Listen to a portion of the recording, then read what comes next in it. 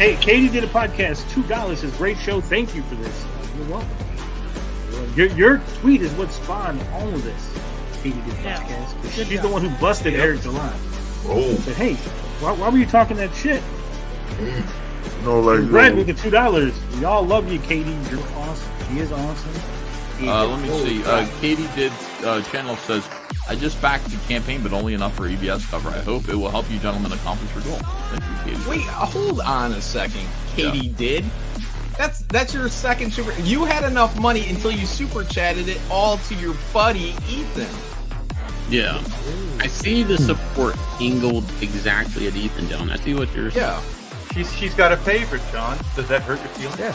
Well, I think what KATYDID likes about me rather than you, John, is I speak out on behalf of quality instead of quantity. Whereas you, if you know what I mean, I think this is the difference between you and me. I'm out there talking about quality. John is in support of quantity, and that is the problem. So thank you, KATYDID. Just get that product out.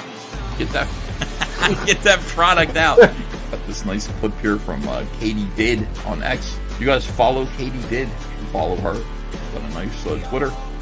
And she's also on YouTube, so you should follow her. She's at Miss Rowdy Dowdy. Can you see that or no? And she clipped this little bit of Eric July. I do respect good work, and KATYDID has done some good work here. Okay. KATYDID's channel says, "Hail EVS, much love to come. Skate, thank y'all for the support." KATYDID, your channel's blowing up. Doing a good job.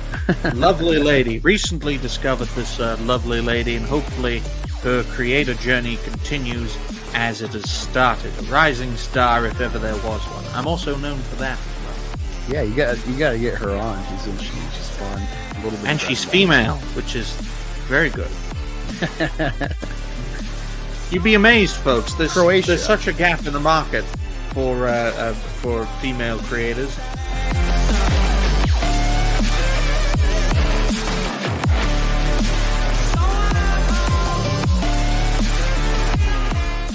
I'm gonna go run down to the 7-Eleven and get me a pack of Pall Mall lights and a Slurpee, some kitty litter, and some WD-40. The back porch screen doors squeaking like a sunbat.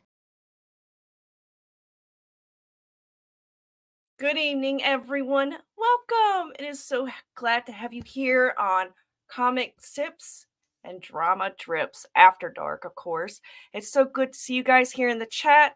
I have two wonderful gentlemen join me, and we'll probably have some more joining us later tonight. Before we get started, be sure to like and subscribe to my channel. Get all the amazing clips I've been getting, especially some important news that's coming out about the Soska sisters. And, of course, with some great people that join me on this panel are part of that conversation, and I hope y'all had a great night. So, all right, let's get started. First off, we welcome Black Angus and Extra Hero. What's up, gentlemen? Not much. Excited to peruse the Rippaverse content with you. I know. What an intro! It is good. Oh, thank you. Intro. Well Thank done. you. Yeah, you're getting well known like the dope man's phone number. I know. It's funny because my husband jokes with me. He's like, "You gonna go talk to your second husband or something?" And I was like, "Shut up, yeah, just Who, EVS? whatever." yeah. That's amazing. So, yeah, it's an honor that he actually took his time and he told me, on private message that he will, whenever something comes in, he'll shout me out. And so it's really great. It's awesome. Makes me feel good. It makes me feel like what I'm doing and listening to hours of just constant bullshit just to bring the clips. It makes it all worth it. It's like, okay. It's not worth it. Losing a little bit of my thing. Oh, gosh. Yeah, we got a lot to talk about tonight, guys. You're going to be creating a comic, right? No, but I know who is going to make a comic. Or actually, I know I know who is trying to get started on a comic. Yeah. Well, is it one Black Angus? With of course, it's Black Angus who's trying to get started on his first comic book. Nice. I will let's see, I'll make somebody I'll make somebody a mod because I think one of them is not here. But I am going to put a link in the chat. Please go check out Black Angus's Meth Gator poster. He's doing it to help raise some money to get him started on a comic book, get some people's feedback, see if the excitement's there. And I know I'm excited. I plan to contribute here soon, so be on the lookout for that, Black Angus. I have to appreciate it though. Yeah, it's funny. Someone was mocking me. Again, this all started with Hell of Lore trying to mock me, and then I got like $100 by pointing it out. Like this is who they are. This is what they do. Oh, and I checked today to like share it to mock someone mocking me, and I saw like I had another backer, so I'm up to 155. So it's just helping me. So I put the goal because it's already. People don't know these are already been made. It's from an Indiegogo campaign attempt that like didn't fully fund, but it was flex goal. So I broke even, printed the posters. So this is like a second attempt, and it's an open store. Got 12 tubes right now, but it looks like I'm already have to get ready to get another set to start shipping out some. So just waiting for the dispersion so I can send out the first batch. Dude, that's so awesome. I'm so excited. And the fact that you broke even says a lot. So you know that the next time when you get it out there, you have some returning customers. So that's awesome. I'm going to get your link here so we can put it in the chat. And I'll remind myself to put it in the description. Oh, thank you. Yeah, it's a very good faith campaign because, again, they're already made and I get the money, I send them out to you. You got all the buzzwords.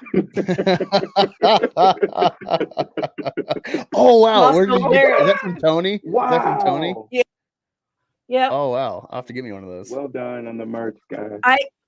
Well, apparently, according to what Tony said last night in his stream, I took the last hoodie and the last coffee mug. So now the store's done, but he's working on some other products. So he should just get more. I know. I was like, we need to restock it, man. Like they're comfortable. Seems like an easy solution. Oh yeah. All right. So there is Black Angus's campaign for his Meth Gator comic. Please go click it. Go check it out. Not comic. Trying to make poster. A poster comic. It's a poster to get you ready for the comic. So everything's comics. I know. It's there's just, we're in the comic verse now. I think I don't know, guys. You could tell me. Has it been like 4 weeks of? It feels like it's been like I think total 4 weeks of just constant stuff coming out, happening. It's like, and it's sped up like it's been about 2 weeks. It's been speeding up. Yeah, you're doing. I feel like I've been doing it forever. When I first found when I first found this channel, you're at like 100 subs. Now you're at 650. You're doing great. Yes, I know. It's funny too because me and Richard, there's a clip that Rippaverse goalposts trying to mock us or whatever, or highlight detractors. He put this clip of Richard in my stream saying, "I think Yair's going to be woke," and then he shared it recently. Like, man, that really backfired on him. Because it kind of lit a fire under me. I'm like, you know what? Yeah, it's a year to be great. I'm going to be great, like Eric said. Well, Katie, what did you mean by you felt like a lot of stuff was happening in like the last 4 weeks? Are you talking about comic stuff or drama stuff or Eric drama, content? Just I'm thinking it might have started with the Rippaverse 1 review, EVS. Yeah. Was it? Yeah, well, it's been boiling up to that point. Everything's so meshed. I have to kind of like think back timeline. I think there for a little bit, it was slowly it died down a little bit, and then it started peaking here. Like the water was starting to boil. You could see the bubbles coming up, and then eventually, you had a boiling hot water of just drama, comics, and crazy shit. And satanicness and Satan shit. So I didn't think that was going to be in the mix of all of it. So well, give it time. We'll find some more stuff. I'm looking forward to it. I hope you find something good one of these days. Yeah. Yeah. All right. So let's go ahead and you know what I actually could do? Let's see. Pit Canna in the chat says BoJack is very sad after MegaCon. BoJack Horseman, a wonderful show on Netflix. If anyone hasn't seen it, I think this is referencing. BoJack is very sad after. Oh, I have never heard of it. It's one of Netflix's first original shows. That's back when I thought Netflix could do no wrong.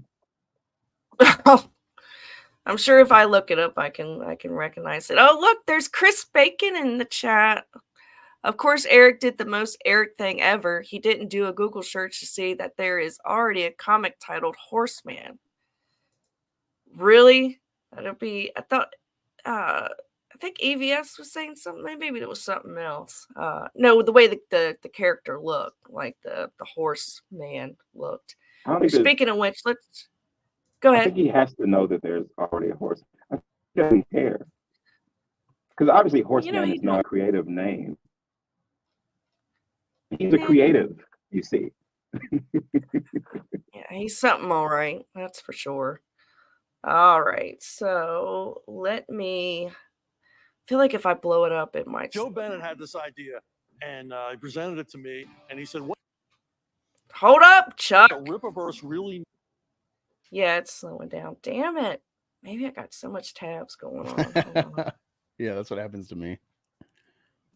It's so aggravating, dude. It's like, what the? Let's see. Maybe if I move my tabs over here. So, let's see. Let's try it one more time. And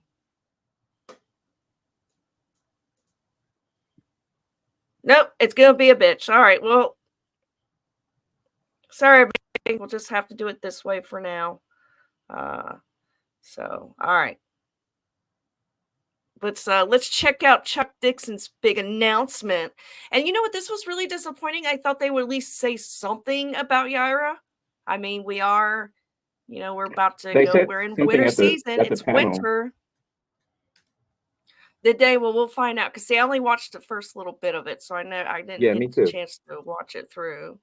Awesome. All right. Well, let's see what Chuck Dixon's got up his sleeve. Bennett had this idea, and he presented it to me, and he said, "What the Rippaverse really needs is a street level crime fighting character, a guy without any superpowers, self-made man." And so Joe and I together created the Horseman, and we presented the idea to Eric, and thank God he liked it. So pause it right there. Shot. That laugh when he kind of like looks to the side, it's like he's like, "Wow, he really bought it. What an idiot!" It's like, man, Eric pays. I mean, they all have to realize by now that he's easy to get a paycheck out of, And you know what? He's a sugar daddy. Yeah.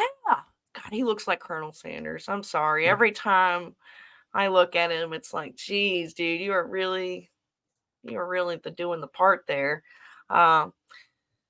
Chris Bacon says, time to get those rock star lawyers on retainer again. Well, we'll see. I don't know. Unless we'll find out. That's interesting. So, all right, but yeah, I noticed he was chuckling too, and just the body language itself was like, yeah, we came up with this idea of like a, just a one shot of just, of a horseman, and we showed it to Eric, and he bought the shit. It's like, okay, bro, whatever. The Horseman, good for you.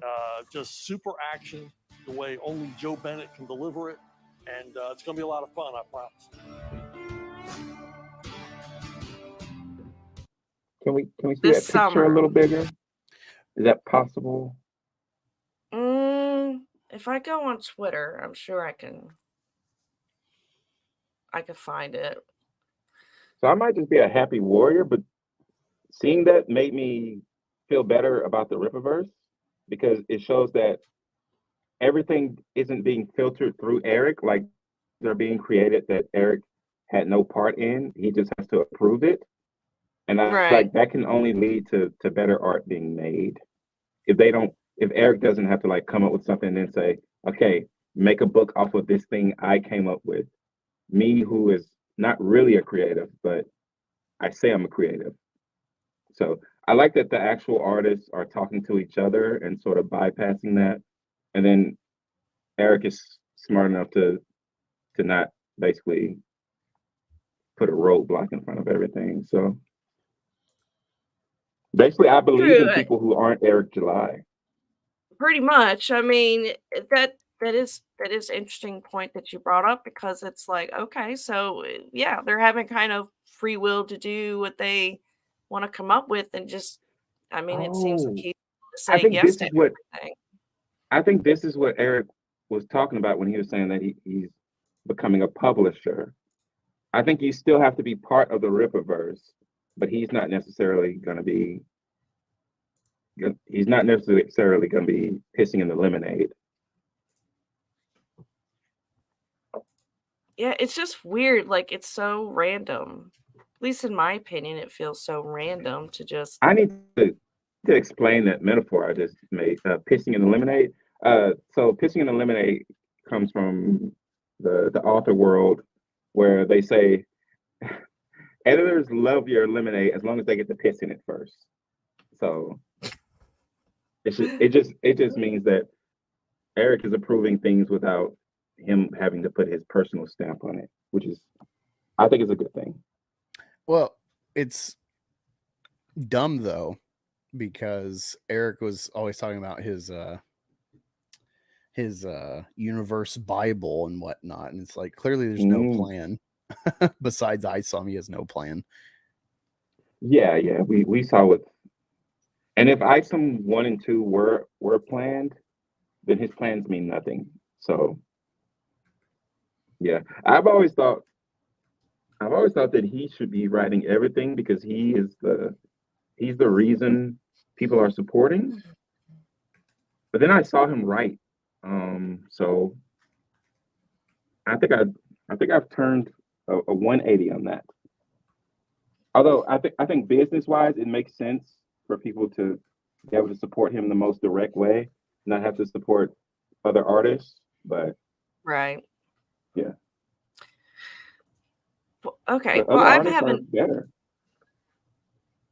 I'm like having difficult finding this fucking picture. Like, I actually go to the Rippaverse Comics on Twitter, and they don't even have anything up about it. I have good luck with, streams and clips. I have no luck with Twitter. Who's running the Rippaverse website? They're supposed to. Whenever you do this, you're supposed Well, that to have makes it so sense. that I people could can just go go to your the website and see it. Oh, okay. Oh, thank you, Black Angus. This is apparently a better shot of black and white of the Horseman.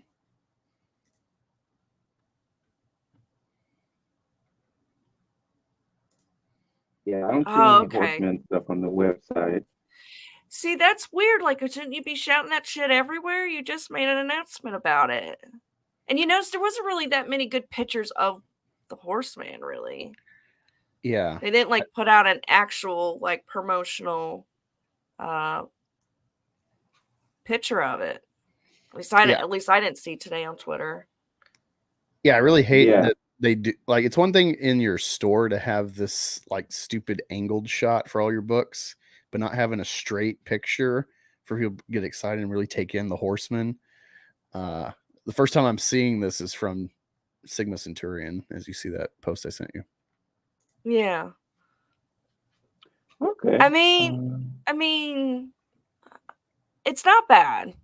It's not bad. It's this different. Does look like Joe Bennett. He always does the building perspectives and stuff like that. I say always. I've only read the Alpha Core, so I don't know. Maybe that's not a trademark of his. Oh, boxing historian, welcome. How are you today? I'm all right. How are you really? I checked out that MegaCon earlier when I woke up. Okay, so you watched it. Me and Katie watched the first part. Black Angus, did you see the MegaCon yet? No, I haven't really watched any of the MegaCon stuff. Couldn't hear it at work. I will admit the audio wasn't that great. Which, by the way, let's just go ahead and Why get don't to they have that. highly produced shit? They're YouTubers. And I mean that about everyone at MegaCon. Why didn't they, I don't know, string together your budgets and get a camera guy? Yeah, the microphone quality wasn't all that great. You're right. I think it's Right. No. This is what they do for a living. I don't understand. Well, my thing is too, you got Quarter Black Garrett there, which I don't have any issues with him. And I'm like, he's the tech guy. Like, wouldn't you have him like set something? I mean, yeah, whatever. All right, let me go find it. Just check. Yeah, they definitely should have had they should have had the website refreshed if they're going to announce anything. I know it can be tricky for a small business, I suppose, but I don't know. Are they really small though? That's what I'm thinking. Are they small? I don't know, because I'm never ever sure how much money Eric July actually has. He's like Donald Trump in that way. I don't know. He already spent it all. Well, shit. If you grow 7 million, there is no way you can't at least put 500,000 away for accessories. Yeah, and he says he doesn't take a paycheck himself, whatever that means. You see what I'm circling? Look what's going on right now. They're having a MegaCon meetup right now, and it looks like they're in a nightclub. Yeah, it looks like a rave. Geeks and Dive in Gaming. for a minute. I'm gonna turn out mute it just for at first because I'm sure it's gonna come. That's oh, come on, computer. No, she's Get getting yourself married. like a crown like this. Oh yes, I definitely. Actually, this crown right here is the same one that Dan Bast had. Who are for you? Mario Kart. Fun fact. I was going to ask you, like, is that one of your simp cats? Yeah. You guys are awesome. Again, smash that like button, please, if you do not mind. You guys are great. Who is she? You guys are amazing. Chris Gerdo and Sonova. Chet have been holding it down. Oh, is that the? They're the real ones. Is that the Guys are great. quartering? No, it's not. Oh, that's a Hollywood Scholar. From Mike. Hey, Jeremy, you say you Black say Angus thank you knows to us, everyone. but it is us that thank you for bringing us the good content. Take my money, it's yours. Keep doing what you're doing, brother. Yeah. No. That's awesome. Let's go. Let's see, is there anyone What else in that the we can bother? world? Let's see. Are you haven't already bothered? Well, that's the question. Katie, The you audio did is. just disobey her. You didn't smash that like Not the button. rebother. Oh, fuck that Let's button. rebother some people. Ain't that shit. You know what I am gonna do though? He's the one who passed. Have you seen Shay? Oh, God. Shay is over there. Let's go say hello. Let's go see Shay. You know, I like Jump being. in here. That cruise ship there. Gary, I think he's still on the shitter. Are Sorry. they doing? So How I does gotta Super Chats work on this screen?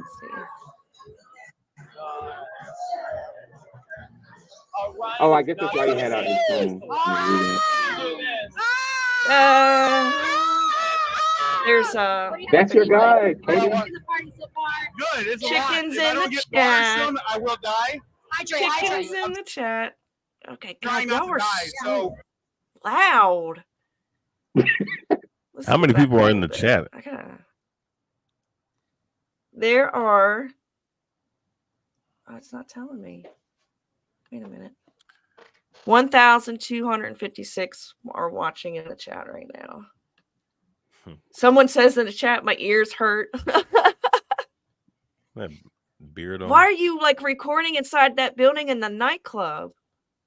Like the audio is going to sound so shit through it. Like if you're going to do it, like get a, I don't know. Nerdrotic. Jeez. Where's that yellow Okay, flash well, he ain't coming out of his house. Let's see. dude? He ain't. All right. So Rippaverse panel. Here we go. See, you can tell how far I got to it. Oh shit. I got to the Horseman announcement, but he showed it on a side screen, on a projector screen, so you can't really see anything. Again, why don't these people have more highly produced shit? I don't get it. Even the convention itself should offer these services. Oh shit. This whole panel is so funny. It was funny? It's funny because you see those two cheesing devils on the right. Is or it actually left. funny, or are you saying it's funny because you don't It's like fun. everybody? It's. I'm saying it's funny because they're cheesing, and then you got the fool in the middle, and then you got Mike Barron pushed off on the right, and he's not even. It looked like he don't even want to be there. Yeah. Well, let's hear him. I Let's did see- let's notice see what that he too does. at the beginning. He's just sitting there like, here I am. But then again, he might be like Well, happy he's everybody's back not. into that. Everybody's not like out there charismatically wise. Some people. Well, he's a senior Like he citizen. just seems like a regular artist. He doesn't seem like a public guy. Well, his facial expression tells you a lot in this segment. That's good to know. We'll have to keep our eyes peeled. All right, let me blow it up one more time. Let's just see. Let me just Did you close say the my audio tab. was good? Boxing Historian, or is it bad? Oh, the audio. I mean, you could hear it, but as far as their microphones, not all that good. This is what they do for a living. I don't understand. Well, and the thing too was when I was watching up to that point, I can hear like Jeremy fucking talking, like trying to whisper, eating a bag of chips. I'm like, dude, your mic is picking up everything. It's picking up everything. Oh my god. He was eating chips. You can hear the bag. You can hear him like. Oh my stupid fucking idiot. I'm like, do you These not people are understand? really bad. Oh yeah. All right. Oh. Like like appearance as a company, so it's a pretty big deal for us, and we appreciate y'all kind of coming out showing. Oh, you son of a! Love of actually giving the con a hard time because the lines have been so long. So we appreciate you guys so much for coming out on our first big con and showing. Oh, does it stutter when you do full screen? Is that what it is? Yeah, it's like Okay. It did well. Like when we were reviewing. Well, you can do the thing that's not full screen, but it makes the screen bigger. I think it's right next to the one that looks like an RSS symbol. With the page. Where? It's like literally in the middle of the screen. It's right next to the one that looks like an RSS symbol. Oh no, that's. It's the third symbol from the left. I mean, from the right.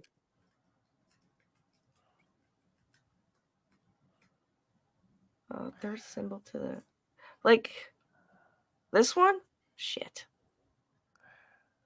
Mini player theater mode. Yeah, theater mode. Okay, that's better. Thank you. No See, you teach an old blonde some new tricks. Hey, now look. Go ahead. Oh yeah, just look at his Mike Barron's facial expression. He looked like he don't want to fucking be there. Yeah. Apparently, Chuck Dixon was supposed to be there. Oh, yeah. really? Oh. Well, he's got to finish up those other books he hasn't done yet. Oh. That's what Horseman. he's trying to do. I want to say low blow, but that is his job to finish those. Horseman, like what kind of name is that, man? You don't like BoJack Horseman? Yeah, BoJack sounds cool, but yeah, Horseman. I mean, that's the title. Yeah, I don't even know what Horseman is. Maybe they'll explain it. Because the guy didn't look like a horse, did he? The picture I couldn't didn't look even like a horse. Not really, but in the one that Black Games gave me, he's like I could see him so much better, and he doesn't look like a horseman. So he looked like a Black Panther with a blue fucking shading. That's what he looked like. Well, Chuck Dixon isn't black, so he can't be a black character. Oh, really? I'm just using the rules of the Rippaverse that they've established so far. Well, let's watch.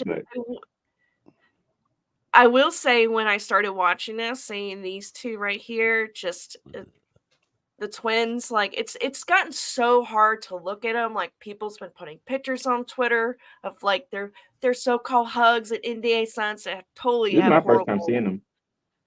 Really? Yeah. Oh God, it's like I can't. Every time I look at them, all I see is that shit, and it's just like, oh my God. Yeah, it's- you've damaged yourself, and probably others know. if you've been making other people watch it. No, the only like I said, Hater sent me some things to let I guess to give me some. I think it was Hater or somebody, and yeah, it was Hater because I was like, what's going on?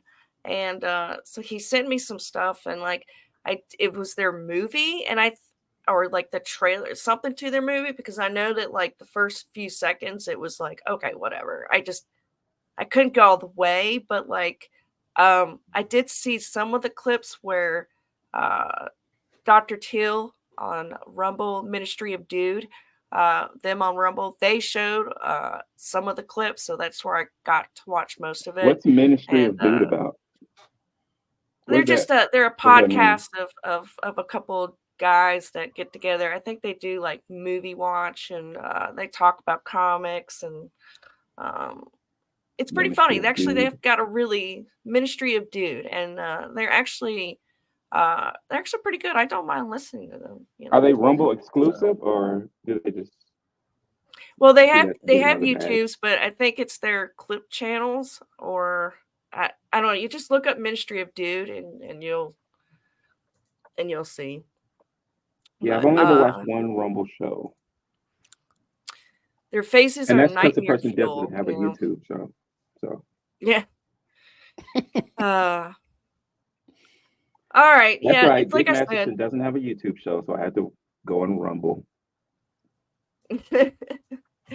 Well, What happens when you get banned?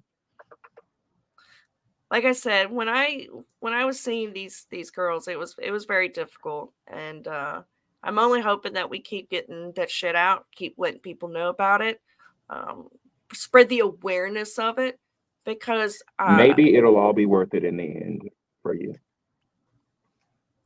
Well, yeah, it would, like, something needs to happen. They need to have a statement or something, because I mean the shit that we looked Maybe they'll at, make you a know, statement and here. talk. They ain't gonna no. Hey, did you get to gonna- did you see Chris Bacon's comments about the Horsemen? That that's already a titled name. I don't think that matters. They don't.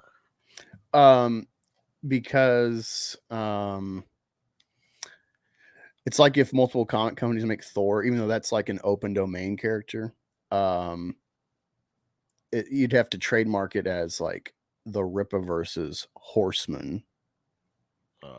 It's like I'm pretty sure Horseman's like a word in the dictionary. It's a allusion from the Bible as well. So it's like something that it's such a simple name you can't trademark it, or if you do, it has to be like specific to your company. Does that make sense? Like a comic book, like yeah, another comic book. I'm pretty sure Yeah, someone could make a Batman. We hope they've learned the lesson by now. I mean, I'm gonna laugh if y'all are like totally right and like, whoa, this is another copyright issue. That'll be funny, but I think he's safe. So I think because I think he mentioned that it was a web thing, which that would be a first for the Rippaverse, right? So a web comic. I think he mentioned that it was a web comic, and maybe I heard that wrong. And I don't know, maybe the rules are different.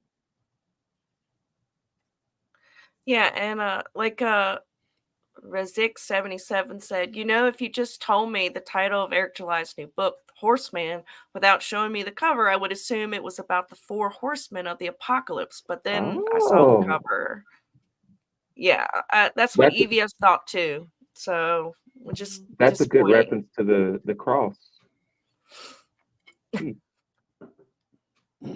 They can have all themes and all their covers. I hope someone does. The way my brain works, I try to find connections between. I want to say works of art, but you get the point. Whatever the equivalent for Rippaverse is. Hey, I'm just kind of stuck on this Mike Barron's facial expression. Like, he I looked know like, it does make a good meme. yeah, You This know? is a long video, so we should get started. Yeah. All right. Black Angus, were you saying something, Black Angus? Did you want to say? It'll come back to me. I'm not sure what I was gonna. Oh, I was gonna say I hope someone does Roll 34 of Horseman, like the Horseman cometh. I'm just to sure that's troll a them. whole. Big old horse dongs. I think that might already be a thing. Oh my god! You know what? What's her name? Mint Salad. She could make this part of her like Rippaverse parody porn. Well, didn't Amaranth do something Maybe with the internet was a horse mistake. head? oh, the internet definitely has its yins and yangs. I mean, yeah, if I remember correctly, I'm Amaranth. She had a horse head on her, and I saw pictures of it. That was something. So there you go. Yeah, Mint Salad's got a lot of ideas. Go, Black Angus. Don't you do it. Don't you do it. I'll save that for Don't bed. you do it. Okay, thank you. All right, let's go ahead and see what's up. Yeah, let's do it.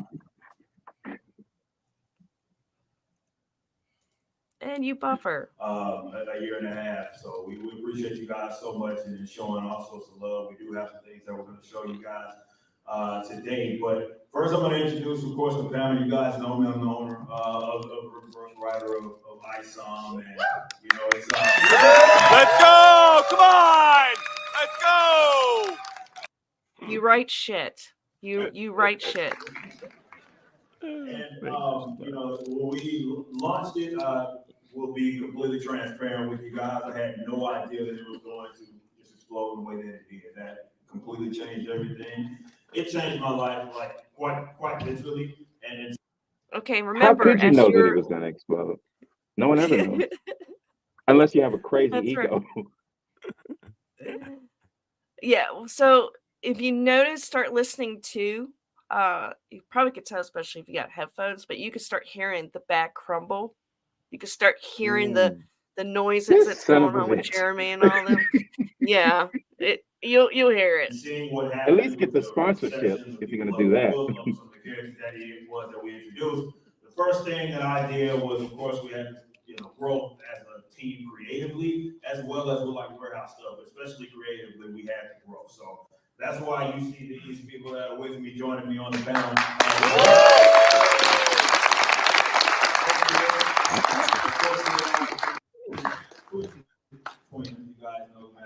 I will say Mike Barron didn't clap, unless he clapped his lap. No, he didn't. Don't lap clap. Boxing historian's like, no, don't. I know you're trying to he- give him the benefit of the doubt, but he didn't. No, he jumped in out of his. He kind of pulled his seat up while Eric was talking. It's like, Oh, okay. You say his hands were occupied. I swear. Oh, yeah, this is cringe. And like I said, this is the I part said the where word lap clap. That's, well, I mean, I guess it is a it's thing. a lap. It's a thing. Let's go!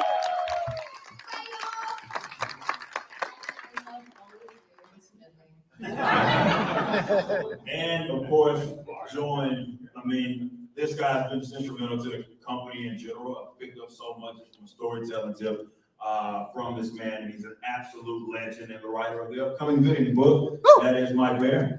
Hell yeah, let's go! Yeah.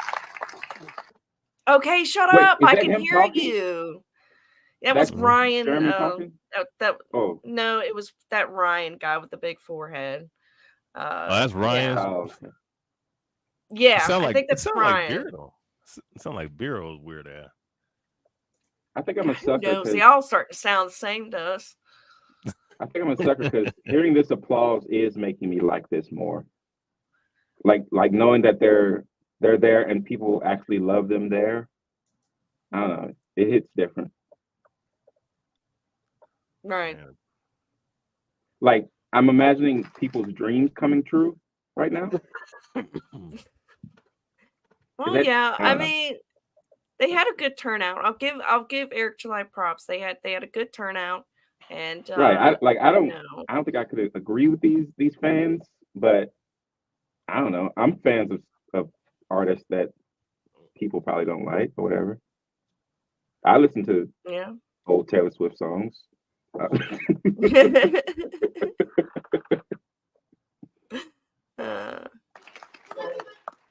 Everybody loves Mike. Who doesn't? But seriously, we have a couple of things that we're going to show you guys. We'll at some point open it up for questions. I'm sure you guys got some things you want to ask the panel here. But we're just going to all individually sort of talk about the stuff it is that we're working on, and then we'll show you guys some things. You guys know we got ISOM 3 for me. That's been a big project that I've been working on. It's the conclusion of the ill-advised arc, so I can't wait. So if I heard correctly, he said ISOM 3, which I think we heard on that interview, Extra Hero, that ISOM will be ISOM 3 will be the conclusion to that arc. And the first thing that comes to my head is like, well, how are you going to tie it? I mean, there's so many things that I would think it took maybe 4 or 5 books, like issues to get to wherever you're doing. So are you gonna like just rush it and pack it with all kinds of everything and then say, well, there's Derek, that's it? Like that doesn't. I thought you were doing like a slow burn. I thought you were just taking your time, you know. Please, no slower. It's already torture. No slower. Let's get this over with. But I remember during the interview, he spoke about it as if he's not that interested in tying up loose ends. But maybe he'll take his time and do it anyway. Exactly. Like the Nerd Way conclusions, it never New started year, yet. New you. Yeah. New year, new you. Yeah. The Nerd Way conclusion, it never started yet. Yeah. I mean, that's what I was saying. I was like, so you're gonna end it all on ISO 3? Like, I don't know how you're going to get things running that way. It doesn't make sense to me. How many pages is it going to be for you to fill in everything that about Isom's powers, like, you know, him getting out of that, you know, situation with the monkeys and hell and Blood Roof, like is Blood Roof going to have her own like story, you know, her own book? So I just don't know how that's like going to make July sense. So if we're thinking like the way Eric July usually thinks, he uses these books as a platform for other books. So I'm thinking that things won't really get wrapped up because he's going to be too busy introducing new characters that new books can be based off of. So I don't think it's going to be a satisfying ending. Yeah. God. But you'll get new characters for comics that you didn't ask for and didn't want. But you will get new EVS reviews in the future, so that's something. Oh yeah, you know that's going to be like the number one thing that that's going to be sent to EVS as soon as it comes out is ISOM 3, and do an immediate review with it. So in a way, EVS is still part of the Rippaverse. He's still the comics still get funneled to him. He's like an editor after the fact. He's an editor that comes when it's too late. Exactly. Yeah. All right. Let's see what else he says. I just thought that was so interesting when I first heard that. I was like, really? So, okay, that's it. That's all you wrote, Eric. That's all you wrote. For you guys to read that. But there's a bunch of other stuff that we have been handling as well. I know there's some high demand for some characters that you guys have asked for that we got introduced in like ISOM 1 as well as ISOM 2. Just here to tell you that, of course, we hear you guys. I'm not going to NDA myself, but I have heard you guys, and more than likely. Oh my like, God! That's not it's not funny, Boxing Historian. It's not funny, dude. You agree with me? Like it's getting so over. It's this guy, man. He he is a mad narcissist, because that really was like that's like, you know how like parts of your psyche, like when it'll just come out naturally, right? That was Right. a natural expression verbally of his personal narcissism. Like, yeah, you have your employees on NDAs, and apparently you have EVS still on an NDA, right? Oh yeah. Right. That's the first time we sort of got knowledge of when EVS asked him basically what's the deal with ISM 2? What am I drawing this cover for? And Eric was overly secretive. And now they've turned it into what appears to be a meme for Rippaverse fans, where the secrecy is cool. I don't know. And No one's gonna steal it's your weird. Eric. No one's gonna steal your ideas. Well, the thing that gets me is that If anything, you stole that's not someone's trademark. fair. Right. Well, well, what the thing is like it's not fair to your fans. Like you've made them wait so long, even about Yaira. You don't let anything come out, and it's like you can give little breadcrumbs here and there to really excite your fan base and your readers. I would appreciate it, but I mean, if I was a fan, I mean, I try not to be biased with this because I did like Eric at one point a long time ago. Aww.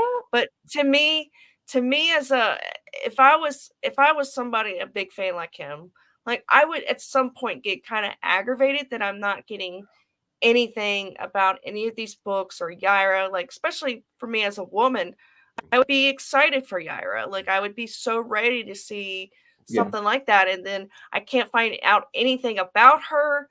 We still don't know when that book's coming out. It says winter, like we're now in February, so you're not really dropping any hints.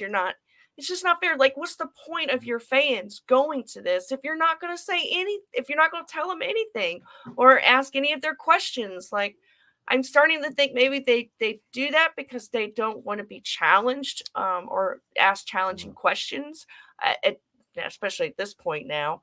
And that's to me, I feel like as a fan, it would really kind of aggravate me after a while, you know, especially when some of your fans have traveled from several states away, I'm sure, to come and see you, and you don't give them anything but about a book of Horseman, nothing about Yaira. I was expecting that we would get something about Yaira. Like, this would have been perfect if he had an animated trailer. This would have been a perfect time to play that animated trailer. I think it'll be tomorrow. Perfect time. You think so? Usually I don't have much respect for Rippaverse fans, but I did look at the art on the website, the fan art.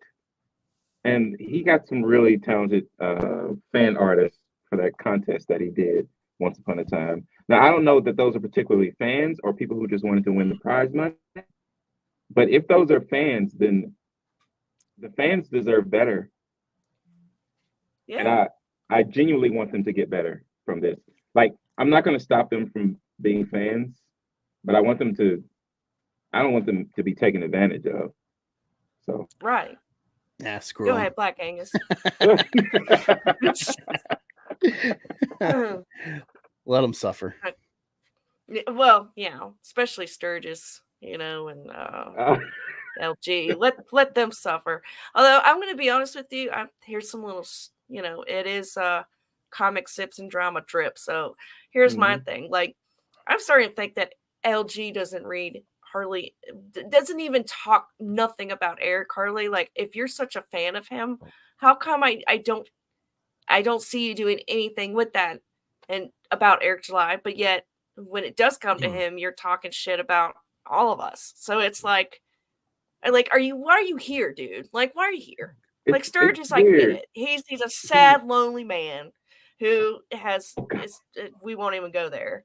But then you have like LG. It's like, what are you doing, bro? Like, what are you doing? Like, so when I talked to LG, he said that a misconception about him is that he quote, is up under Eric July. So apparently he doesn't consider himself to be like a super fan, but I don't know, for some reason, and it might just be his thing with Tony and him, that he comes off as a super fan, and he definitely defends it vociferously. But I don't know, maybe he just has other things going on. Yeah. Maybe new year, new you. There you go. Maybe LG can go be great. He can go be great. I hate that phrase. That's worse than that's what they do. That's why it's great. Oh, Commie Mark is here. Well, Hi, here's a problem. Here's a problem. You know, we don't know anything about Isom, what he can do, his powers, but he always goes in reference. Oh well, Luffy. We don't know much about Luffy until stories later. Oh, Goku. You know, we don't know much about Goku until we don't know about his Saiyan race until we get to Dragon Ball Z. Dragon Ball, you know, we didn't know much about it. Like, bro, these characters were already established characters. They had character development and character arcs, especially anime characters. They had character arcs in their earlier years to the point when you get to the midpoint where the meats and potatoes of their character, then of course you're gonna find out more about them. Like I'm gonna use, you know, like fucking Wolverine. You know, Wolverine appeared as originally as a Incredible Hulk villain, right?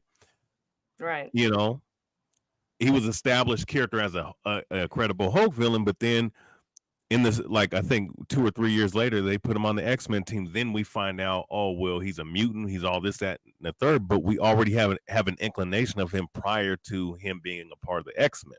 We didn't know about the mutant thing until he became an X-Men character. But he was an established villain for the Hulk. Right. So there's nothing established within two fucking books of your flagship character. Right. Yeah, and that's one of the things I always hated when people would tell me why they bought the book and why they supported the Rippaverse. They would say, "Oh, because he's a comic book expert and stuff like that." I was like, "No, he's not an expert on anything. What are you talking about? I don't know. I guess he's an expert at. I don't know. I can't even make up something." Well, I just find it so funny when he brings that kind of stuff up, especially about Dragon Ball, you know, with Goku, because I'm a big fan of that show and that franchise. Right. And it's you're like, not dude, Dragon Ball. It's what the whole thing, whatever. Dragon Ball to the you know, to the shameful GT that that I have not seen yet. You know, apparently it was very shameful, and that's why they had to come up with Super. But whatever, it's all great. It's whatever. It makes me happy. So, but okay. So, oh, look who we have in the chat.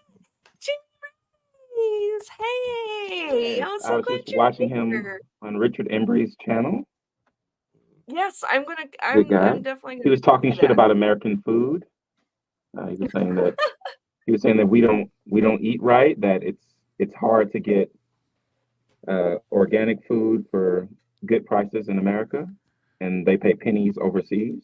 So you learn something new. Speaking of Richard Embry, the man himself, the myth, the Learning legend. something new. That's what's Well, I didn't going know on. it was so cheap. It was so cheap overseas, for organic stuff. Hola, Wanami. Hey, what's going on? Yes, it is your first time here, and I'm so glad you are here. Thank you, Jimmy. I really, really appreciate it. Like I said, I do look forward to watching you and Richard talk. I really enjoyed you on Tony's stream, and I don't know, you're just fun to listen to. You're an amazing artist. I could tell you really are invested in your Everybody loves family. Jimmy. Katie, You look I good. gave him the link. You look I good for gave being him. a grandpa. You I look gave really him the good for link. being a grandpa. I gave him the Did link. you? Tell him to get in here. Tell him to get in here. Stop being shy. I already know he has the camera on. He said, "I have wrench power." Yeah, I gave get it out of to here. him. That way he can Oh. be able to share his comic in the chat if he would like to. Yeah, Jimmy, you're welcome to come on if you want to. If not, that's fine. I'm just honored and privileged to have you here. So thank you so much. I'm gonna give the link to Comic Mark too. I see him there. He had an amazing video. So Yeah. Oh. Hey, it's why not? The more the merrier. yeah. So Richard, did you catch any of this Rippaverse thing, the panel and whatnot? No. I was today. I was like, man, I need to give thanks to the people that worked on the Blood and the Sword and stuff like that. I haven't been really getting the prepping for the print. I haven't been really doing YouTube lately on my channel, So I was like, I'm gonna do that today. So I was like, then I see Black Angus, and then he hit me up and was doing the show. I'm like, oh man, I'm all over the place. I already got people to commit to come on that. So it's been hectic, man, but it's always fun. So I was like, I went on there for a little bit, and then I was like, I'll just hop on with Katie, man, and check this out. So Good. Well, I'm so glad to have you here, Richard. I definitely like to get with you too, so we can schedule with you. I want to see if you want to join me to do an interview with Doc Solo. Okay. I think That'd be that cool. you would, you watched the clip too, but I think you would have a lot of insight and questions to ask him too, Sure. especially with your comic book and stuff. So just let me know what's good time for you on weekends, and I'd like to have you there. Yeah. So, Definitely. yeah. All right, cool. So let's go ahead and continue watching this. Yes, I did put on my background music. I was like, why? Something's missing. So that's some background music. I We thought got someone everything going. It sounded like that was Tony's intro song. It was like, Tony, someone listening to the Tony stream. Or... You're gonna light an instant snack, Eddie. Hey, whatever. Some it's candles, exactly, because it's comic sips and drama drips after dark. We got to set the mood. We got to, we be real chilled and make fun of Eric July because he's I a think fucking drama moron. drips implies that you're either drinking coffee or spilling tea. It's a coffee reference because Okay. yeah, spilling the tea, coffee, whatever. You're not gonna I just go get Nick Ricada and just start drinking alcohol on stream. No. If This- I'm ever to have no kids on the weekend, maybe. But I have, I'm already mad. Okay. Why are you mad? Why are you mad? I see Mike Barron there, who's a legend and a hero of mine, holding up that NWN. I wish it was NWA. NDA. You're not the only one. Stupid I'll joke. send it to you. Poor Mike. The man deserves better. This man wrote The holding Punisher it with up, Come so to he Know must and like Love. it. Huh? He's holding up the sign. He must like the joke. No. He look at his face. He's He's being looking at the forced. misspelling in the back. Because they're like, oh, how many times have you had to use this? Remember, they totally had a writing in the back of it. Dick caught it. Was funny. And he's just looking up like, oh, man, this is what Mike deserves better. Mike deserves way better. Mike thinks, man, what the fuck did I get into with this fool?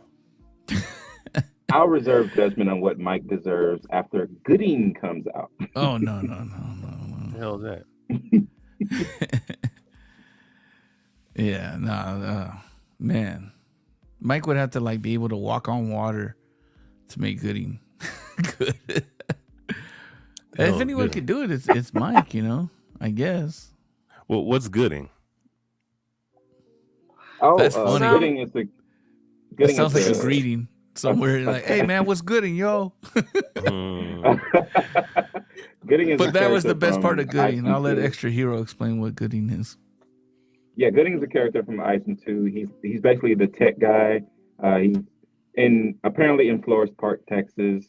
You can hire like a private fire department and everything like that. It's all one guy. He has a subscription plan. You pay $49.99 a month, and you get access to all his services. It's pretty dumb, but it's the Rippaverse. Oh shit. Guess who's here? Jimmy Reyes. Look at Jimmy. If I could just have you guys go everywhere I go and do that reaction everywhere for me, man, my life would be so great. There you go, Jimmy. There you go. I would love that. Just walk in a room and people are like, "This is Jimmy Reyes," you know. Normally, people are like, "Oh, damn, Normally it's it's like Jimmy." this. Yeah. The other day, like earlier today, we went into Wendy's, man, and the kid behind the counter forgot to put the cheese in my burger, and I told my wife, "Don't these people know who I am?" Damn. I thought you were gonna go Chappelle show. Is Jimmy Reyes gonna have to choke a bitch? Yeah, I'm Jimmy mother effing Reyes here, man. Don't forget my cheese. This man's so lethal. He has to edit mother effing. Yeah. So only three of us. Oh, we balance out. Three of us are showing our face, and the other three are not showing our faces. Oh, I could show my face. It's not an issue. Are we going too controversial? Am I supposed to hide my face? Yeah, don't hide that face. You're a good-looking man. I love that. There dude. you go. Look at that beard, Oh, look. Yeah. Teamwork. I forgot to makes turn on the my dream camera. work. dude. Oh, this is the beard. This is the all beard got the stream here faces. now. Yeah, All something right. like that. No, thank you for having me. There you I really appreciate you guys letting me hang out with you guys. I watch you guys, and you guys are all, you crack me up. You guys say some things, and you guys say the things that I'm like thinking sometimes, and I just go, I was about to say that. I was like, I feel like we probably say things you wish you could, but you're being professional. You know what Jimmy it has is? a campaign. You know what it is? Jimmy It's like got that a rapper. It's like that rapper that hired the black guy to say the N-word for him. That's what we are for you. With What is happening in rap music? There's this Man. white guy, I think he put it out on like TikTok, and every time he needs to drop N-word, he's got the black guy to get on the mic. Shit. funny rap. it's the only reason I have a black friend. You know? No, I'm just kidding. Damn it, Jimmy. Kick him. Yeah. I'm just kidding. No. I've got I fun. will never kick Jimmy off the stream. Never. Never. I'm here in Texas. We're a real melting pot here in Texas. So yeah, it's a lot of Latinos and a lot of black in Texas. So I can see that. I Especially believe that. Latinos. Yeah. So Jimmy, have you seen any of the Rippaverse panel yet? you know, to be honest, I don't know Eric too well. Like I've been on a couple of streams with him, but we never interacted. You know, really, and I know we know of each other. I know he knows of me, and I know of him because he's talked about my book once, or he shouted out once or twice. But other than that, and I'll be completely honest, like I didn't back the book. I didn't back any of the Rippaverse books because there hasn't been anything yet that interests me, and that's my right as a consumer. I shouldn't be forced into or felt guilty for having back a book that I'm just like that innocent. You know, right? So I don't really know anything about his books or anything. So I'm learning a lot as I'm watching streams. Like the first time I had got feedback was like Dick Masterson, you know, when I saw his stream on Flashcast, you know, and I went, whoa, you know, and then that seems to be, I'm starting to hear that same feedback a lot. And then I saw Ethan do it, and I just go, you know, like, wow, dude, like honestly, as a professional, and I'm not putting Eric down anyway, and I don't have anything personal against Eric, but you know, as a professional, this is his first book.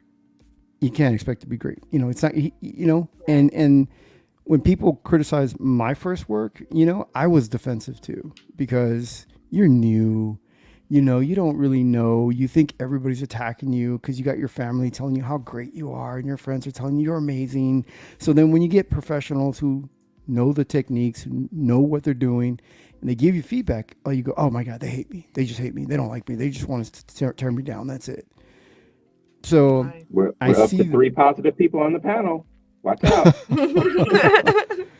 So I can see the novice right away. You know, I mean, you know, I'm sure he's got plenty of people going, oh my God, this man's great. He did an amazing thing. He got a campaign up to millions of dollars, which is a great achievement. I give him that, you know, but a lot of professionals, you know, even, I mean, he's sitting right next to one of the great writers right there, Mike Barron, you know, I would hope at least he's going to be receptive, and I hope that Mike gives him honest feedback, and I hope he's brutally honest too, because Mike is really talented, and there's so much that he could learn from Mike. But that's a good point. Because we know from Eric's mouth that he only listens to the people he hires. So Mike Barron is our best hope. But I don't know is Mike Barron a brutally honest person? Mike is a really good guy. I mean, I hang out with Mike, know Mike. I mean, we're on streams a lot, and we're talking about maybe doing a project together. And he's he's a really good guy, but he's a nice guy. I think. I don't think Mike's this from my interactions with him. Mike, he's gonna tell you how it is once, and that's it. Yeah. My time's too precious. I tell you how it is. Either you take it or you don't. I'm not gonna beg you. I'm not gonna twist your arm. That's the way to be.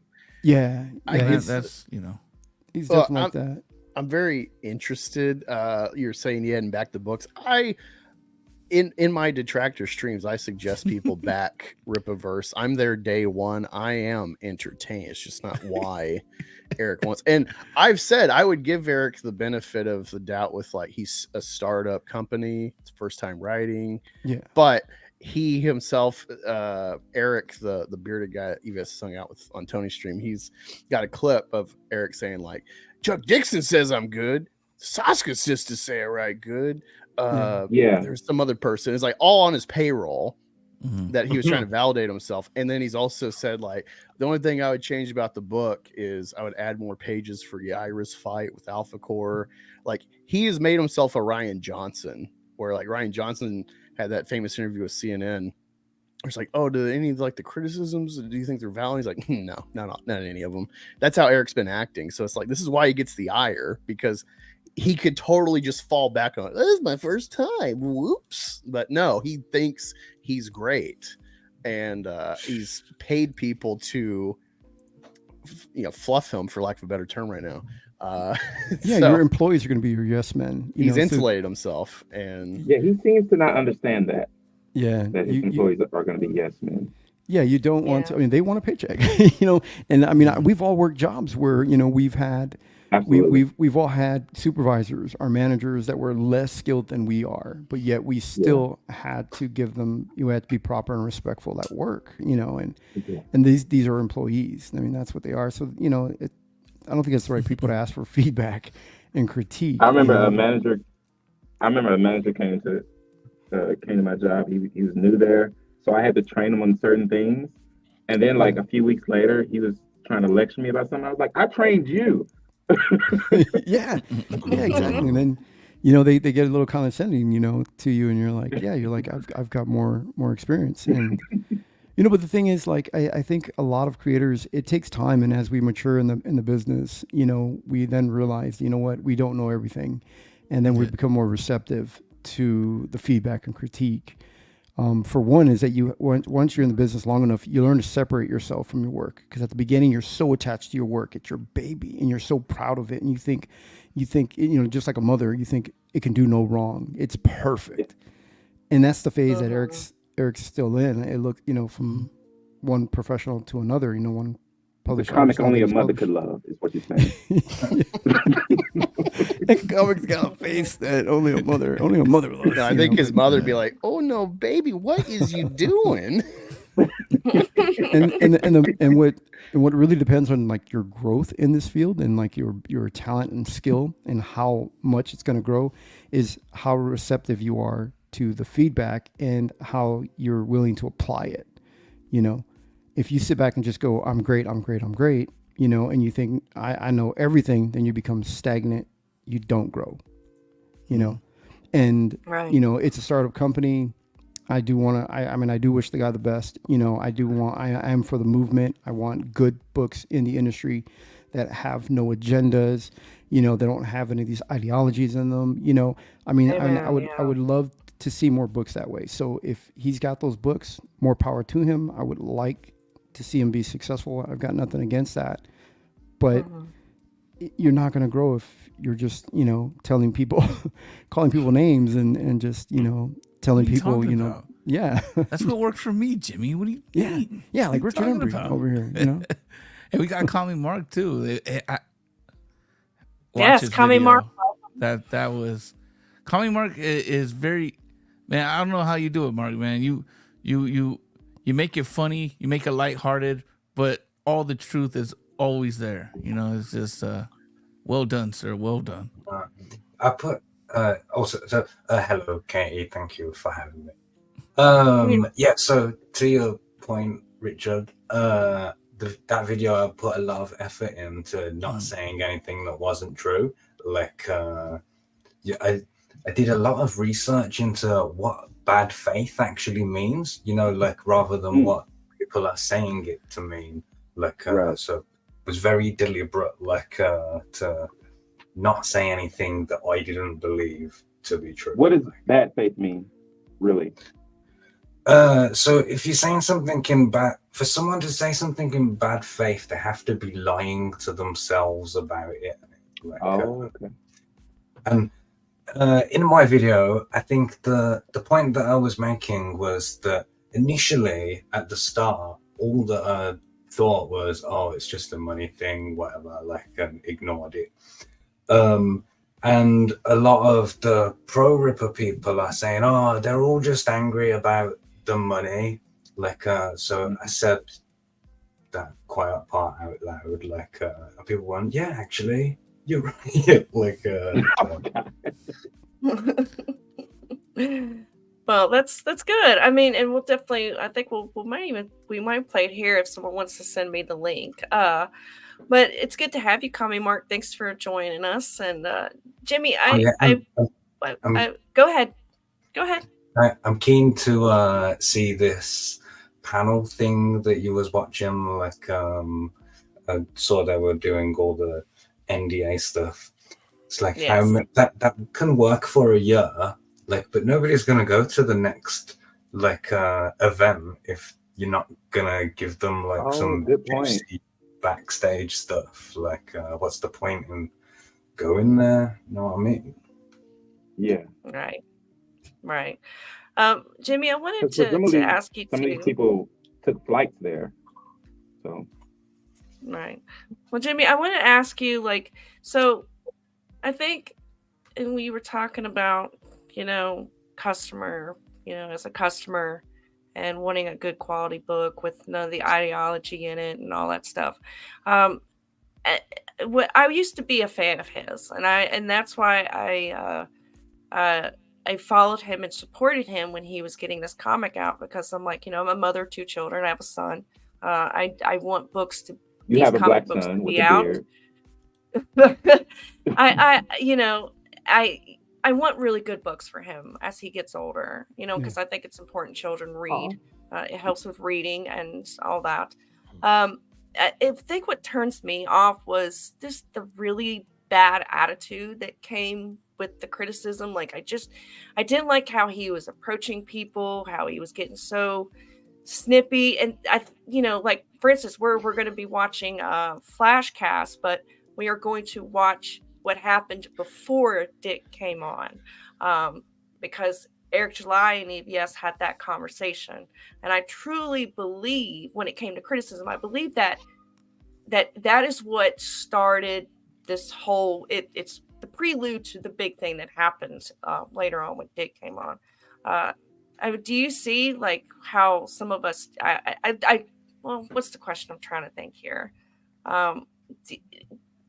Do you believe that we do have valid points? Like, we're not just here to be assholes. We're here because it's kind of an issue. You're supposed to be better than Marvel and DC. You're supposed to be the next big thing, and the way you're doing it at first, it's not good. It's you're gonna fail. No, I think, honestly, I think that Eric July, and this is going to be probably the most controversial thing I've ever said, but I think that he both failed and succeeded. And where he failed was that he was constantly criticizing Marvel DC for, these books that just were subpar books, very poor writing and not executed very well. And then he puts out a book just like that, and we can all agree. I mean, that it's, people have reviewed it. I don't think everyone it's not this hidden agenda. I don't think everyone's, it's been, reviewed by so many different people now, and they pretty much all in agreement with each other, with the different issues and technical things that are in the writing of the book. So the book is subpar. Successful financially, yeah, he's very successful financially, and that's great. And it brought over attention to crowdfunding. He was on, like CNN and different things, and that brings over, attention to everybody else, and that's great. That's good for the movement, and I like that. Where I think people are misled is that people just see 3.7 million and they think, oh my God, it's successful. It's the most amazing. It has to be an amazing book. And so they think that you were just attacking him, and thinking, and I think he's kind of, I've watched some of his live streams, and I think his job is to control the narrative too. Like I've seen him try to steer the audience into believing that they just don't like me. There are people that don't want to see you successful, and I've seen these videos he's putting out. And that's not the case, because I've watched a lot of people and I know some of these people, and we talk backstage, and when they tell me how they actually feel about it, they don't say anything personal about Eric July, Yeah. And they just talk about, in the book, hey, I read this part of the book. This could have been executed this way, or this could have been that way. And I know that a lot of the audience doesn't get to see the back rooms or the green rooms like I do. And I get to see these people, and I go, you know what?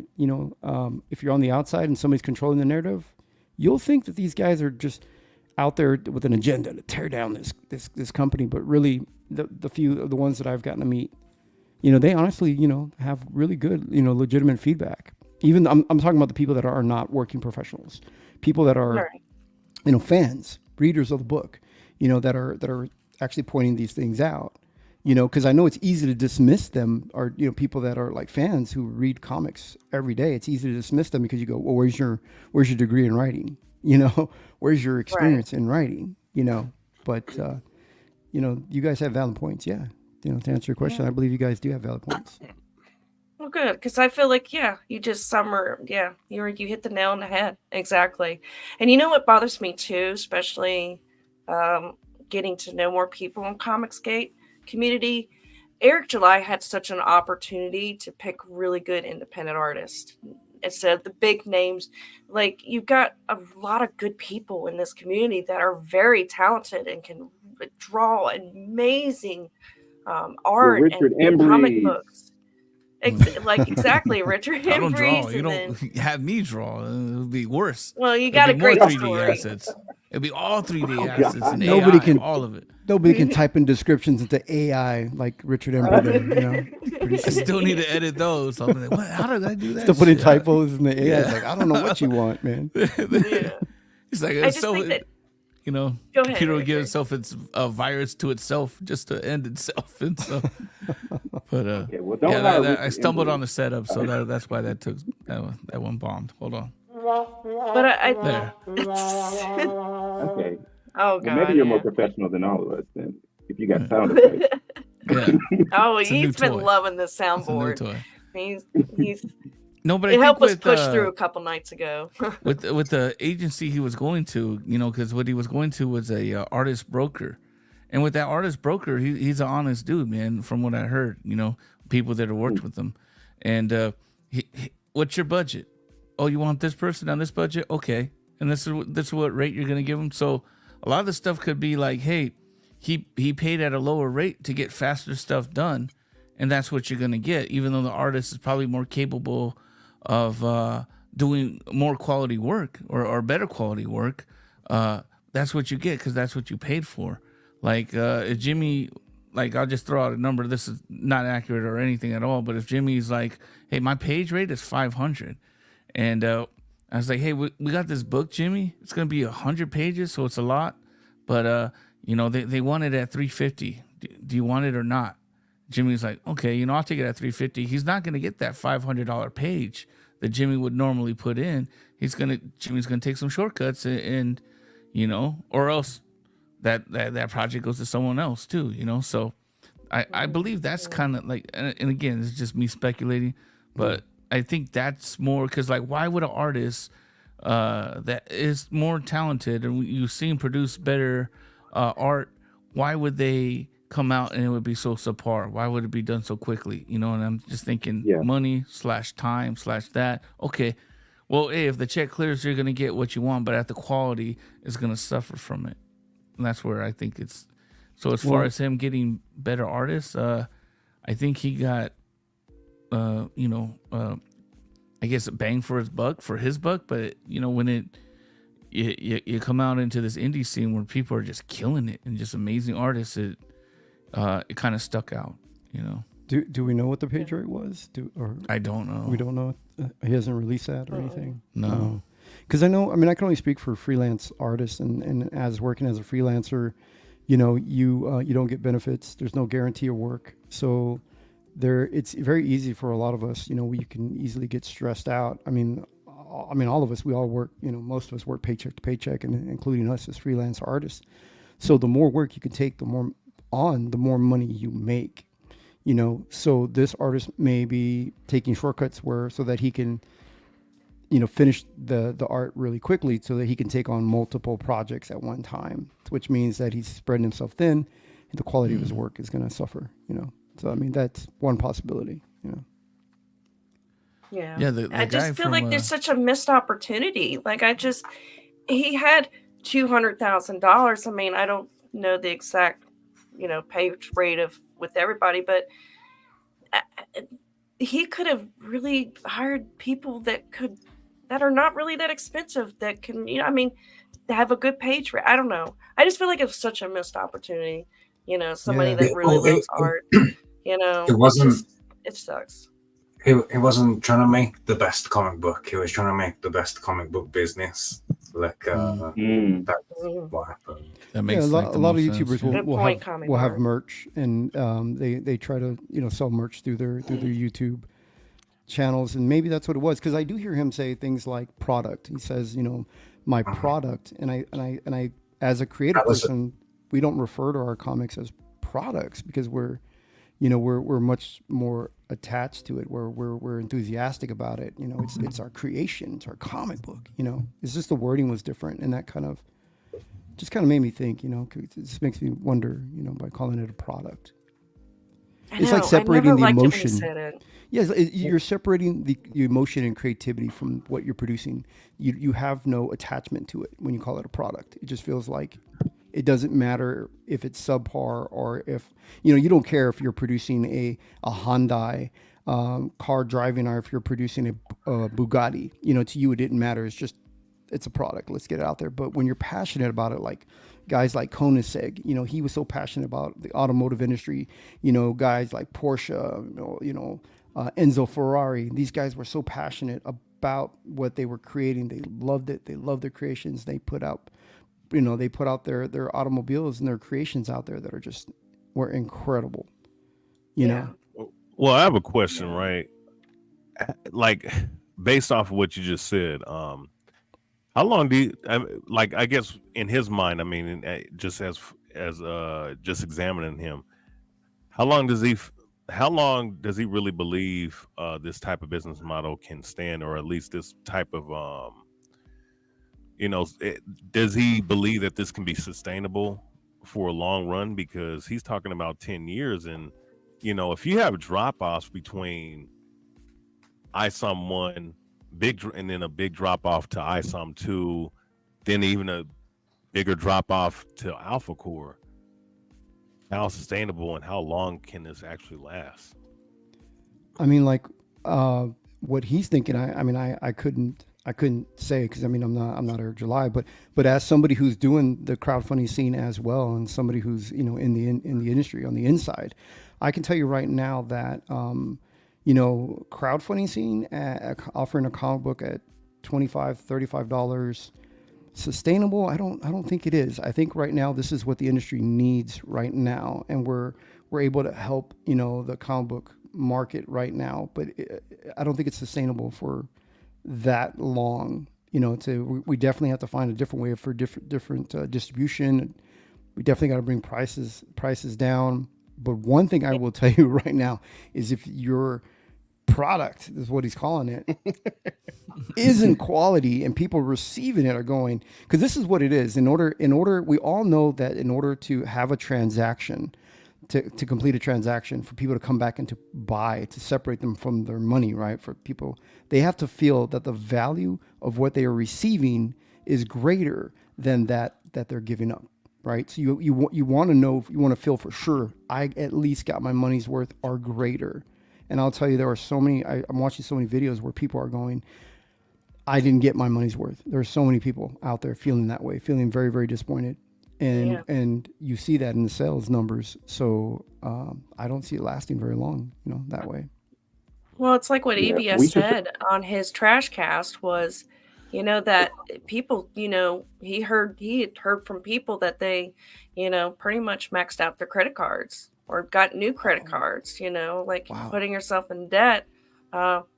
The amount of like those boxes, the prices of those boxes. We had I talked to Chris Bacon on James Jester stream yesterday, and he was talking about the boxes and a couple $100, and he sold it on eBay right away and actually made more than what he bought because of timing. But these are the economy is really shit right now.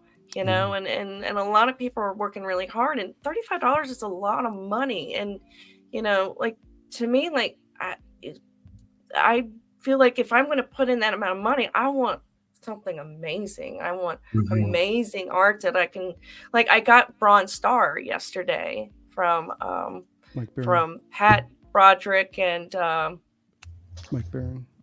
Yes. Thank you. Blonde moment. Blonde moment. Katie had an NDA. She couldn't disclose. Yeah. She was holding up the sign. We need to get that sign. We need those signs. NDA.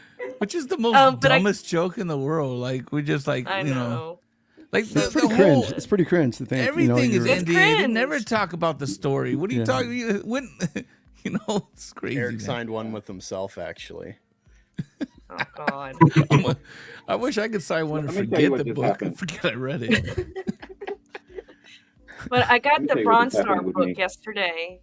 Yeah, I got it in the mail, and Jimmy, when I like just took it out of the box, like it looks so good on Trashcast, but like having it in person, I even did like a little edited clip with some country music in the background to really. Lit some candles. I was getting bring it home. Yeah, no got candles, in a bubble bath just with straight. it, Well, yeah, I just and then when I opened the page, like the fact that this is an older gentleman, and that took his time doing the little, like the lining, like just the real details through that book. And it, I told my husband, I said, this is all hands, not done by computer, 3D assets. He literally, especially at his age, was able to sit down and draw. It's beautiful. I can't get over it. Poor Pat, man. Well, I'm sorry. Well, I think that's awesome that you can still do that. That is like, awesome. I think that's great. And your reaction to that product shows you the answer to your question of is it sustainable? And the answer is if it's good enough. Oh, thank you to whoever just subscribed. If it's good enough, then it is sustainable. Like people will pay. You'll pay $35 for that feeling again, won't you? Like that's how it works. But when the feeling is that the book is underwhelming, then maybe you won't. Maybe you'll buy a $70 charity version instead. I'd have to counter your commie propaganda, Mark, because look at how much Katie has grown thanks to the Rippaverse. I would say it's well worth it. $35 is a small price to pay, honestly. So let me tell you what just happened with me. I saw Kami Mark's matching shirt with his background, and I thought I have to subscribe to this guy immediately. So I went to look him up on YouTube. And I typed in Kami, but without the E at the end, because I was like, I don't know how to type that. So, and it just gave me a bunch of stuff about Mark Zuckerberg. So just type that as an E, and you'll get the real deal. The E is a 3. Like that's how to find it. But sometimes, I'll search for Kami Mark to see what people are saying about me or whatever. Yeah. And the Mark Zuckerberg comes up a lot, but the one that Yeah. Most people put the word commie and mark next to each other. The next word is Cuban, like after that. Oh, yeah. That's yeah, the yeah. mark on the Cuban. internet that's the most commie, apparently. That's funny. Related now. But I that's good that you received the comment, Katie, that you felt the value of it, and that's what every consumer, I hate to say consumer, but like everybody, every supporter or backer of the book should feel, and if you generally, this movement is mostly about the backers, the fans, and if you generally care about your fans, you want to make sure that they are receiving the best product, out there, and if they're not satisfied, then you want to hear this stuff. You're like, tell me why, I want your feedback, because I care about you, my fans of my book, my supporters, because without you, this doesn't happen. Right. He says he listens to them. Yeah. He says that. Oh, okay. And that's important though. I don't know whether he does or doesn't. I'm not saying he doesn't. It seems like he doesn't, but they hang on. Speaking of hangers on, we got a comment from Mike Partika in the chat, and I just wanted to shout out him because he's one of the best comic book reviewers I've ever seen. And now that I see that he sort of left the chat, I think this is the right time to say it so that he doesn't actually hear it. It goes along with him being very unappreciated. So there you go. I put it out there in the universe. You'll never hear it. That's what we need. Well, We need more reviews. We need more book reviews. Yes. Yeah. Well, and that's what I'm going to start doing is I'm going to start. I bought some of EVS's stuff. I just bought a couple others. I can't think off the top of my head. I bought a lot. I know one. Blood in the Sword Richard's for $5. book. Yeah. Going to print I got as his of book. last night. Yeah. Yeah, and so I plan to do some reviews with that here on the channel. The reason it's important to me is, like I said, I have a son, and I want to really give him something he can really enjoy and imagine, have a superhero, somebody he looks up to or enjoys reading. It matters to me. Now he's I think he's a year old. He's about 18 months, and He's so we already have. reading? I got. Oh my God, you are such a great parent. I You're wish. amazing, Mom. Look at me. I just started reading yesterday. But there, I plan Jimmy to didn't have even read the them, so- script. He just started drawing. Yeah, Just right Right is like, Just what are you doing? I think this word looks like this. Yeah. Yeah, you use Google pronounce. Google pronouns? Pronouns? Google pronouns. Tell me what. Oh God. Tell me what my pronoun is, Google. What should I be using? Is it frog? Is it cat? I can't tell. Like they use animals now, right? species, not Don't pronouns, Jimmy. No, there's some pronouns now. Like I remember I was at a convention and this girl walked up to my table and I called her a young lady and she said, "No, my pronoun was frog," and I laughed. What? Yeah, she said my pronoun was frog, and I laughed. You're like, EVS is that way. Like, Right. Oh my God. I was you're one of like, EVS's children? yeah, I was like, is this Sesame Street? What the hell's going on? Like, All comic creators don't look alike. Yeah. And so she said that, and I remember asking her like, and so some of the pronouns, and I want to say, and maybe I'm not remembering it correctly, but I remember one of them was meow, like the noise the cat makes. Oh, jeez. Yeah, it was crazy. It was way off, and that was my introduction to pronouns. I was like, whoa. Okay, that's not a great introduction. I don't even know where to go. Wait. You said I know pronouns- you're just like Hold on. lost. Like, what do I Hold do? on. Where do I You said her play? pronouns were frog. Frog. She said frog. Yeah. But she also said meow. She said there were more. Like she was introducing other pronouns. There's also meow. And I went. I think you got to be on TikTok to fully understand this. I Katie, if you're get away from my if you're gonna table right start meow. becoming Right meow, damn it. No, I was like, what do you want? And how can I No, get Super some? Troopers. No. I'm not going to lie. Super Troopers. Right meow. Right meow. Yeah, but no, she said meow was another pronoun, and I went, whoa, this is weird, but You know, so yeah, that was the whole. I derailed this stream. I'm so sorry. No, you're good. You're good. Go ahead, Extra Hero. What were you going to say, real quick? If you're going to start reviewing comics, you have to go the EVS route and only review comics of people you hate. No, he did Mike Barron. He did Mike Barron. We all respect Mike Barron, and you know, he did give him some good. Yeah, he does a lot of that.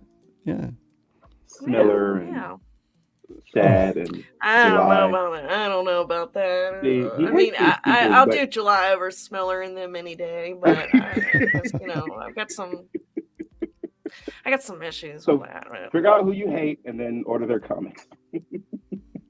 Well, the thing is, it's like I was planning to buy Yaira because I'm like, perfect. But do you then hate after this Yaira week or and them? after everything I have seen this past week and or about You a have week to and a stick to half, the format EVS established. It's not about you. I can't do it, man. I really can't. Like I struggle with it now. You know. Oh, Well, speaking of we that, we need fans to speak up, you know, because you know, when things started going south with Disney, you know, it was the fans that started speaking up, you know, and I think, you know, if our voices get loud enough, maybe they'll actually start to listen after a while. Maybe it was the maybe fans not. and whatever F&T is. Yeah, yeah. But we need fans, you know, we need the fan feedback because, I mean, you know, if the fans aren't enjoying it, aren't happy with it, then we need to, you know, turn the ship, you know, because, Yeah. I mean, the fans are everything, you know, this is what we're out here for. It's what we're doing it for, you know, and yeah. So we need to be producing high quality comics, you know. You're not doing it Definitely just to get rich? Yeah, it would be nice. I wouldn't mind. It would be great if I could keep my fans happy and be able Speak to. for yourself, Jimmy. I'm in it for the bag, bro. We're moving product. Hell yeah, product. Yeah. Moving You know, differently we gotta with start the off product. with nickel bags. and I'm you move to selling the my dimes. I'm selling my comics by the gram. You know. Yeah. See, you Well- well, Graham, I gotta go dime bags. Sell them by the ounce. Yeah. Well, you know, with them Eric has to know FNTs, that calling his comic product makes it sound like drugs. Maybe he thinks that's cool.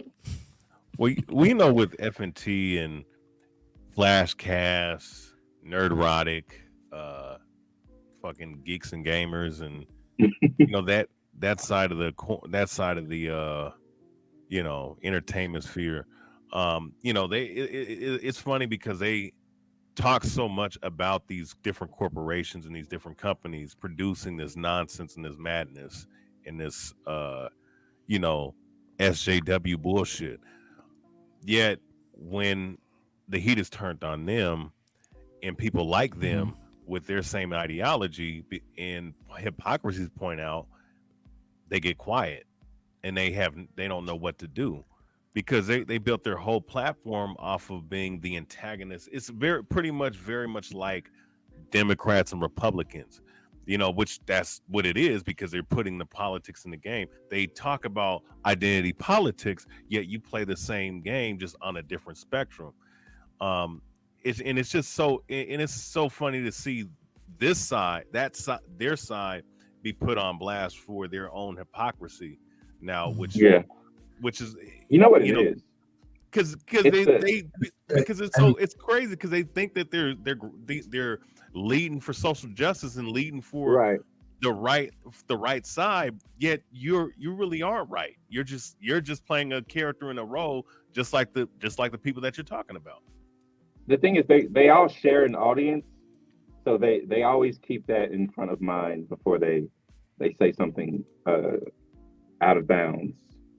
So Right, but we the can't thing get of the it is now, at least for me, in my opinion, and mine alone too, it's that these sisters don't make it any better. Like, I just, why? Like, you talk about how, you know, you follow God, you're a Christian, you don't want SJWs coming into your company to, you know, ruin your products, and he put up such a front, and then you're doing the opposite.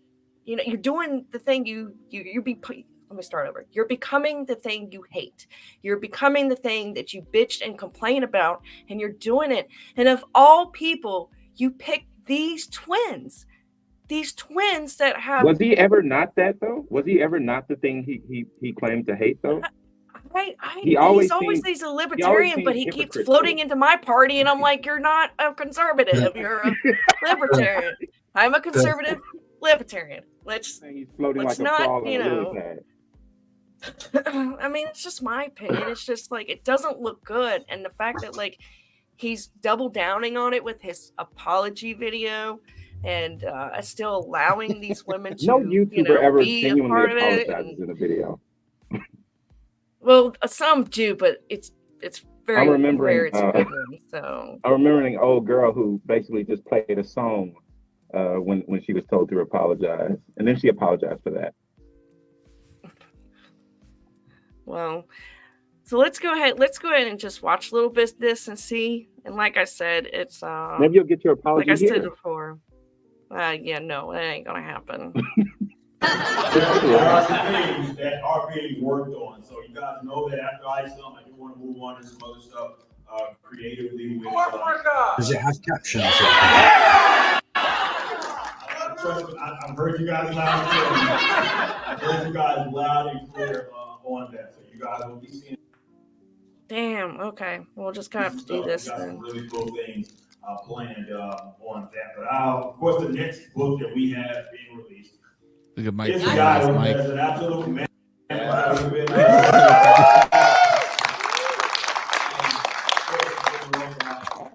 So I'm gonna give them an opportunity. Oh, how do I get out of this? I'm gonna give them an opportunity to talk about their experience, of course, working with the Rippaverse, but also. Do they ever show the Christ. audience? How big is this room? Is there? Not really. It's pretty big. Look, it looked like a town hall room when they panned over. Yeah, I mean they had a pretty good crowd come out. How do I get out of this theater mode, extra hero? The button again. Left. What? Click the same button you clicked Is last that time. Third from the left. No, got when it. you're not in Did full that. When it's not in full screen. One to the right, Oh. right there. One to the right. Not that one, the one next to it. To the right, to the right. I'm blonde. I just added highlights to my hair today, and this is not really helping my case. Okay. There. But it looks okay, good. There we but go. it looks good. That's all that matters, you know. Oh, thank you, Jimmy. Thank you. The See, you're paper such a quality is good. gentleman. The paper quality is good. Gyra issue 1, page 1, panel 1.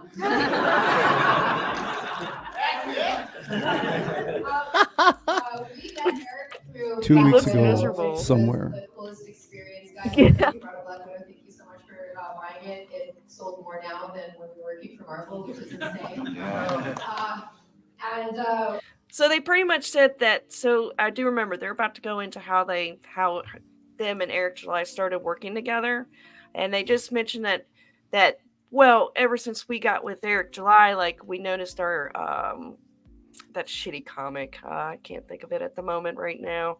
The one they did recently got more sale. No, the I mean, twins. for Marvel, They're the Black Widow Marvel stuff. or- Black Widow, yes. And apparently they sold more now than they did back then because they are joining with Eric July. And I'm like, oh. Chris Bacon liked Black Widow. Yeah, he said it was good. I'm gonna read that. So I just realized that Hey, Tony. when artists join Rippaverse, they sell a lot of their old work, their back work. If so, Eric July has an opportunity to do a lot of good by getting people's back catalog. So he just has to bring more people in. Hell yeah, he made Marvel money. Well, I mean, it's not surprising. I mean, he does have a large audience. I mean, he does He's have buying that, Marvel you know. now to go support them. You know, he's got this large audience. You know, I'd like to see what he does with it. You know, and hopefully, you know, he makes the best of it. You know. Yeah. Yeah, it'd be cool if someone else could When benefit off we his saw audience. that Rippaverse was starting, we were like, oh my gosh, this is so cool. And then Eric asked if we would write for Gyra. Then Eric told us about Yaira, and he said it was a character that is a hand in glove fit for us. And I can't tell you too much about her, but yes, she is. You know when you're writing a character and they just kind of tell you what they're going to do? Captain Marvel, isn't it? They're hearing voices. No, I'm just kidding. We had ideas, and we have like the next 10 years of Yaira figured out and ideas for it and things set up in issue 1. So The next 10 Subtitles years. would be good. I know, but the captions are so small. The next 10 years is what they said that they can run with this, and I'm like, well, Yeah, but we'll you see. have I you have to believe that when you're doing the work. Like Right. I'm thinking good like point. that for my stuff as well, like that. Well, I don't think people are questioning their writing skills or their talent. I think what people are worried about is bringing in, you know, their ideologies and the, you know, I mean, just basically like wokeism. You know, people are worried about. But would Eric let them do that though? Maybe. Well, they're running this panel right now. It seems like he's not. You know, I don't know. I mean, I guess we're gonna really be honest. I mean, that yet to be seen. You know, until we get the book and see what's really what's happening. But what we have seen from Eric is that he allowed an artist to use 3D assets and slip through. He allowed a colorist to color without actually even coloring sky. The entire sky is just like blue with no other secondary colors in it. Nothing. Because Eric is so adverse to criticism, I'm never sure whether or not he was caught off guard by that. Because he obviously he doesn't want to show any weakness. I don't believe that he knew until like it was shown to him. Okay. There's an interview that he did with some African American organization. I forget what they're called. African American where she, that's the one. Yes. Where she asks him about Thanks it. for not and saying he the says, NDA. "Oh, that's just people making up lies." Like, but you know, then a couple of days later, he was like, "Oh, well, you know, I'm not gonna throw him under the bus." So I think that he only learned that at the same time that we did. Right. Yeah. You make a good point, Commie Mark. Good point. All right, let's see what's in. I And would I think know I think the artist on the book would catch this stuff before.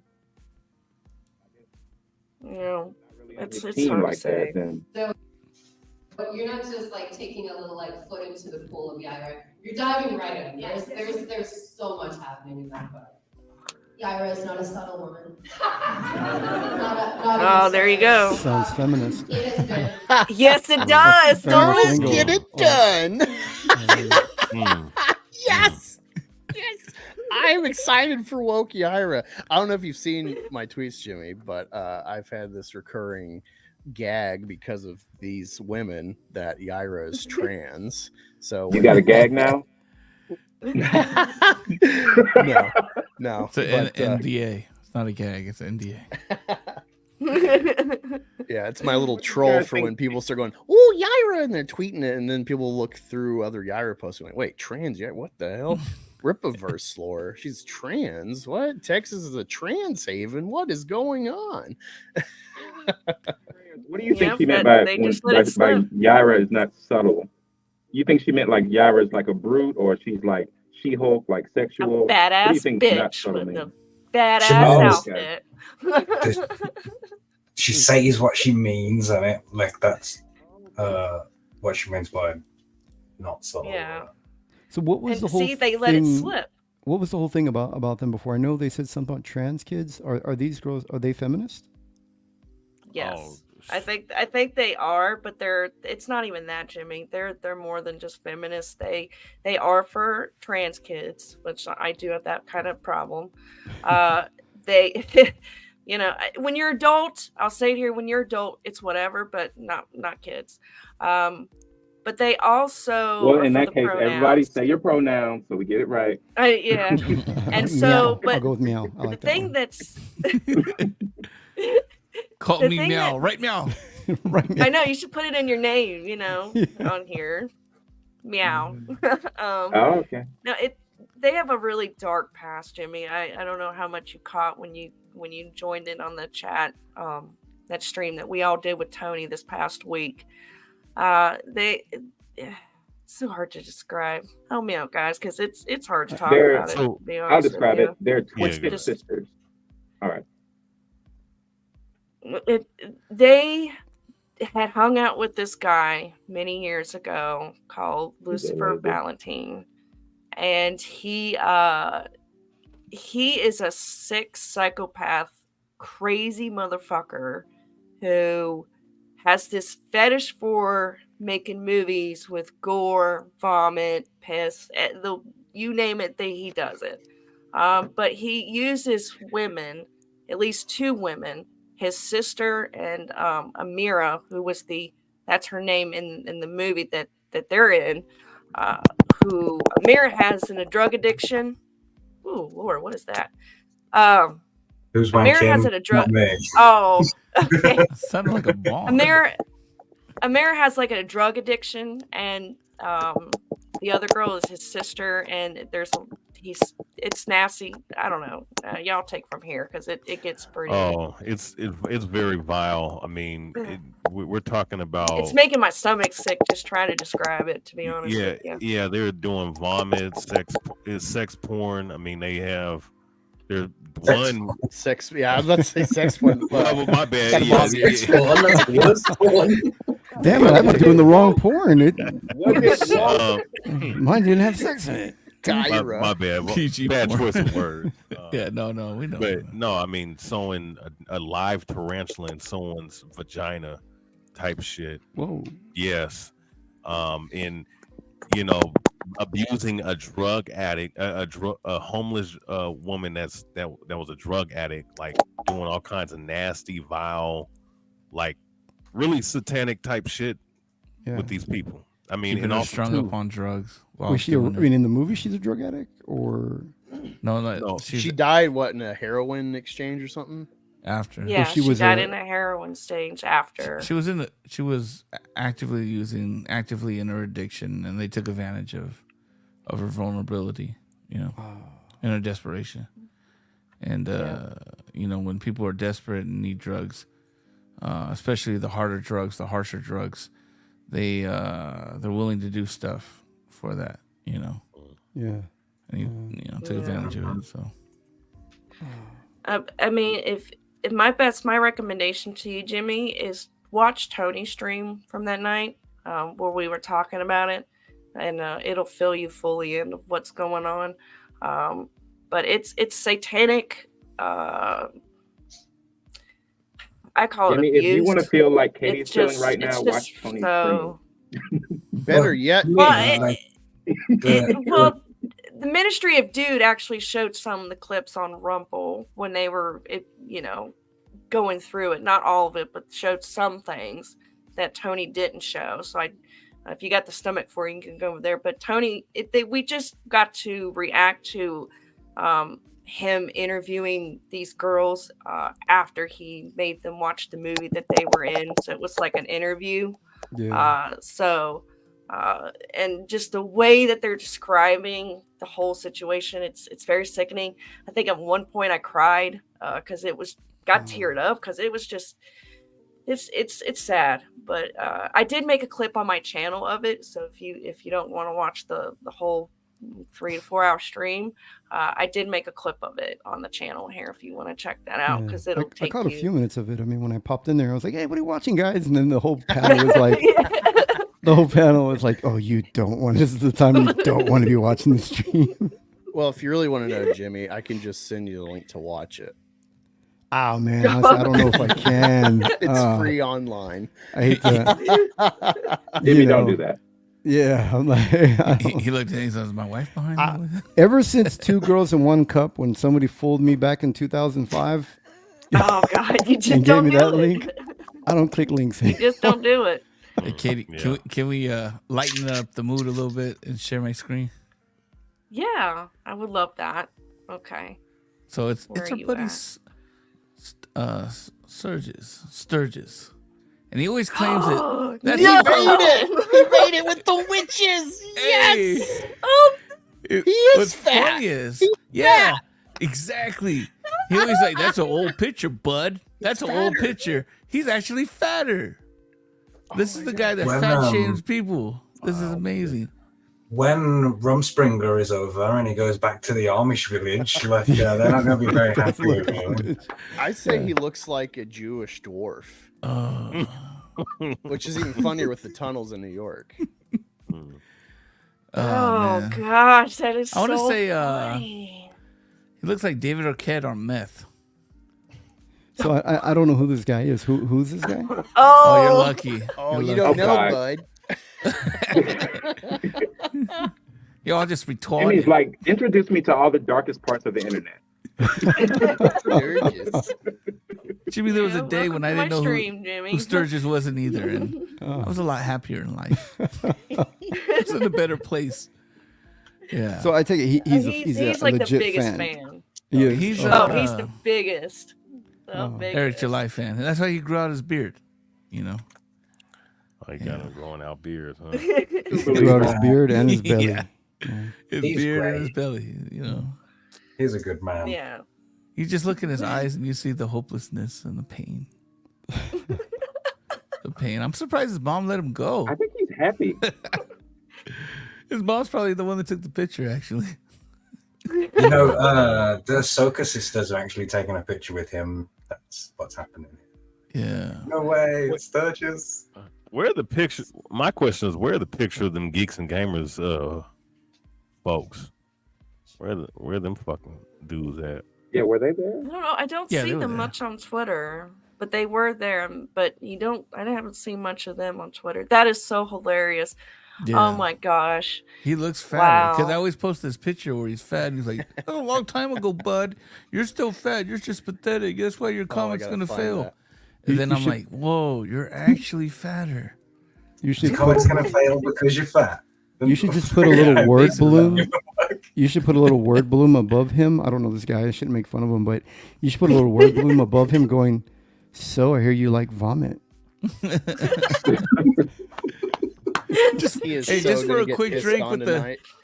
the quick apple juice with the Soska sisters. Hell, oh fuck no. Get So it? warm. Get it? No, I don't want to get it. All right, you don't. Wait, did you If post you this don't on get Twitter, it, I Rich? don't want you to get it, bro. All right. I just thought I'd lighten the mood with Thank heavyweight. you. I needed that. Some heaviness to We lighten the needed mood. You lighten the mood with a genuinely happy guy. May we all be that happy in our own Oh, way. man. Not that way. Oh my Our own way. god. Yeah. Well, he did look happy. He did look happy in the picture. He was very, Yeah. you could see it. He was ecstatic to be there. That is No, happy he for looked him. great. I'm surprised he's actually looking into the camera. Usually he does it on his YouTubes. He Oh doesn't, yeah. so. I need to react to the video he did of my tweet so long ago that got my channel going, where he called about Eric July privating his stream. He apparently did a video about me, so I need to go through there and find it and do. I thought about doing a little funny reaction to it. See, you could be getting a hug from him.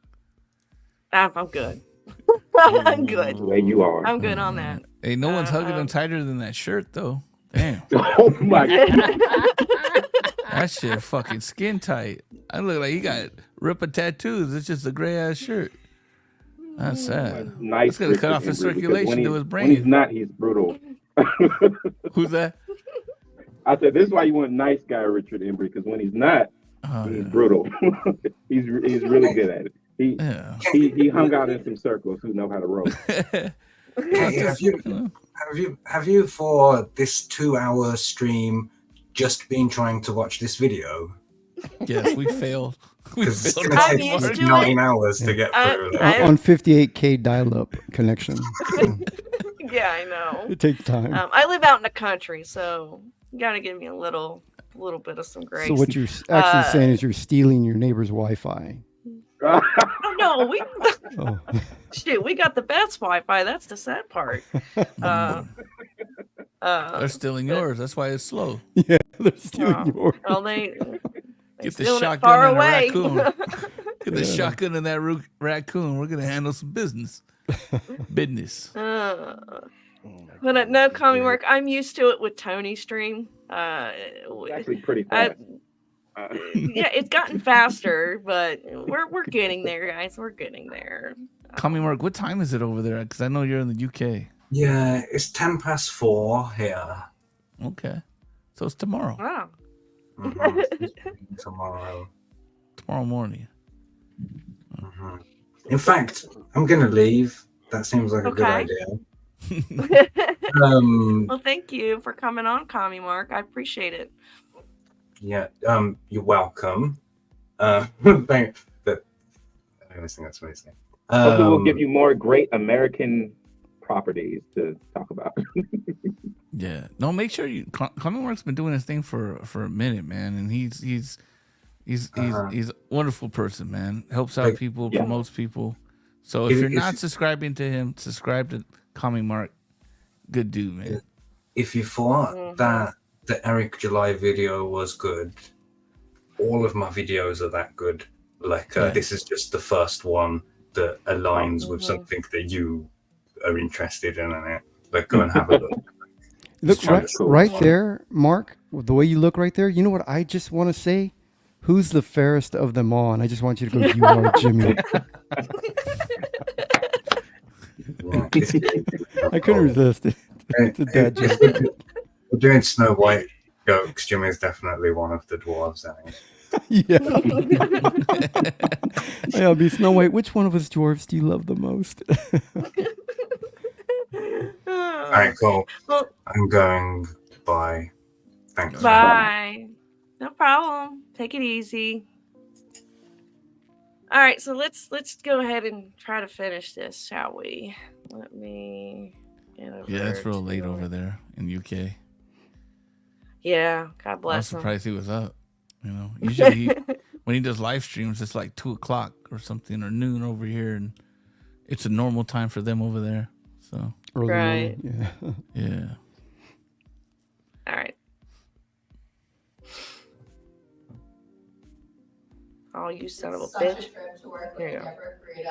Her art is insane. You guys are going to be blown away. If you've seen photos of her, she is Zyra. She just flew down and she's like, I'm writing a book. Mike looks so Don't worry bored. about it. Canadian Life has been I absolutely just want to give Mike brilliant with a this beer or art something. He just looks so bored, poor man. I don't want to say it's the best book we've done yet. I don't want to say that because my boss is right there, but it's Like he ain't fucking with Eric and them two devils over there. it's the best comic book we've ever written. Yeah, that's Hey, let's go.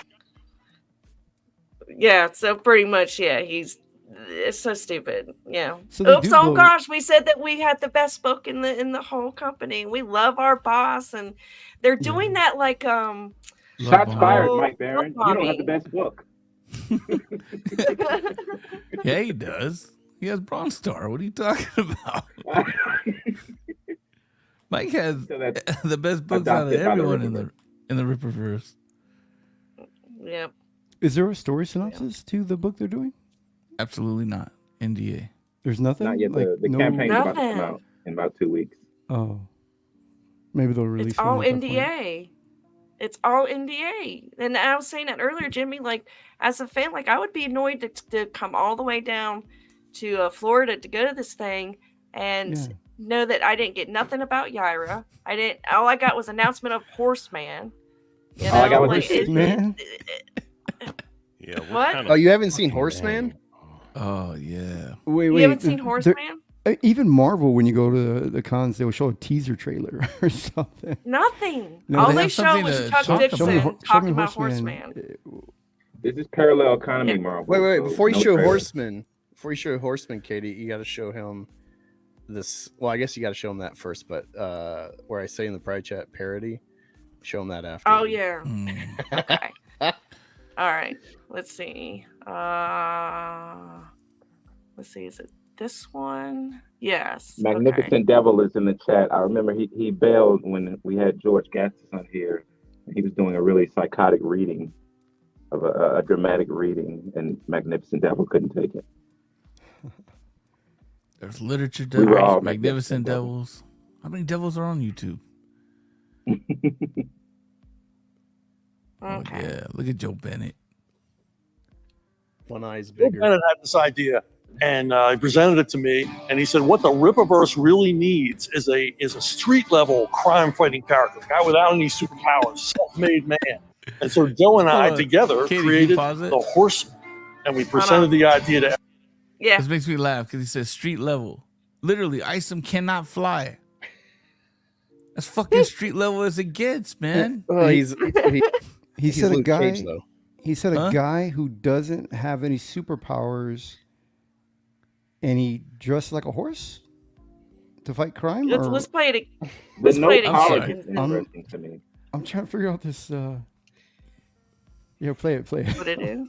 Yeah. Joe Bennett had this idea, and he presented it to me, and he said, "What the Rippaverse really needs is a street level crime fighting character, a guy without any superpowers, self-made man." And so Joe and I together created the Horseman, and Sounds we like presented the Batman. idea to Eric, and thank God he liked it. So we're creating a one-shot. I know how this came about, bro. Joe Bennett's like, this motherfucker will pay for anything. Right. We could probably do a fucking horseman. Oh, you pitching? Yeah, I'm pitching. Yeah, fucking horseman. Then Well, just one- in the back, and then he pitches it, and it's like, I'll take it. So I have an alternate theory. So Did one they of show y'all what he just looks- said Batman, right? Mm. The most popular comic, right? So it would make sense that Rippaverse would need a sort of Batman type character if he's really trying to create sort of a parallel economy. And this Batman-like character is apparently, it has nothing to do with Eric July, because all he did was say, yeah, you can do that. So this could be good.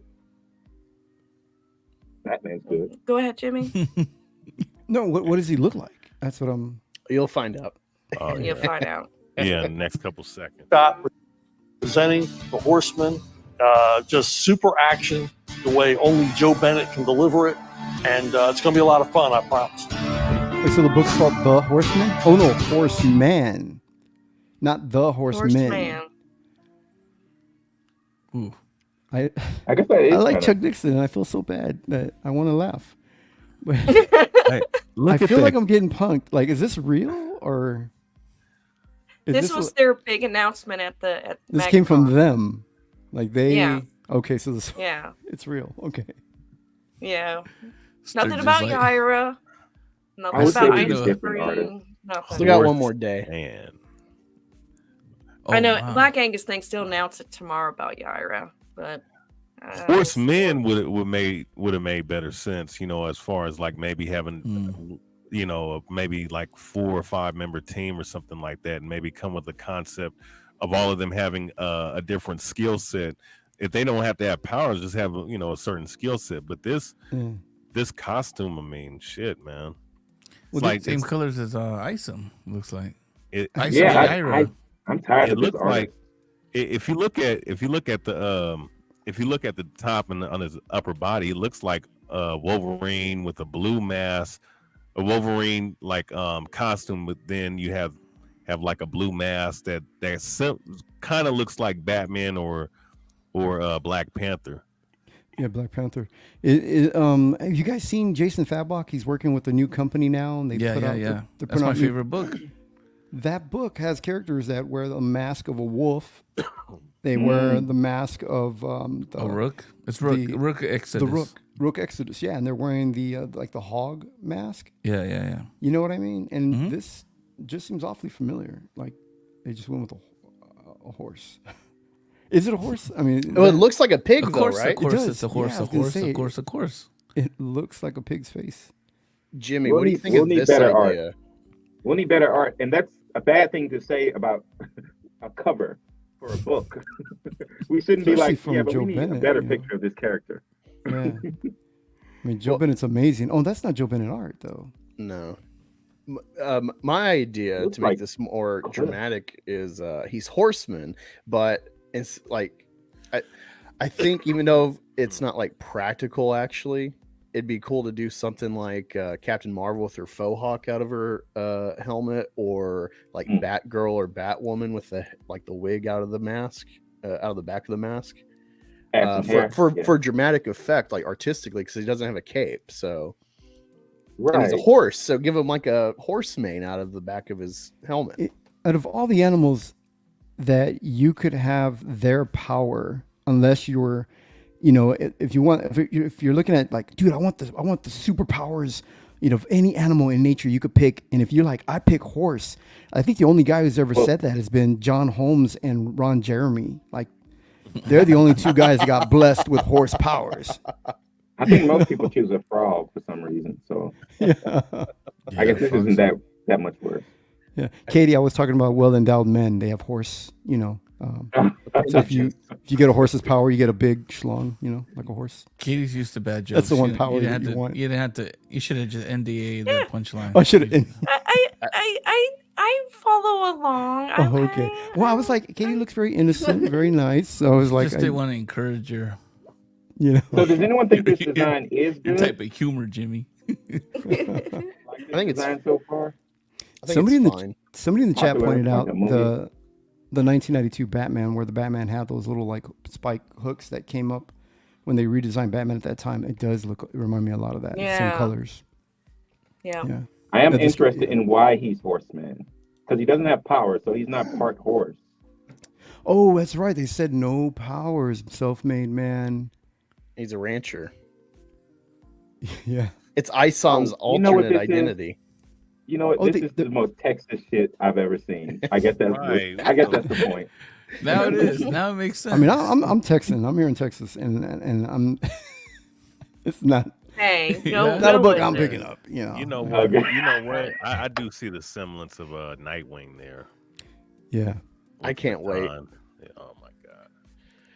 Well, it's like we're never leaving Floor Spark. We're not even going around Texas. We're just going to be stuck in Floor Spark every issue of Rippaverse. And that's going to drag this thing down. Once it gets out of Flores Park, that's when I think the Rippaverse can actually be something. But it's too tied to the terrible first few books. Do you know, Jimmy, that in ISO, I don't know if you've seen or noticed that detail, but there was a civil war where Texas is its own nation now in this book, in the series. Y'all won. Congrats. And there's been like nothing addressing it besides Gooding doing the whole Eric July vagaries of like, what do you know about the Great War of Separation? Like that's all we have. Like that's a little sloppy Easter egg. exposition Wow. and the execution. Oh wow. Yeah. Yeah, I think one of these days I'm going to sit down and read it because it's getting to the point where people are talking about so many things technically wrong with it and the lack of a plot. Yeah. Don't do it, Jimmy. Don't do it. It's got me interested. I'm like, it cannot be that as bad. Fuck you up, Jimmy. So now I do it. actually want to read it now. I think I will. Don't do it, Jimmy. I think Eric should. I want to say he should send you a copy, just because you're gonna give him a better chance than most people would. So I mean, you're a fellow Texan. You're a fair guy. Yeah. Yeah, I mean, my objective isn't to tear anybody down. I don't want. That's not Yeah, my that's goal. not you, Jimmy. Yeah. That's not Texan, you. half detractor. That's not you. Well, shit. I mean, when you're highly emotional and you can't take criticism, and your response is to be on the attack and the defensive like a female. No pun. No disrespect, Katie did, but That's fine. She said that before too. And she does the most female gesture to you. The one that I do when you guys said, "Hey, Jimmy, welcome to the stream." I go, "Oh, thank you guys." You guys are just too much. I'm sorry, Boxing. Go ahead. you're good. Katie's like, oh, you think I'm not like other girls? But I mean, when you can't be told shit and you cry like a bitch like he did with Dick Masterson on Critique, I mean, at the end of the day, it could be somebody well known and somebody well versed in their profession in this field of comic books, which I doubt Eric July knows anything about comics or even read comics for more than 7 years. And I don't think he's even went and researched the history of anything or even understand certain aspects. Like you're not going to get nowhere with this guy, no matter who you are. Yeah, no matter, even in the delivery, I know sometimes, like, people say it's in the way that we deliver things and we say something, but there have been times where, you mean well and you're trying to help somebody, but they're just not receptive to it. Yeah. So. But when you get a certain age, man, like he's 33, he's my age, like you can, at that point, you gotta act like a grown ass dude, man. Do we see the Russell But Horseman? I think the internet's rewarded him for That was it. for not That being was it. grown. Well, no, there's so a long. parody though, Katie, that I sent you. Oh, that's right. Your parody. It's not mine. Okay. It's Lorenzo's. Oh, yes. Sorry. Because the first time I saw Eric July, he was behaving like a buffoon, and the Friday Night Tights guys were encouraging him. So I think they sort of fucked him up, and now we expect him to behave like a normal human being, and he's having a hard time. All right. Let's go.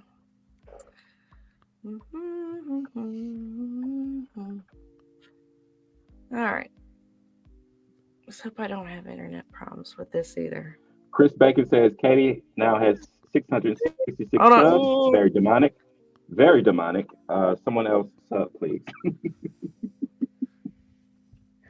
Her up and What was sub before that? she becomes the third Twisted Sister. You have 666 Oh, I'm at subs. 666 right now. Oh, that's wonderful. Nice. I mean, it's great, but it's like, of course, it would be. Let's All get up right. to, let's get up Thank to you all for subscribing, by the way. 777. Oh, really? Oh, shit. Okay. Damn. That'd be good. All right. Awesome. I don't see a I horse love it. on this guy. Like, Yeah, I you don't can see it a get- lot closer right here. I don't I either. wonder Like, where- I would think a horse you would have long, like he would have long, like white hair. Like, you know. The face is too. The whole thing about a horse is they have a long face. It's a pun and everything. Yeah, this long one in the doesn't tooth, seem yeah. to have a long face, which means it's not a horse. No, it's a pig. It looks looks like like a a boar dog mask. Yeah, it does. It looks like a boar, right? Or maybe it's French. Maybe it's pronounced horsemon. You know? Hey, what the fuck is on the top of his head though? It's supposed to be his mane. Oh, dude! I mean, wow! I was like boxing. Like I had no idea what it was. Maine. Oh, yeah. That's what I was saying. He should just have like hair, even if it's just Yes, attached like to the long, That's what you were saying about the mohawk. white hair. It would have made better. Yeah. Yeah, it would make. It'd be sense. dramatic too. Instead of a 'cause fin. He doesn't have a cape, so Joe unlike Bennett didn't Spawn feel or like drawing Batman, hair. there's nothing dramatic. And how many fingers does he have on his hands on that left hand? Like, On the left is there a hand? little tiny finger? Yeah, maybe there is a Where- tiny where's finger. his thumb? Yeah, There's that, no- that is. Yeah. I Is hope that he a- does something cool with horseshoes. horse orangs. Or assless chaps. Maybe we haven't seen the back of this character. He's got assless chaps on. Is that what a would be hero is badass, to you? you know? Is that what a hero is to you? Yeah, you're not a hero till you can show your bare Speak cheeks for like yourself, a baboon. Jimmy. Yeah, his Speak for his yourself. sidekick's gonna be Brony. Brony. I guess Batman is always wearing that cape. We don't see what's behind, so you could be right. TJ said he thought it was a unicorn. They thought it was a unicorn horn. No. This is so bad. When an artist is like, "What am I looking at?" Well, now I Yeah. want to see the female variant with the pink and white version with the unicorn. What's up with Can the I be- Liefeld patches? If you on- just on take off belt the, line? if somebody were to cover up the HOR, his name would just be Seaman. Oh no! Oh no! Oh no. Right? But we just shorten the book name. Everybody does, right? Like with Spider-Man, we just call him Someone would Spidey. cover Instead, up we just the- call this one You know what? Seaman. That might come into Somewhere reality to cover up because the EMAN, his name would just be Horse. well, No. WWE they bought. You know, there was the Four Horsemen, right? Wrestling, right? Ric Flair, huge thing, right? I wonder if they have some kind of trademark to the name Horseman because TKO just bought WWE. They own it. Literally fired Vince McMahon, and they own it. Like, I wonder if that'd be interesting to look up. In fact, I got time. I'll look it up. Horseman. Chris Bacon says Jimmy's getting a night letter. Somebody got them, the man. night letters. I've never received any night letters. I've never been blocked by anybody. Oh, good. You Not know? yet. It's Not usually yet. from his cable company for not paying his bill, though. It's just for my ex-wives. You know. Yeah. Like, It's called alimony. That's Jimmy's night letter. Well, you're safe here, Jimmy. I don't think Eric has any idea about me, so Yeah, I none think of your you're safe ex-wives here. are on this panel. So He you're wouldn't think a good. woman would make a stream, so Wait, hold on, Katie. so Are you're you good. blocked You're by Eric safe. July? Well, yeah, but it was so long ago. I think he knows about He you. doesn't see any of my shit. Oh. I don't. Well, I called him out on him privating that stream where he was Yeah. bitching about EBS Yeah, and that's all Ricada she and all got, them. yeah. So, I mean, but Well, I that think was, his that was right a while hand back. man, So, Andrew, sees everything though. So I hope that's good enough for you. Magnificent bad Devil. enough. Night Letter would be a better name for a comic book than Horseman. That would be great. Ooh, Night Yeah. Letter would be a good name. All right, Although let's this play might this. be the first book I'm going to back from Rippaverse because I love Yes, we have converted Yeah. him. Yes, just one backer. You're welcome, Eric July. You were supposed to commentate on him, not join Oh. him, Jimmy. You know what the best part of this book is? Failed. I'm like Horseman. You know what the best part of this book is? We don't have to ask what his superpowers are. They told us out the gate. None. He said it's a one shot too. It's a one shot. It's We will have That's to another good part. part is. It better be worth shit. It better be worth less than half the price of fucking Ice on One. Yeah. Ain't nobody got Yep. time to pay for a comic book for $28, but you're crying about fucking Marvel and DC. Like, come on, man. Oh, did I Yeah. think we lose But Jimmy? apparently. Oh no, it there is you true are. I that- thought we lost you. I just blended in with the rest of the brown guys you got on your panel. She's like, that's her way, Katie's way of saying that we all look alike to her guys. Which one are you? Good. Yeah. Which one's Jimmy again? And Jimmy How the raised fuck his my hand. gardener get on my panel? What the hell's going on here? They're like, why is this white lady streaming with her gardeners and roofers out there?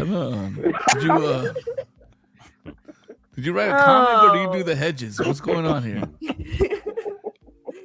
It's not as bad as what Black Angus did to me on one of my streams, where he took Doc Solo and made a meme out of him, and I was like, yeah, I'm getting ventilated. And I'm like, yeah, this is definitely not making me look like a racist. Thanks, Black Angus. Thanks. All right, let's see what this is. Horseman. Horseman. Horseman. Come together with your hands. Save me. Isom's not an acronym. Save me. International School of Ministry. All my friends are 3SS. All my friends are gay and trace. Horsemen. And all my friends are not critics. Rippaverse is badly That's written. Gooding. Horsemen. Oh man. Katie, Horsemen. But whenever you want to share my stream after this. Oh, wait. what? In case people were wondering what it sounds like when you Oh, sing no. off Finish pitch, it up. that's what it was. I was about to say, I think I. Oh, thank you, sir. We'll start here. Yeah, because we're just right done. So. Horsemen. Oh, horsemen. Horsemen. Yeah. Okay. That was If anyone's good. wondering why their ears were bleeding, it's because it was so off pitch. I thought it was funny.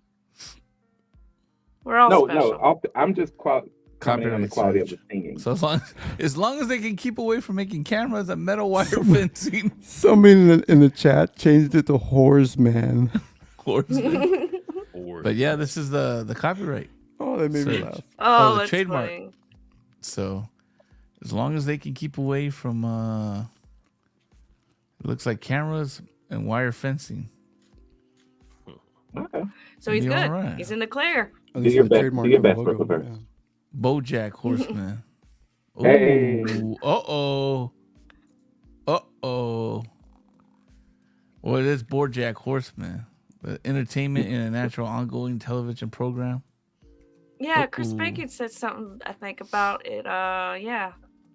I mean, the BoJack is there. So I don't, They're different. They're different enough. He's Yeah, good. I would think so. But yeah, The book won't be good, but he's good on this. Thundering Horseman, Practical Horseman, Headless Horseman, Horseman Sam. Oh shit! What? It better not be Sam from isn't that Isom's warehouse guy, Sam? Yeah. Yeah. It better not be Sam in the costume. Because Oh, Horseman goodness. Sam, we got a problem. Oh. All right. Well, the Ripple Panel thing is like 48 minutes, and I'm just not in the mood to care to listen with the Yaira sisters. Yeah, because it's like, okay. But we're gonna react to this now. Everybody's like,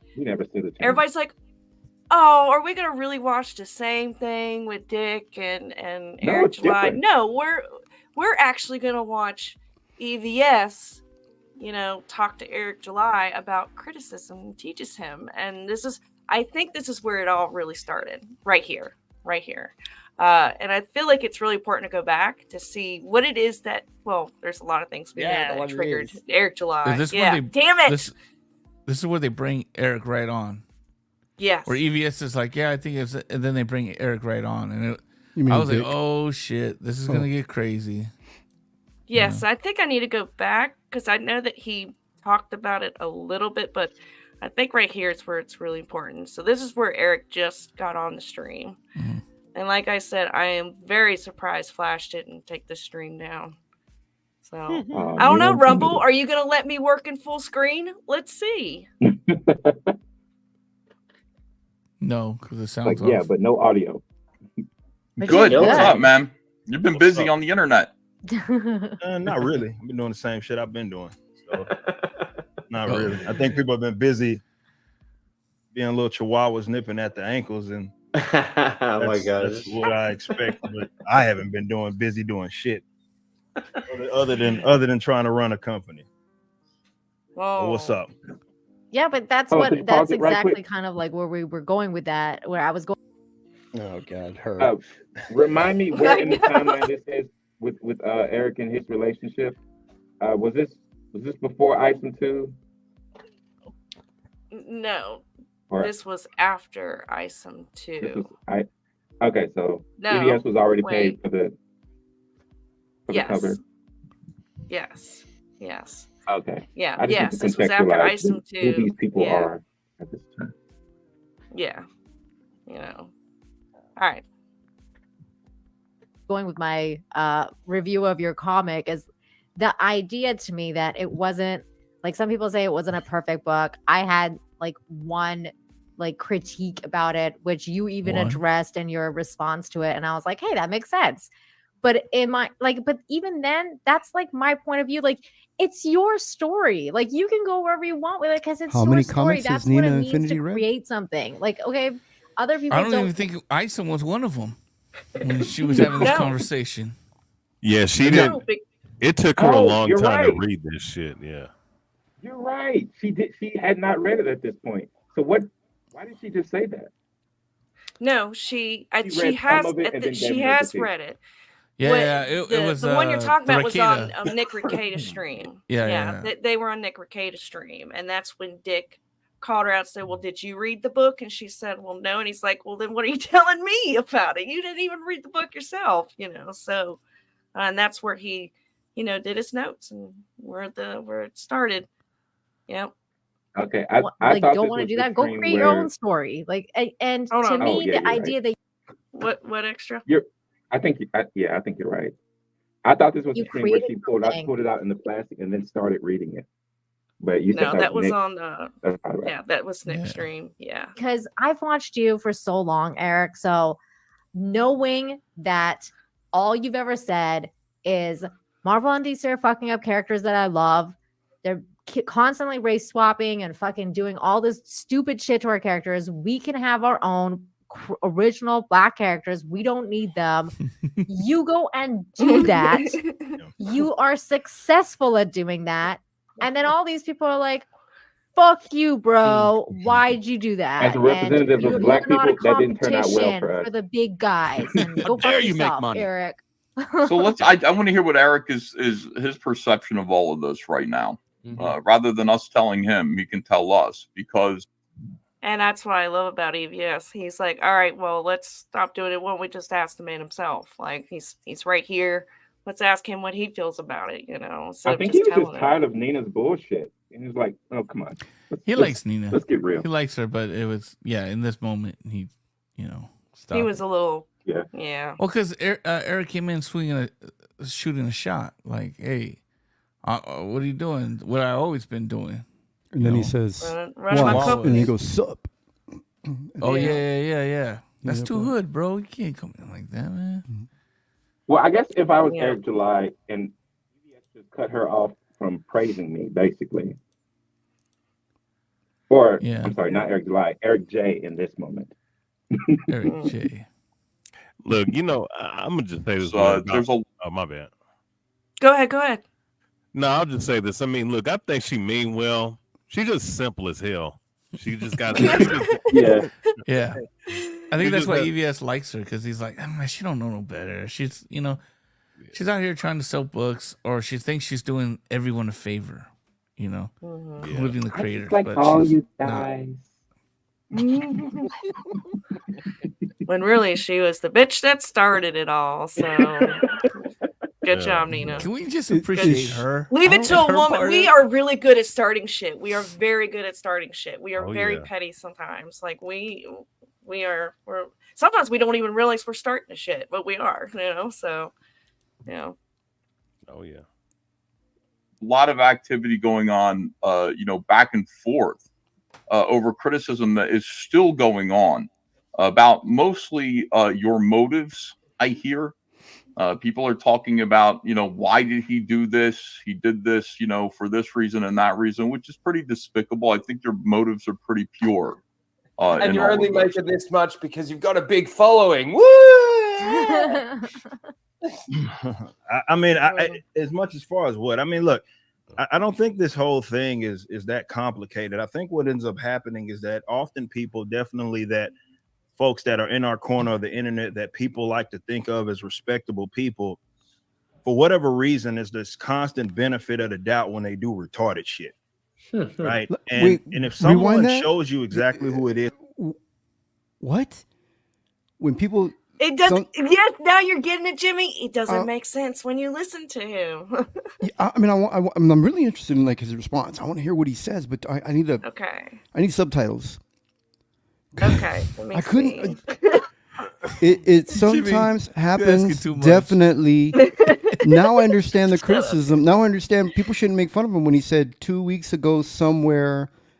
Now 3 days ago, that's the way he talks. Now I'm starting to realize. And Rumble doesn't provide those closed captions for Oh, me. Rumble. Because I'm like, Jimmy, let me tell you this. I backed it up a little bit, and so we could see what his answer was. Jimmy, let me tell you this.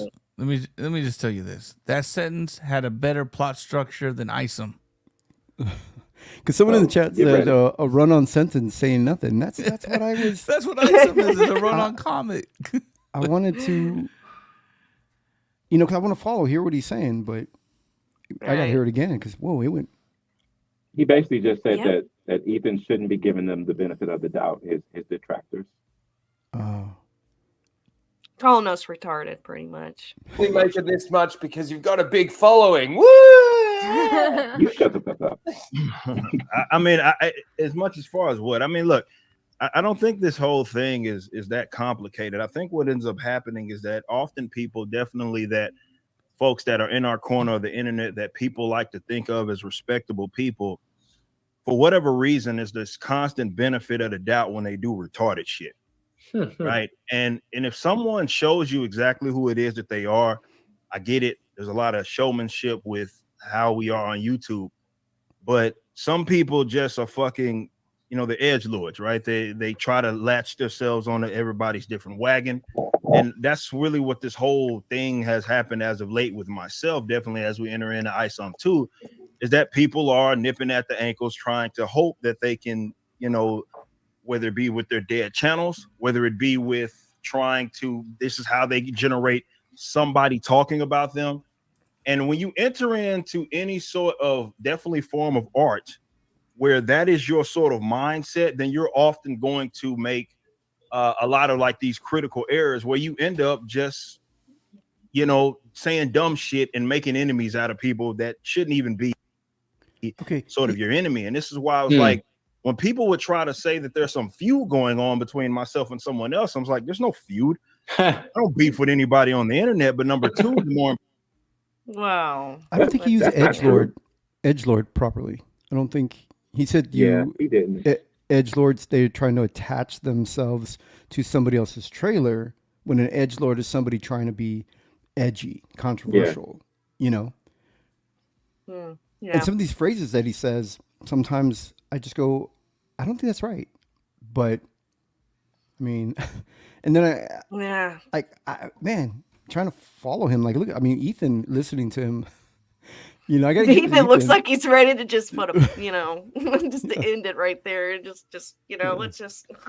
I think so you'll Ethan's get better trying to with experience. The more you listen to de-escalate. Eric, the more you'll be able to decipher it on the go and speak the language. Just like learning a new language. Yeah, learning a new language. Oh shit! I think Ethan like really wants to. He really wants to de-escalate the situation, but he's also not gonna back down, because if he backs down, it's way more damage than. Well, Ethan does seem upset for some reason. I'm guessing it's because of whatever he was just alluding to on the internet, whatever shenanigans was going on. Well, Eric's response, you know, with Eric's response, AVS, they're like, you're calling them retarded. You're not, you know, you're good. It's like, you're not getting it, man. You don't understand. It's not the way you want to go about it. I'm pretty sure Ethan knows what edgelord means, and I'm sure he heard the word, and that just means somebody who's got an exaggerated opinion, and he's telling, you know, and Ethan's picking up on that, going, what are you saying? My opinions are exaggerated, that they're, yeah, because he said the Chihuahua thing, and like, who are you calling a Chihuahua? You're not clarifying it, you know. And are you calling me a Chihuahua? Because like I'm like 30 years into this industry, like. Whoa, wait a minute, you know? Yeah, well, at this point, industry. Ethan Van Sciver wasn't seeking Eric July. Not in public, I don't think. Right now, I think he's talking about like vetoing them, I guess. Yeah. Important thing is I didn't start any of this, right? I didn't initiate. What extra? Yeah, he's definitely talking about Vito and Dick, because that's why they bring on Dick. Yeah. Any conflict. This is someone unprovoked calling my business a scam, saying all of these different things about me because I don't know, they got some other thing that they maybe an ulterior motive there. But you know, I guess as far as the book itself, the fact that we're even having this moronic conversation where it's like something is or isn't perfect is stupid, because I don't know anybody under any sort of circumstance when it comes to art.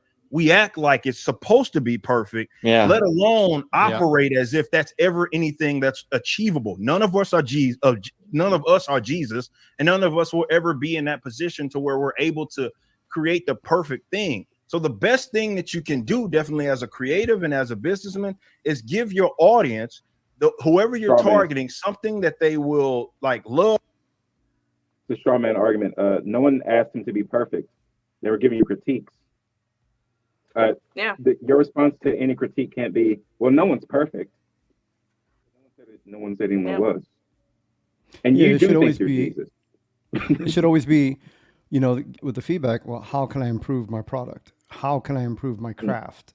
You know, and they're giving you feedback. You know, you shouldn't just say, you know, yeah, exactly what.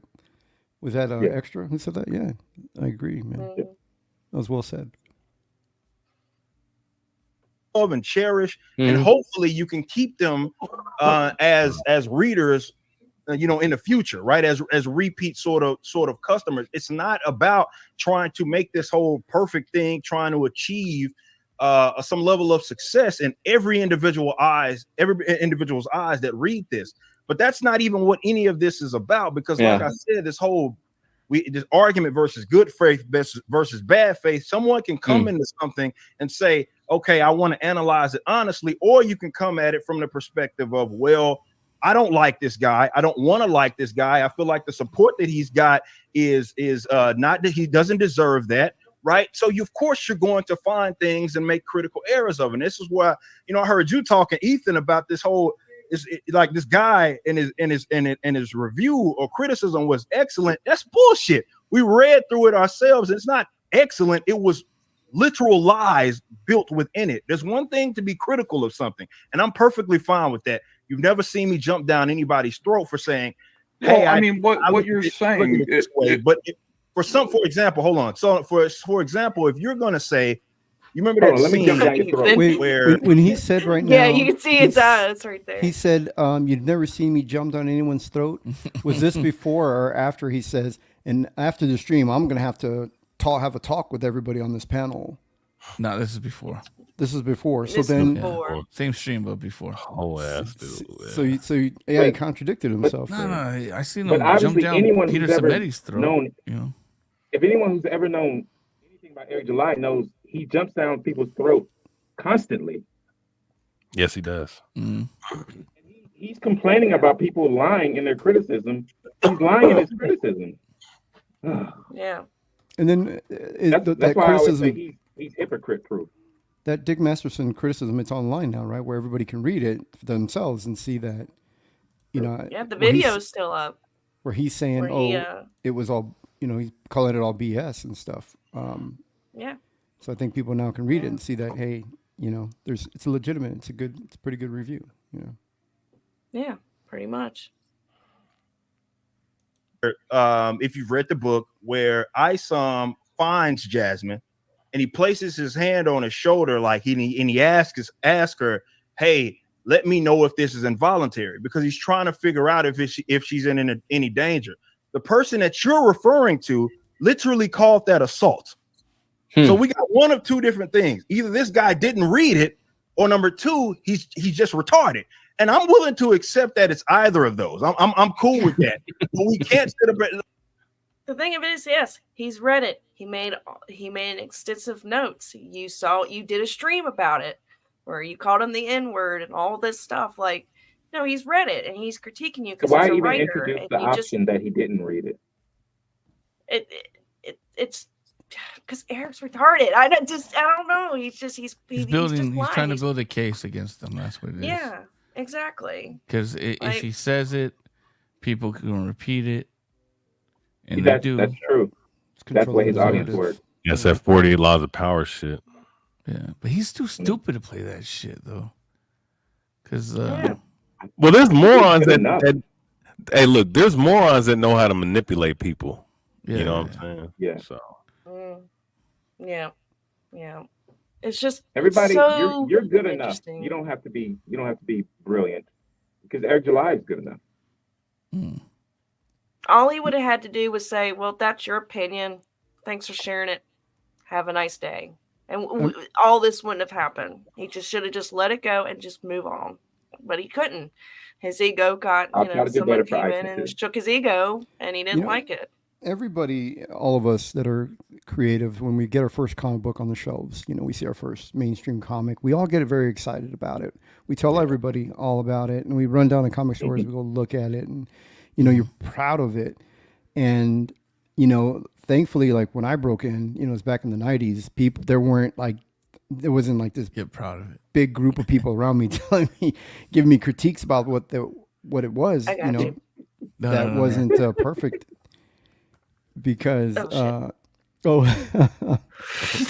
I was trying to get It's just- Richard's comic. It's like, take a look at this work of art. yeah. But you can see right away. I mean, the rest of us that are here, we can see that he's a novice. He's proud of his craft. He's not ready for critiques yet, and you're talking about July, right? Yeah. We'll just Jimmy, I'm gonna do like Eric, this guy here, and I'm not just gonna say anybody's name. Just go, that guy, dude, y'all talking about, and be vague.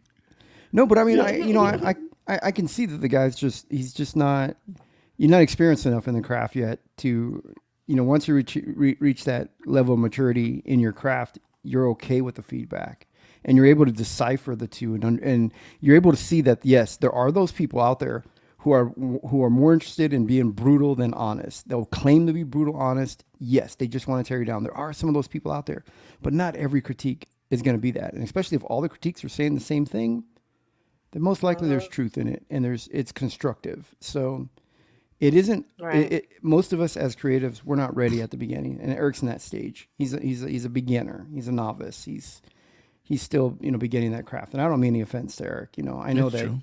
I know he That's was. true, Right, yeah. He was I went claiming through that. he's the big dog and the others are chihuahuas. And you can see it at this time. He's feeling very proud of his achievement, his work, and all his yes men telling him how wonderful and great he is.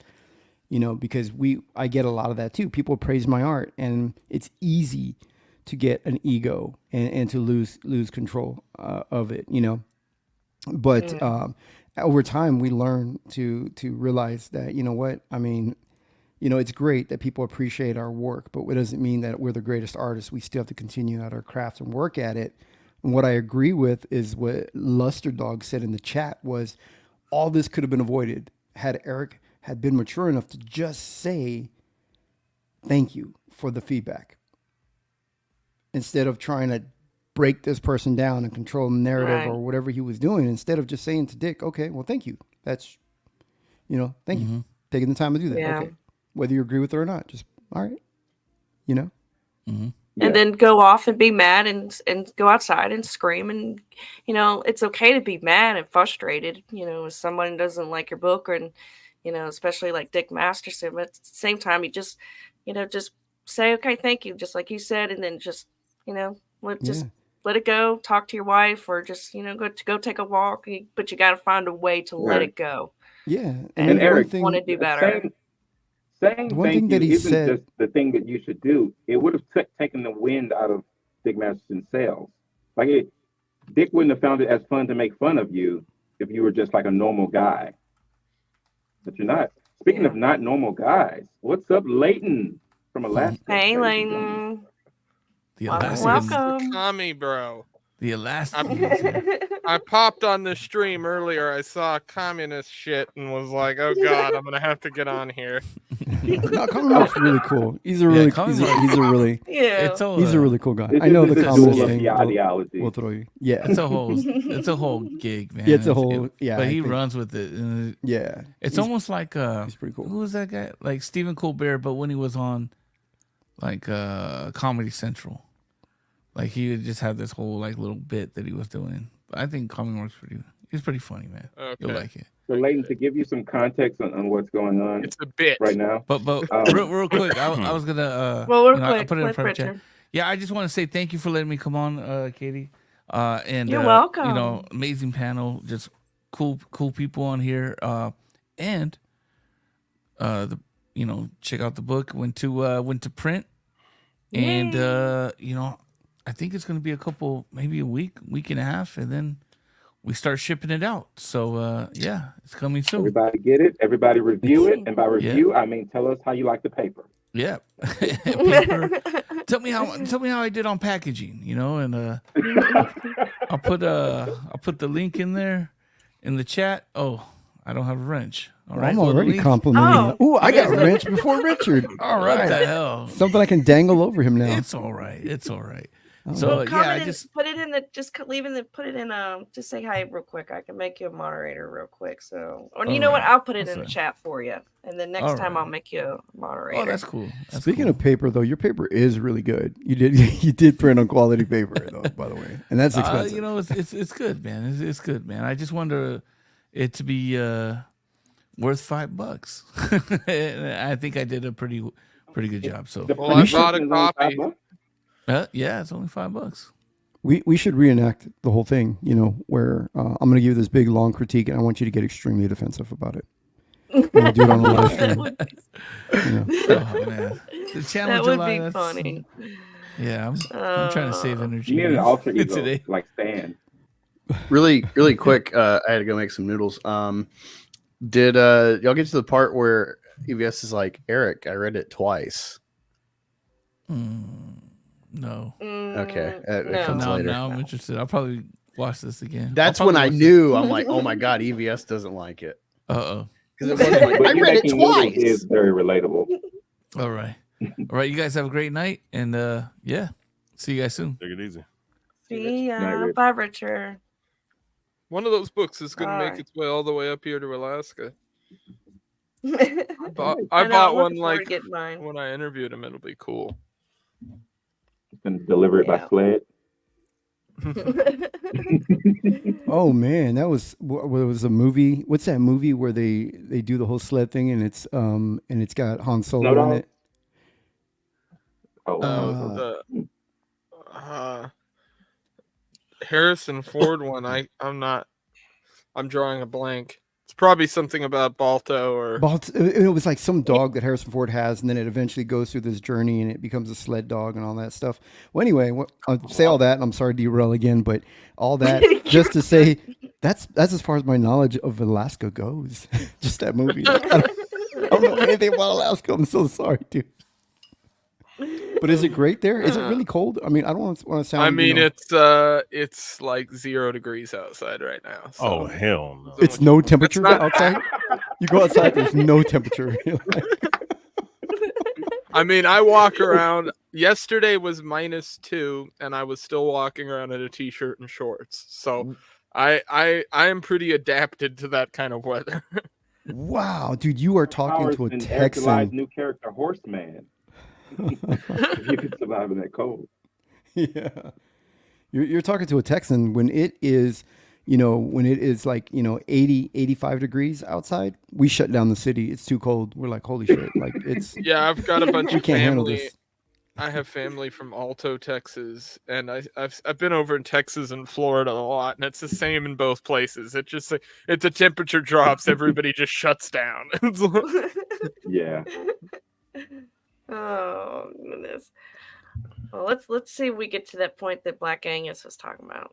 Let's consider it this: a criticism of the criticism, right? That's lousy. That's not useful. That's incorrect. That's an incorrect assessment, and you have to be entering it into Maybe something in bad faith in order to even come to that assumption, because it's so blatantly obvious. This isn't a case of opinion, right? So I think that's the difference between, because this is the thing. There's criticism. Some of it's constructive, some of it's deconstructive. When I pick up tips from the great Chuck Dixon, who I think is one of the most prolific writers of our generation, he gives me something that is constructive. What did he tell you? He's told, like, for example, with the whole introduction of various characters, right? Like, for example, with his book with the Alpha Core, one thing that I picked up on him is just going into it with a little more in detail. Maybe it could have stood to be, instead of 96 pages, maybe more of 112 pages, so we can figure out a little more as to, for one, like why the Alpha Core are interested in Yaira. I tried to condense that, but maybe I did that a little too much and I should have made it longer. I'm perfectly fine with accepting that as a valid criticism. I'm cool with that, but that's constructive, right? That is, I'm trying to make this a better thing. See, what it is constructive. This is why I don't. This is the whole thing, the good faith versus bad faith thing. I talked about this on my Twitter. It goes both ways. It doesn't matter if someone's approaching you because they like you or they hate you. What really matters? I disagree with that. 100%. I do. I know. I'm Eric. If somebody is approaching you because they really, really like you, they might be afraid not to give you actual pointed, valuable criticism. Agree with that, but because they don't want to fight with you. Right. But that means why that even speaks to why it's so important, or why it's so important to acknowledge in the event that someone's entering into it with hatred, because those aren't separate. You should know Or better love. than anything. Definitely as a right.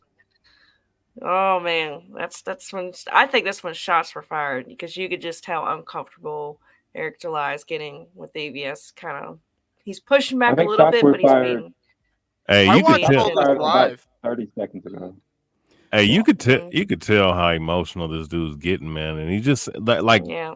I mean, and look, it's like this. When he's explaining himself about the critiques, and then here it is, what I picked up on. I mean, you saying the great Chuck Dixon, which Chuck Dixon did create Bane. He did create the story of, I believe he wrote the story of him breaking Batman's back. Which was a prolific storyline of the 90s, and and as amongst other things that he wrote back then. it kind of was a shot at Ethan Van Sciver, as if he hasn't achieved anything in the last 20 or 30 years. You know, the way he was, in the way, like you could just tell in the tone of his voice, it sounded like a lot of whining. You know, Yeah. very much like a child. And it's even if that's the way you feel about Dick and what about his criticism, it's not that big of a deal, man. That's the part he needs to let it go, bro. You're acting so petty on here, and I think you could even tell, like, from EVS, like, he's getting kind of just blown away that Eric's acting this way, and just kind of just being shitty about the whole thing, in my opinion.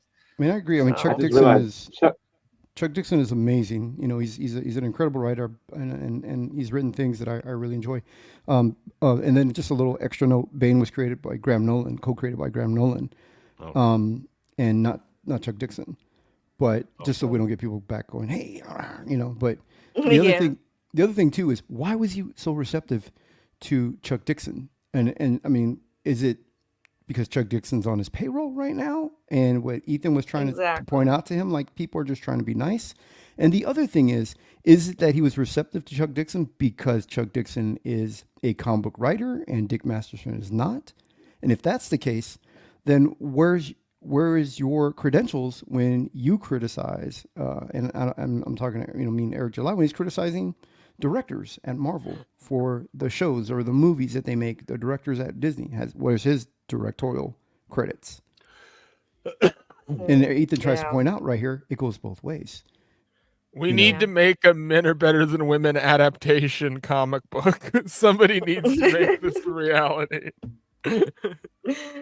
Well, I will admit. So I just realized Chuck Dixon Mm-hmm. Chuck Dixon was responsible for the Bane story, right? Not creating Bane, but the particular story. Okay. Yeah, I think that's where everybody gets it twisted. But I just realized, so he's responsible for that story, but you know whose back you can't break? A horse. So now he's creating Horseman. I beg to differ. Have you seen me? Well, you can't break its back, but you can beat it to death. Well, unless you're French, then you can eat it. But can you lead horsemen to water? That's what I want to know. You know, he's hydrophobic. Well, I mean, horses can't swim very well. We all know this, right? Yeah, and you should. You know what? The big villain, the corporation that's against him. You know, like we got, like, you know, the Hydra corporations or all these different things. We should be the glue factory. Like, that's the big. Dick That's the big. Masterson made that.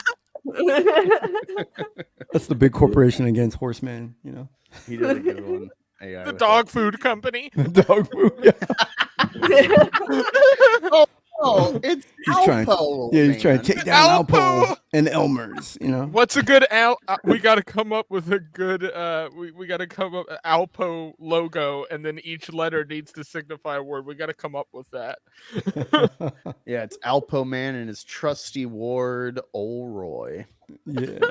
Well, I have a genuine question for the comic book experts on the panel. Do you think him naming it Horseman is trying to harken back to, like, old school comic names like Batman and stuff like that? You think that was done intentionally? I think they're just so lame. Or was it just a lazy name? It's kind of corny. Yeah, sound. Oh, sorry. No, go ahead. No, I want to hear your input. No, it's just, you know, well, I think, you know, they say that we have a certain amount of creative things in us as creators, you know, and at this point, I mean, especially the name itself should be something very, very creative. And I'm just wondering, when we get the story, are we all going to go, oh, wow, that's why he's called Horseman, you know, and it's going to be something amazing. Right. Yeah, you know. Wow, he has a horse. He's oh God, Chuck Dixon. But you know what? Or I mean, if he would have named it the Horseman, it wouldn't have sounded as bad. But it's one single, you know, as let's say as a faction, right? But instead, you know, it's not even the Horseman, it's Horseman. Yeah. Like, Okay, I hear me mean, out. Mr. Hands. Oh, because you measure them by hands. No, there's a very small group of people on the internet who are gonna get that reference. Mr. Hands is a dude who died due to being I know about this guy. well, we're gonna say penetrated to keep this YouTube friendly by a horse. pause. Pretty graphic, actually, what you just said. Well, And blank. you know, funny you say that. I've made this argument about YouTube before. You can say some pretty grotesque things while keeping them medically sound. Yeah. No. You should Well, say it's he had not a graphic if prostate you don't know exam. what penetrate means. Yeah, he got prostate examined by a horse, and the procedure went awry, and led to internal bleeding. That's why he's Horseman. Outside of his fighting crime, Dude, he's I am gonna actually make a pornographer. the second I have cover art for this thing, I am making a Mr. Hands cover. Like that's good. Maybe he should have ponied up for a better doctor. Too soon?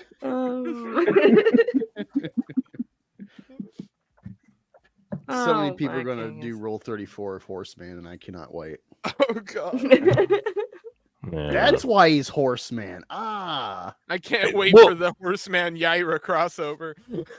Well, but you know what I mean. This all starts at the head. I mean, look, Chuck Dixon has his credentials and he has his resume. Were you right? trying to make a horse head in the bed reference just now when you said this all starts at the head? Oh, come on. Godfather. The classic mob Please. threat.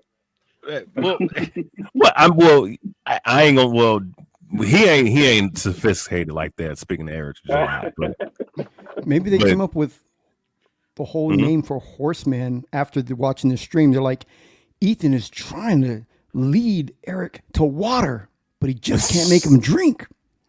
And they're like, he's like a horseman. They're like, oh shoot, that's our next title. Horseman. Boy, shit. Well, but Eric, but here's the thing though, and this is where I question his writing skills or his creative mindset, because he keeps calling himself a creator, right? Which He you has know, writing skills? Well, now he calls that's- himself a creative. or creative, or well, with the lack of it, right? Like, yeah, it like why would so you want to supposedly create something, you know, for your mass audience, that's going to be tempting to come and buy, right? So my thing is, how do you approve a name like that's not it's not even generic. It's just plain fucking childish, like Horseman. Like that's something that you look up as a graph, as some like if you're creating something, you have an archetype, Horseman. Okay, how do I build off of that name? Right. Maybe the brown stallion or some shit there, or the white horse or some shit like that, and then build off from there. Like you're letting it's a working title name. Right. Like, why the fuck would you sit up here and allow this shit? Like, come on, man. That's on him, because you can't really blame Chuck Dixon. He's just doing this shit for a paycheck, as obvious as it seems. No, you can blame him this time because he came up with it. Oh, he did. Okay. Yeah. Yeah, in that video, he kind of laughs, like he looks to the side, like, oh wow, he actually went for it. God, it's so Yeah, this absolutely did not need to exist. So is this character like an Asquarian? What is it? Asquarian? The equestrian. Equestrian, yeah, thank you. Gay. Yeah. Looks like a murderer. I've been watching Eric July talk, so I've been listening to him talk. I can't speak no more. I'm starting. You guys said You're turning after a into while, Eric July. like after a while, you'll understand the language. I'm speaking the language now. Check your shoulders. His complexion starts darkening as the stream continues. So, but is because I mean, a horseman technically is somebody who rides a horse. So is this guy like somebody who's like, is he a cowboy, or they said he's self-made? Like, is he a rancher? Or? He's probably ISOM's competition. in ranching. Oh, so Isom is a rancher. Yeah. Oh my God. Oh man, I had such a long argument with Rookie about jobs for characters, and it's like Eric sold the pitch as he's a rancher. Besides a ranch hand missing, the ranch never matters for this guy. We have no idea how he makes money. Is he rich? Is he poor? Is he breaking even like Yellowstone or going under? The ranch means nothing for the plot. Yellowstone. Wow. At least in the movie Nope, You mentioned. Oh, sorry. Go ahead. No, in the movie Nope, at least they talk about what they actually do. They're actually raising horses for Hollywood. These are Hollywood stunt horses, you know, and the That's movie's what about nonsense. You know. Yeah. You mentioned earlier, you said White Horse as a name. And what's funny about that is if he's going with a Western ranching kind of setting, there's actually a town in rural Alaska called Whitehorse that was actually like a Western territory back in the day where there was like cowboy activity and that kind of stuff going on. So there are ways you could do something like that and actually make it interesting. But right. Horseman ain't it. Right. Look, this ain't it, boss. Well, think of, but that's why it would have probably been better if he would have did a faction like horsemen, and then let's say you got the Black Stallion, or you got I think the problem is he just can't like the name. Yeah, he can't do anything for horseman related because it's just so overplayed. Like and in search algorithms for kind of search stuff, like there's 30 podcasts I could think of that have that name in them. Yeah. There's a bunch of different comics and things related to it that are all going to have that name in it. Yeah, so he's like stuck almost with this. BoJack Horseman exists, so you're already like, there's that search algorithm. Well, Horseman isn't good for SEO either. No, it's not. Yeah, it's just I think is slightly better than the Four Horsemen. Here's the thing: we don't even know yet. We don't know if it's a guy or girl because the term horseman can be referred to as a man or a woman. Well, they could be transgender to begin with. So what if, like, they pull off the mask and you're like, oh my God, it's Brooke Shields, the whole time. Now that shit happened to me. Oh no, that shit. I'm gonna say this. That shit happens. It's over for the Rippaverse. I mean, shit. Takes the mask off. It's just one of the Soska sisters on one end, and then the ass is the other end. Well, I mean, shit. God. I mean, but come on, your hero could have been named Badass Bronco or something, or Mad Maverick or some shit like that. I'm just saying, this is just some shit. I'm just thinking could have been better. Bronco. Yeah, it's too on the nose, and it's definitely gonna be up to Mike Barron to save the Rippaverse. I know Mike's gonna produce a great story, and I can't wait to see what Mike does. I will say the panel we just left with Mike Barron, he did sound pretty excited about the Gooding book. We didn't get to the clip, but he sounded pretty excited about it. Well, what's funny is I think that book sounds like it's the most interesting story-wise, too, from what I've looked at. The problem is, honestly, I think that one might perform the worst because there's not this build-up around it that I've seen from Eric and the fan base as I have with the Yaira stuff or the Isom stuff, which is really sort of disappointing. This also started off with a terrible character name. Yeah. So. I haven't read it yet, so does anyone know what Yaira's powers are? Ice. Yeah, we did get introduced to her power. Well, part of her power set. She has ice powers and she can fly and she's really strong. And she's really old, but she doesn't look old. And she's not evil. There you go. And she likes yoga, is what I've heard too. Like she takes yoga classes. She dresses like she likes yoga. Yeah. Well, that's why that's how she stays young. That's Oh. It's not actually a superpower. It's all the yoga. The Pilates. Okay. Yeah. Yeah. I mean, she has a ice beam that doesn't turn you into ice, but it's like a ice blast or some shit like that. Wait, have any of y'all seen The Boys where they have like that support group? The guy lost his junk to an ice girl. Yeah. Oh shit. Wonder if they thought of that. Well, you know what? Should I think they go agree? with that? I wouldn't be surprised, man. She crushed a man's stones. No running for wonder game. Isom had the vagina at the end of Isom 1. That's why Iceman had the cross above his crotch to protect himself from from future anti-heroes who might want to do cold things with his junk. Why does Isom's costume look like fucking Luke Cage's costume? Because it's a knockoff. Well, yeah. If you the other day, Katie, we saw a stream where we saw the clip of the famous "fuck them hoe ass roads" clip. If you look in the background of that, the biggest poster he has is a Luke Cage poster. So it's cool that he went on to make a comic that's much worse. But yeah, but maybe it's paying homage. Maybe you're onto something. Writer that someone's emotion is not going to, it's very difficult for a rational person to separate that. If you go into it with I despise you, right? I despise you. I don't like you. I don't like what it is you stand for.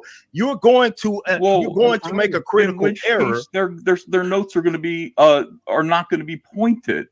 To me, most of the notes in that were things that I'm working on as a writer too, which is clarity. It doesn't matter what you know. It matters what the reader is able to discern easily about the story so that they can enjoy the story and not have a buildup of questions. And that's where the bad faith comes in, and that if someone's acting in bad faith trying to nitpick, of course they're going to find things that are blatantly obvious and get them wrong, like it is the guy that you were talking about that had an X. Once again, I disagree. I don't even know how you came to that conclusion, Ethan. That was a terrible. So that's where it started. That guy. So he won't even say Dick's name. He didn't say Dick's name here either, which is Never so stupid. say Just call it out. Just say the person's name and let's. And he called it It's the nitpicking. thing that irritates me. You know why Eric does Wah, this? wah. He has no problem saying Nerdette because her content will be completely counter to what his content is. His fans are going to sub to her, but people have gone over to the biggest problem because of this drama. He knows that. He knows Dick is right on the money with like 80% or more of that review. He's not going to give that guy recognition and say his name because that will lead people to check it out and be like, oh, wait, actually, yeah, he's making some good points. So he's trying to be vague to avoid more people going over to the biggest problem. He really doesn't respect his customers then.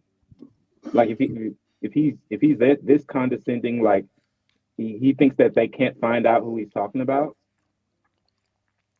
I know he doesn't respect everyone else, but yeah, I've come across people. to. I've come across people in Discord on the biggest problem Discord and Dick Masterson Discords and stuff that were people who became patrons after this whole drama started because they went and watched an episode of Biggest Problem to kind of see what the whole deal was. Because it was on the same night for a while. They were doing it the same night as Friday Night Tights. Like, people forget that. It was literally the same time.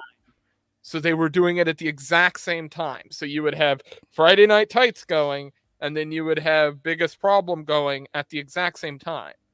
And so nowadays you would have KATYDID going as well. So who can I don't know about that. I don't know about that. But so when I watched the stream with Dick Masterson on the with Flash and these guys, if Eric is saying that was a brutal and just a harsh critique, I don't think he knows what brutal critique is.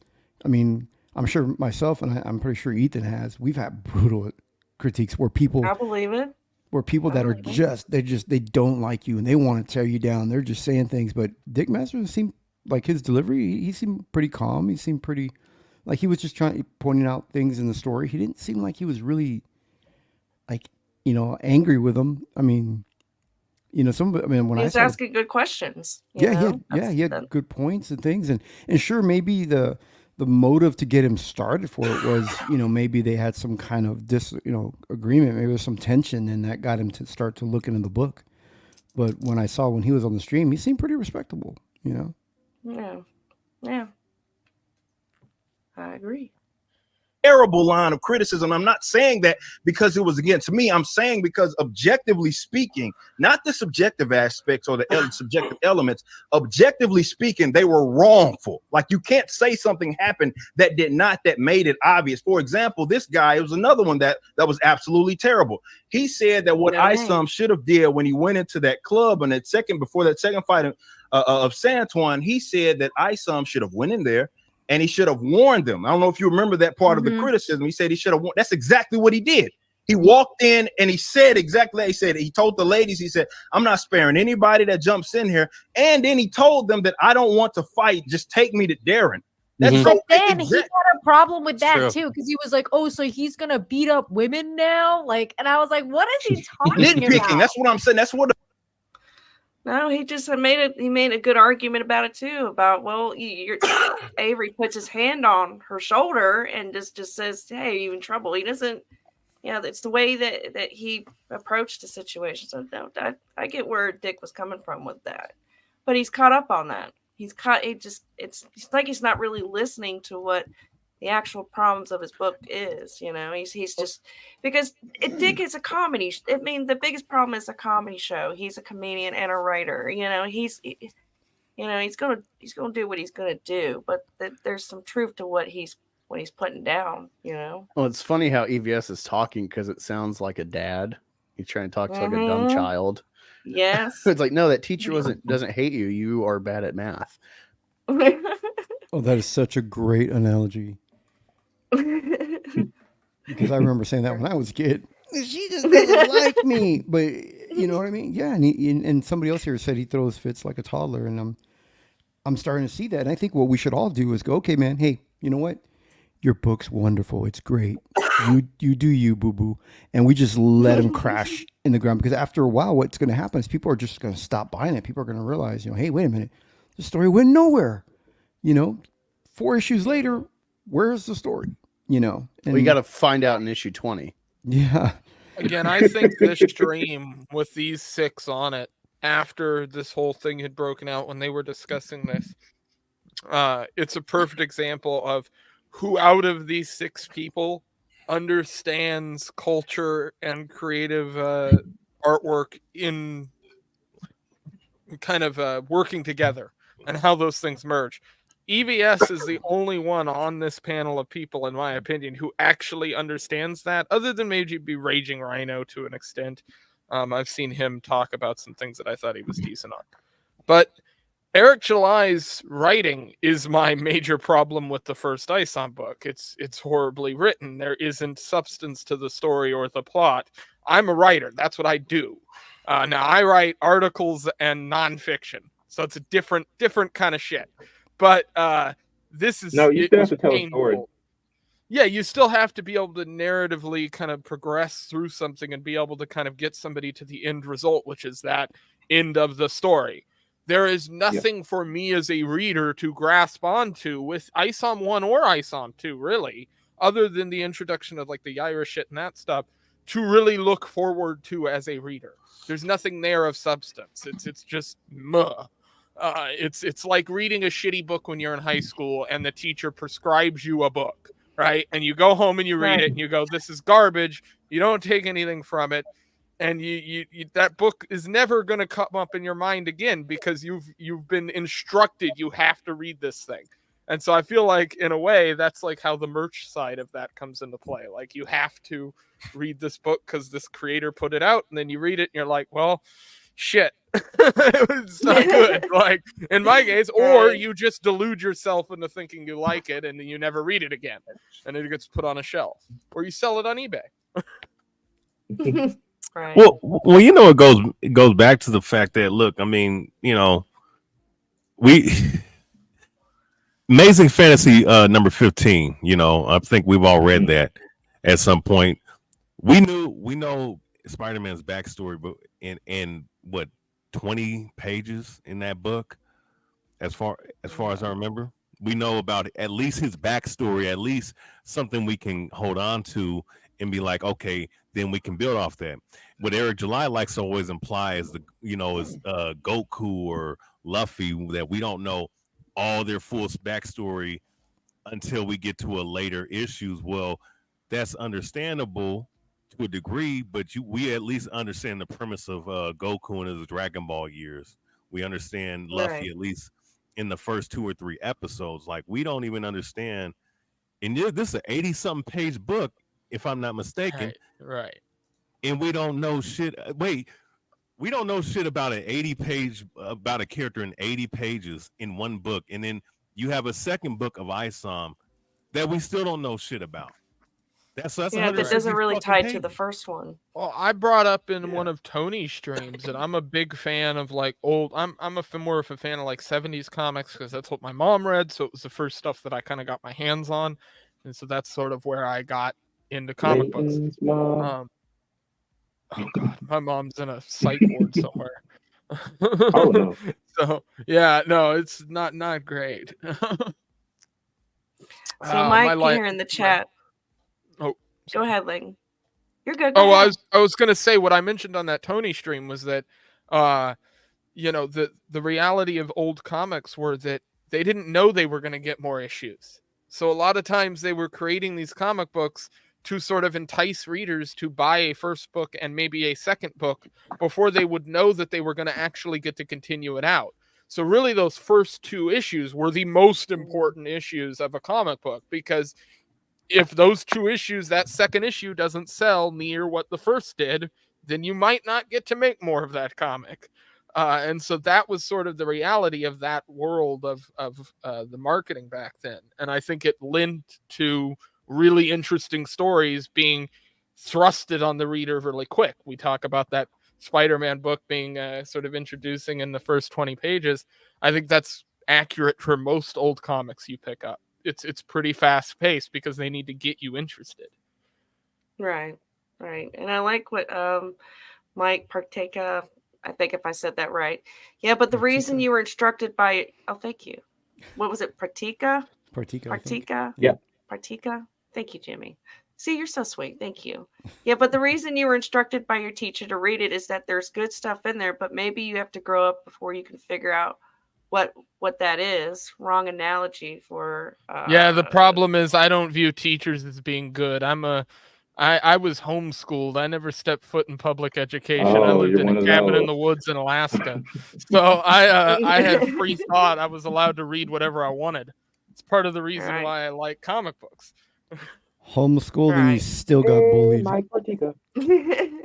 I had 4 brothers. There's no way not to get bullied at some point. You know Right. you know what I think could have been pretty good for Isom and the idea of it, or at least just a better alternative to what was the finished product.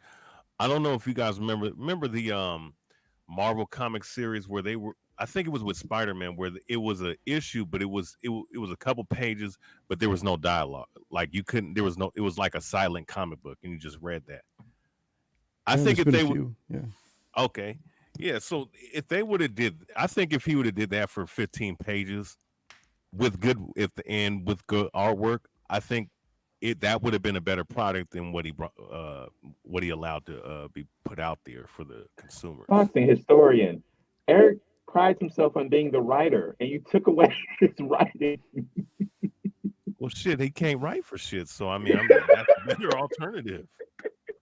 Give me 20, 15 pages of no dialogue, But with good artwork and good action, and then Magnificent Devil in the chat just put a great chat. That's my kind of chat. Teachers are commissioners in communist public school system. Oh gosh, Chris Bacon. I noticed. Unfortunately, you wouldn't get good art with the first Isom book either. So yeah, he couldn't. It's true. He couldn't win. Yeah. Chris Bacon in the chat. I noticed something today in Isom 2. When Altona goes into her office where she sees Darren, she has to get into her office using her retinal scanner. So Darren get past that. Wow, I fucked that one up real bad. Apologies, Chris. Well, it's a retinal scanner, but maybe it's a rectal scanner. So maybe it's Wait, I know he did. missed I know. that scene. A retinal. I mean, a rectal scanner would have been great. I'm gonna use that now. Oh, hell Back no. that I thing will up. say, I love it. I will Well, say, you know the last panel of in Ice Eric's on 2, defense- he's got his ass out. Oh wow. Yeah. Yeah. I think we needed some text in that situation.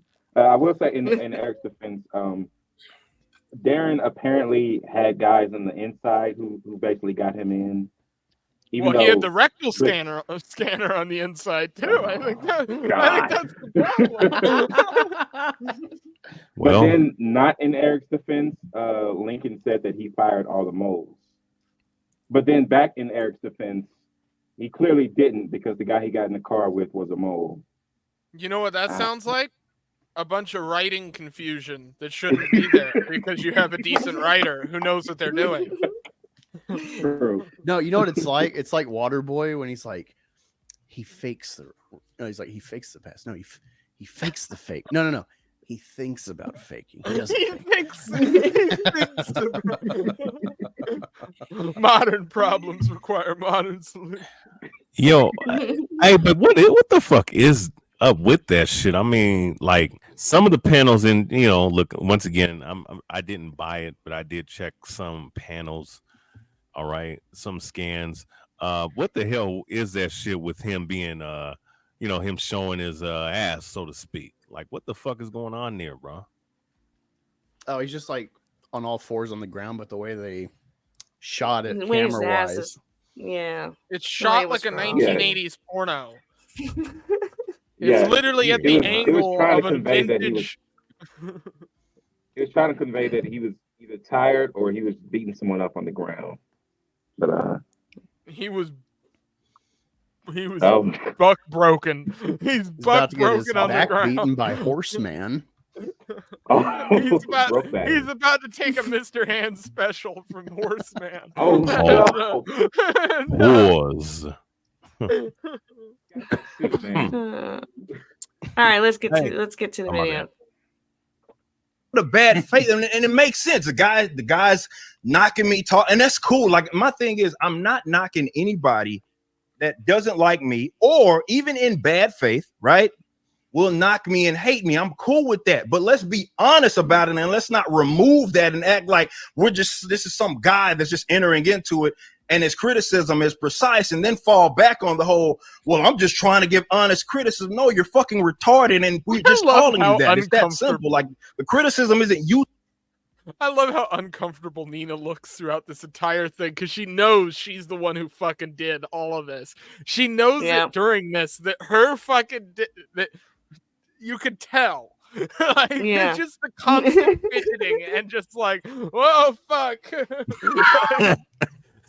Hey, And her there's face times tells that a dollar she- word. This is your fault. There's Nina. times she interacts, tries to get into conversation, and she ends up getting booted out a couple times, especially with Dick on. It's just like nobody's listening to you, honey. The men are talking, so just sit there, It's be is like she me, part of sit the there, look Simpcast? pretty, and just let you know. Is she What was part that, of the Hero? Simpcast, Nina? Yes, she is, but she's not on there all the time. So I don't have that. Everybody seems to hate Nina. I don't have any problem with Nina.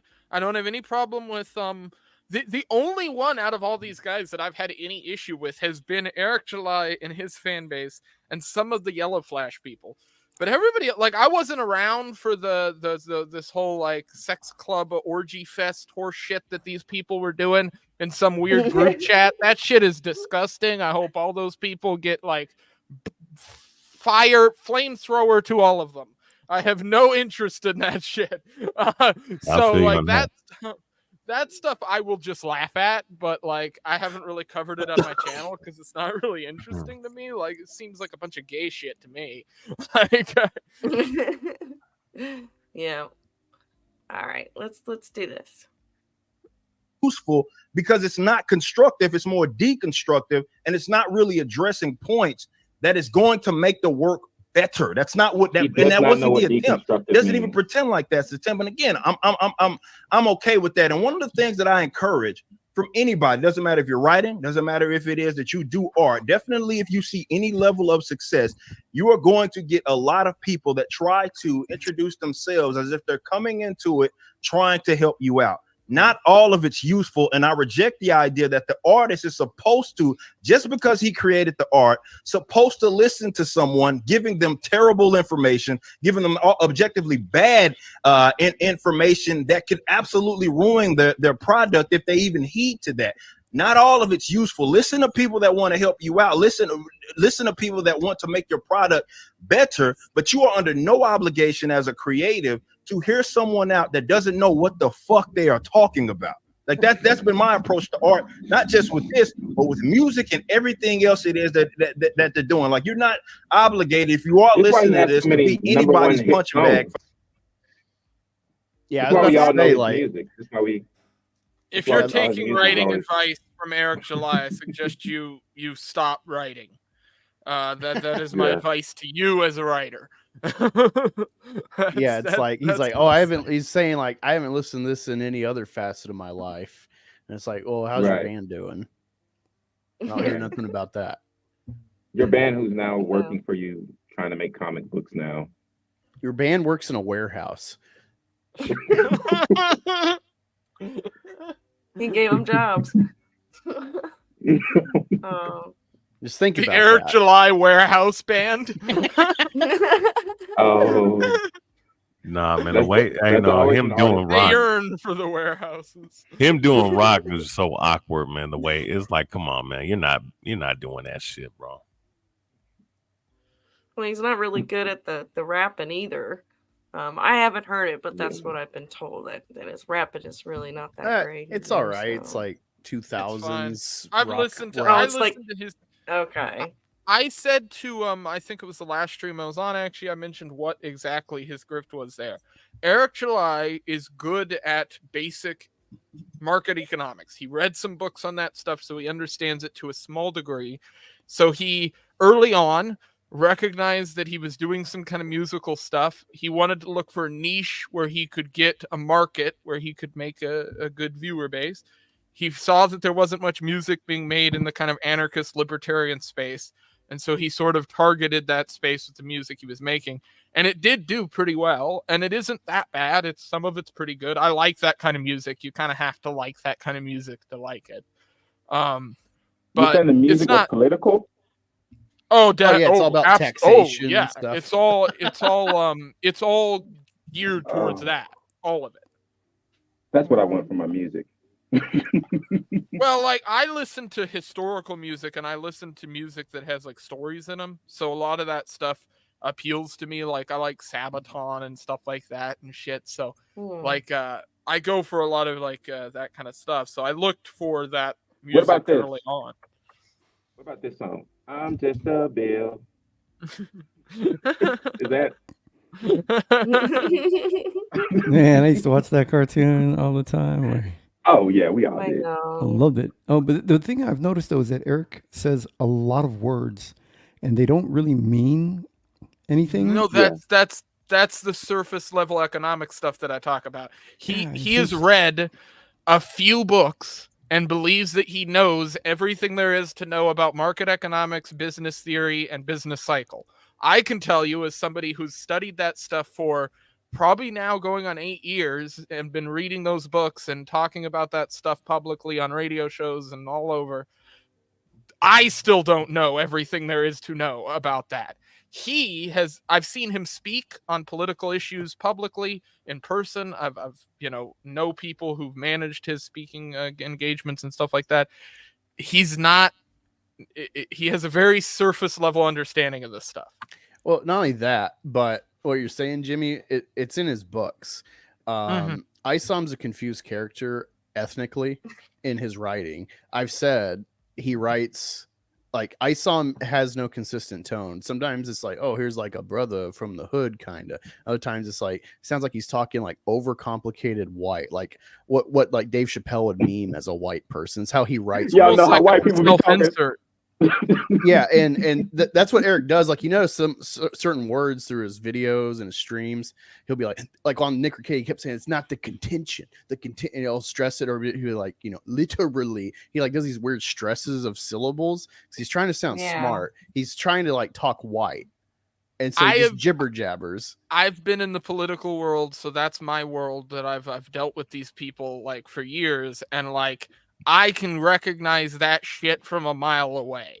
So like that's politics talk, it's lawyer talk. I hate that shit. Jimmy, if I did you have ever a conversation, watch? Sorry. No, go on. Oh, if I have a conversation with somebody and they sound like that, I immediately know how I'm going to handle that person. That person is, I'm not going to talk to them like they're a normal person. I'm going to talk to them like they're an asset because that's what they want to be. Have you ever seen In Living Color? Like they're a 3D asset. Yeah, some episodes. Yeah. Yeah, you know, Booked on Phonics. Where he's like, let me facilitate. Sorry, vaginate. Yes. Boy. That is Eric July. He is booked Johnny on Phonics. Cochran. Go look at a speech of Johnny Cochran or of any of the black lawyers. Al Sharpton is another one, right? That's all of it. That's what it is. What it is you just sort of make words that don't mean anything, make them sound like they do. And if you gibber them enough at people, they will just pick them up and put them in their brain and just carry them with them. You know, I was listening to Eric July talk and word by word, and then he said something in there where he said, you know, the feedback that he was referring to Dick Masterson, although he didn't use his name, but he was saying that, you know, he says, you know, oh, it's just, you know, it's just work where they're just trying to tear you down, but not all of it is. And it's like, yes, we understand that. You don't see it. Exactly. You know, I'm like, yeah, you know, so I thought for a second there he was going to turn and go like, yeah, so I understand some of it is useful and I'll apply that, or I will, you know, I will actually, you know, accept some of it, but he doesn't. He just. You're saying EVS should have had one of those old school tape recorders and just been recording them, and then it's like, okay, now listen to this. And just play it back. Anybody who really wants a demonstration of this, like on a wide scale, I suggest you look up one of Eric July's Young American for Liberty conference speeches. Okay, he's given a few of them. I was at one of them. Compare that speech to a speech from Thomas E. Woods. Okay, Thomas E. Woods is a writer, professor, guy in the libertarian space. Okay, listen to one of their speeches next to one of their speeches, or go listen to Richard E. Williams or Thomas Sowell give a speech, and then listen to Eric July's speech. And you'll see what I mean by fake bullshit words that mean nothing and speeches that don't matter. It's a great, perfect example of that. And I just want to clarify, I'm not trying to mess with Eric's business at all. And then that's like the terminology I think he uses, he understands. So I'm not here to try to tear down anybody, any other creatives. What I want to do is that, I mean, I want to help. This is a movement. We're trying to save this industry, you know, and we do want to continue to put out good products. And if we should, using the analogy of iron sharpens iron, you know, so, you know, especially, you know, if you're around talented people, that'll be great. It'll help elevate you. But if you're not receptive to it, to your peers trying to offer constructive feedback, you're not willing to listen to anybody, you're not going to get better, you know, and make a better product, you know, as the way he says it. But so I'm not here. You said we're trying to save the industry. What industry are you referring to? For me, I'm trying to say the comic book industry, not pop culture. The indie or the whole thing? No, the whole thing. I want whole thing. I want people reading comics. I don't care. I just want people. I want good comics out there. I don't care if it's in the mainstream in comic shops. I don't care if it's crowdfunding to me. And so my suggestion to the person that said, you know, hey, you guys aren't going to detract me. I'm still going to buy Rippaverse comics. That's great. Continue buying them. I'm not saying don't. We're hoping that, you know, we want them to improve, but I would suggest read them and also buy different comics and read those comics as well. So that way you can kind of gauge and get a level of the variety of comics out there, and maybe some of these things may stand out, and you might go, okay, because like I used to, when I first got into comic books, I only bought one comic, and to me it was just Jim Lee Wildcats, and you could not tell me otherwise that it didn't have a good story. I didn't care. Jim Lee, I was a Jim Lee simp. It wasn't until I matured and got a little dug more into the industry that I started to go, oh my God, what is the story of Wildcats? You know what I mean? Charles Schultz simp. And then I start to go, oh my God, they ripped this off of X-Men. They ripped this off of New Mutants. Oh my God. Like, then I started to realize all these things and started to grow. I like Jim Lee's work. He's a good artist, but he's no longer my favorite artist. I've grown and I've realized, you know what?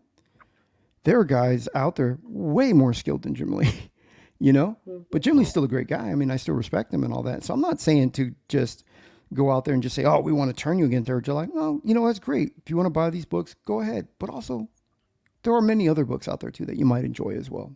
Expand your experience and your knowledge, Yeah. Yeah. Amen, Jimmy. Amen. Yeah. Don't laugh. the Ray I'm is for any serious. sort of reason. I don't. When you could say, What was that? ASE presents in the chat, Katie. Hey, Riley. Oh my gosh. Well, it's just been a night, man. But you guys may want Rippaverse to improve. However, I am literally simply going to put Eric July out of business. It is what it is. Happy hating. Good to see you, Young Clippa. Thanks for coming by, man. And of course, I have to give a shout out to Rippatard Goalpost. What's up? Good to see you too. So also, hey, do we know if Riley's making a comic book? Is he Do really? we know if Riley's making a comic book? I heard he was. I think maybe. I think I don't know I've if he's heard it announcing too. Keep up the good work, everyone. Thank you. Appreciate you. All right, let's go ahead and move. Jimmy, did you have something to say or? No, it was me. I think it was someone. Okay. this person this person doesn't even, they don't possess that level of expertise to even understand this position. Why would you have to hear them out? It's like Michael Jordan trying to listen to fucking Kwame Brown, you know what I mean, about how to play the game of basketball. That's nonsense. He can't hear them out. You haven't been in those shoes. You haven't been able to Wait, pause to that it right level there for while a on earth. second. This is a contradictory where I'm saying he feels that he can go ahead, but he could go ahead and critique directors directing Marvel movies and those that are producing Disney movies. I've watched his library. He's critiquing them. Where are your credentials? Yeah. And what I also Yes. find funny about this is it's not like Dick Masterson isn't a creative in some space. He has shows, he put out a book, he has all this stuff he's done.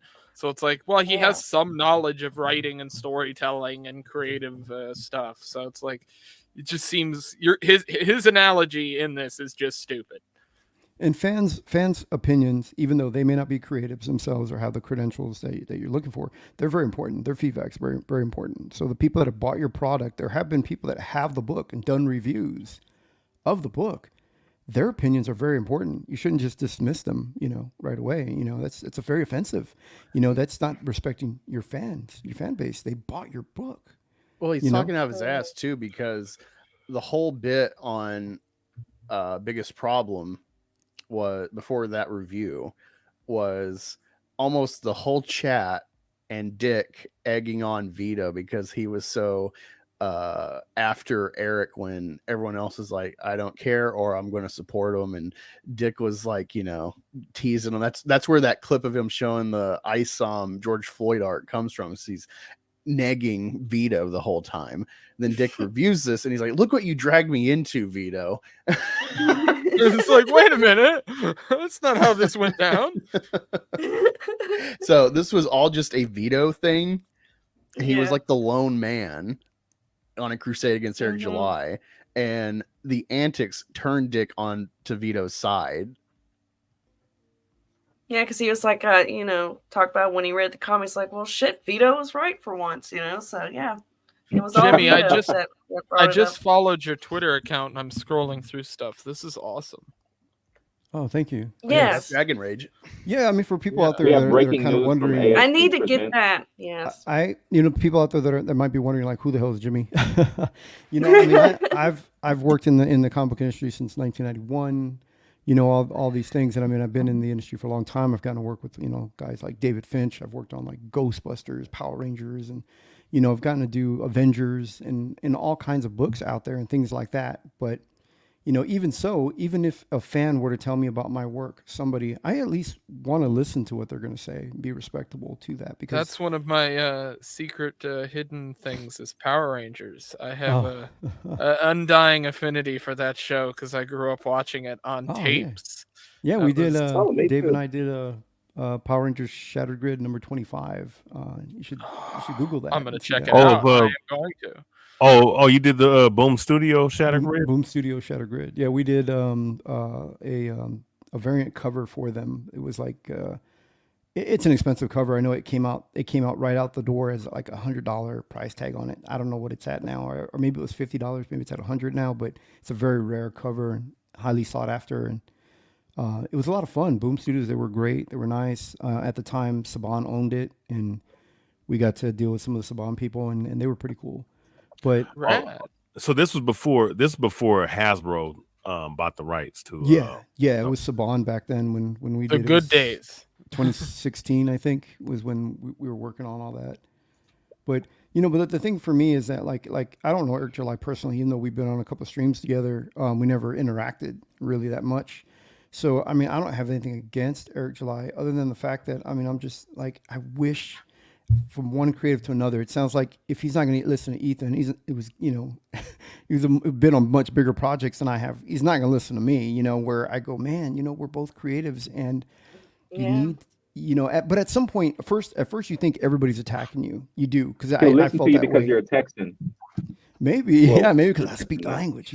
No, but the thing is, I'll use y'all, and There you go. No, but the thing cracked is, the like, code. at the beginning, I'm Alaskan. I still use y'all. y'all, we all feel like everybody's attacking us. We do feel that way, and then after a while, we are able to decipher and distinguish. I'm using Eric words now. We're able to distinguish, not decipher, but distinguish between the two, the ones that Extrapolate. extrapolate, and not conflate the two together. We are trying to. So what we're trying to do, we learn to recognize the I like difference. that extrapolate means almost the opposite of the word. Doesn't make any sense. It's so stupid. You're trying But to it- use but big it words rhymed, and it say the rhymed. exact opposite thing you mean. It's my favorite kind of humor whenever I'm stoned. It's just that kind of shit. It just makes me like giggle laugh. I'm like, All right, so when we're creators and we're in the industry, there are those people that do want to attack you for some whatever reasons, whatever ulterior motives that they have. They do have that. They're just interested in being brutal. That's all they are, and they're claiming to be brutally honest, but they're just brutal. But after a while, you learn to let me separate read the this two. one.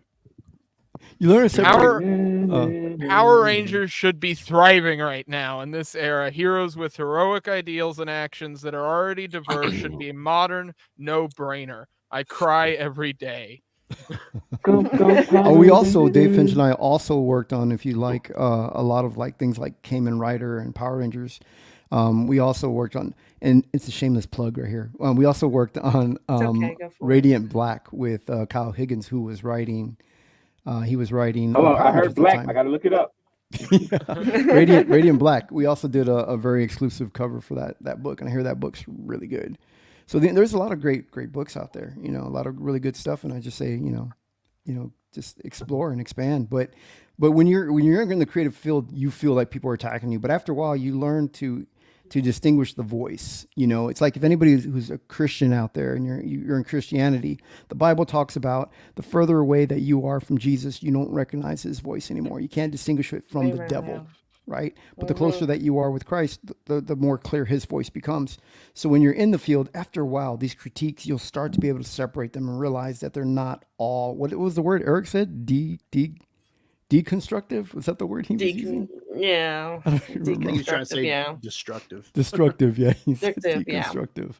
But you Yeah, realize look up they're Radiant not all Black. there to tear you down, The character looks amazing. The covers look amazing. He honestly looks like the old school Black Power Ranger. Looks amazing. It honestly also looks like Isom's suit if it was Wait, better. Did you guys see Radiant Black. the photo that Dick Masterson put up on Twitter? 7:51, so it was a little while ago. I'm gonna put it in the private chat. Sure. It's We'll worth take a look at it. Hey, vet that checking photo out. for us because we can't trust Layden. You gotta vet that. Oh no, definitely not. Yeah, I told you I don't trust links. And somebody sent me a link to two girls in a cup. You know, I'm like, I just don't click links rickroll anymore. Katie. Yeah. I haven't clicked a link since 2005. Send me that. So you have experience with a lot of tokusatsu type style characters, huh? Yeah, Sentai, I think, is it? Yeah, Super Sentai and Super Sentai and all that. and there's other characters. I mean, like Mirror Man, Grid Man, you know, things of that, characters like that. Just of that kind of ilk. So you pretty much have done stuff like that.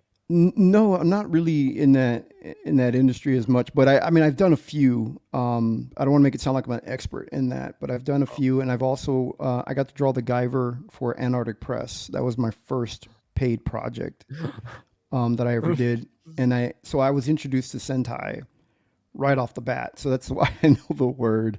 But those are pretty much the only characters I know. And was it Kamen Man or Kamen Rider? Yeah, Kamen Rider. Kamen Rider. So I was introduced to all those characters, which is great because what that did to me was getting in there and being exposed to manga when I was working in Western comic books. It was nice. I was able to not just use influences from Western comics. I was able to incorporate things that I learned outside. And so that helped me stand out in the industry. And that's why I'm saying to somebody, like, if the only comic book you've ever read is just Isom, I would encourage you to go out and just grab other books, read other books, anything that looks interesting to you. You know, expand your reading experience, you know. Oh, yeah. What is this? And that's Whoever did this Photoshop, whoever did this Photoshop deserves the Ricky Ritardo deserves a trophy. I don't know. Whoever Dick it's a race posted swap, but I was about to say, is that real? Like, did Dick really pull it off? It took me a minute. It took me a minute. I had to zoom in on the helmet, and then I saw the PNG cut marks on the helmet. I was like, okay, whoever did this is a goddamn wizard. yes, that's really good. Also, you can tell it's fake because Dick Masterson is way taller than Eric July, Yeah. but in that one they're on par. Man, but yeah, Jimmy just made a good point. Because after I read Alpha Core, I honestly lost hope in indie comics as a whole because I saw it like this. Eric didn't write this one, so I couldn't blame him. He chose a vet that everyone always bigs up, but it still turned out bad. So I was like, I don't know, maybe there's something wrong with the system. You know, YouTubers generally they're always chasing like clout, like it's an image thing. So you have to stay in the circle with others that are higher than you. Their channels are bigger, and I know quite a bit of YouTubers, and I'm good friends, and I'm not saying this about my friend, but I'm good friends with a friend who has a channel that has 26 million subscribers. And I've known him for years, you know, and he's a very, very nice young man. But I know in that world, in that circle, that you always they're always telling these guys, their managers and channel managers and stuff are always telling them to always, like, if you want to grow, well, then get the channel that's bigger than you so that people see you as a big channel. So go over to PewDiePie, do something with PewDiePie, get his attention. You know, go over with Mr. Beast and stuff like that, so that you always see those guys kind of stick together and clout. So in the industry, I kind of feel he's using that YouTube mentality, Eric, and he's using Chuck Dixon. Well, if I bring in Chuck Dixon, Mike Barron, then people are going to view me, my image. That gives me the validation. I'm up here with these guys. there's no shortcut. You can't do it. You know, you don't get. They went through years and years of honing their skill, building their craft, making mistakes, writing horrible stories to finally get to the level that they're at. You know, and you can't use someone else's diploma. Yeah, exactly. But I'm gonna run and get a drink real quick. I'll be right back, guys. I'm so sorry. I'm gonna push. Go ahead. Go ahead. All right. Go ahead. Let's go ahead. Just because he said something. Well, Dick Masterson is an author. He is a writer. He does know. He's in Hollywood. He's gotten notes for projects. He's an author I'm not of the saying book called Women Are Better Than Men, which was a no, huge it's hit. Men Are Or Men Are Better Than Women. Yeah. Which, by the way, Leighton, you better take that little card and throw it outside in 0-degree weather. You in that? Oh gosh. Oh Lord, let me look at the chat real quick while we're at it. Let's see. So glad to see young Clippa come by. It's been a great night, having great people come by. You know, I did see one person that we all know, but Riley said he's coming out with a book in 2025. He said he's coming out with the best comics. So.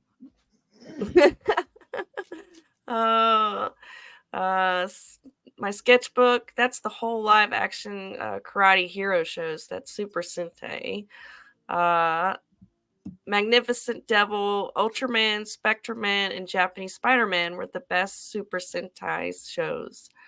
Is everybody here you mean Power Rangers? You mean tokusatsu? Because Super Sentai is a tokusatsu, and that Super Sentai is in the tokusatsu genre, like Ultraman, Spectreman. Oh, okay. What is Japanese Spider-Man?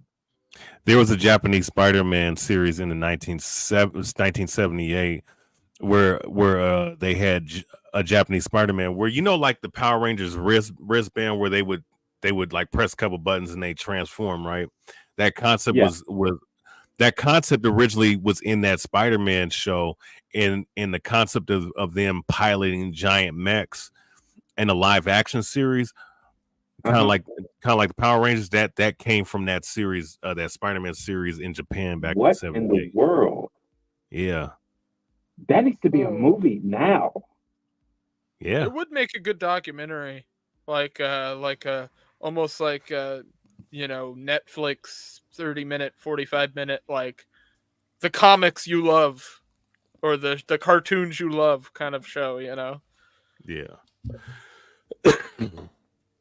All right.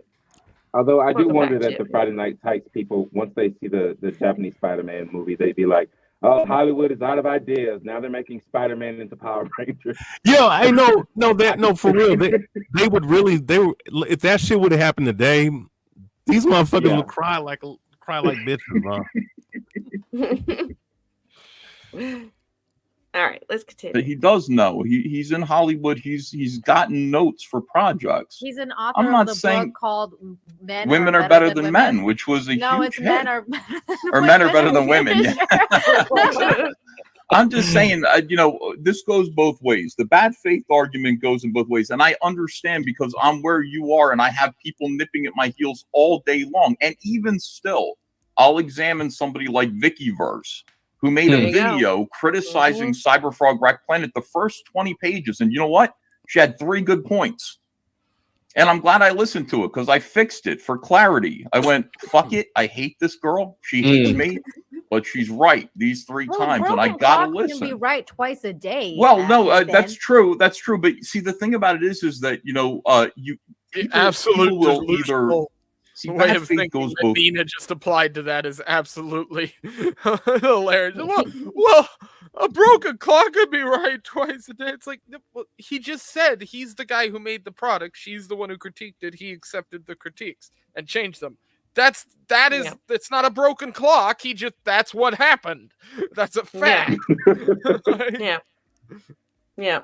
I just like, I didn't even hear what she said. Like it went, what? Like, so now that you repeated it, I went, oh my God, I kind of wish I had heard that.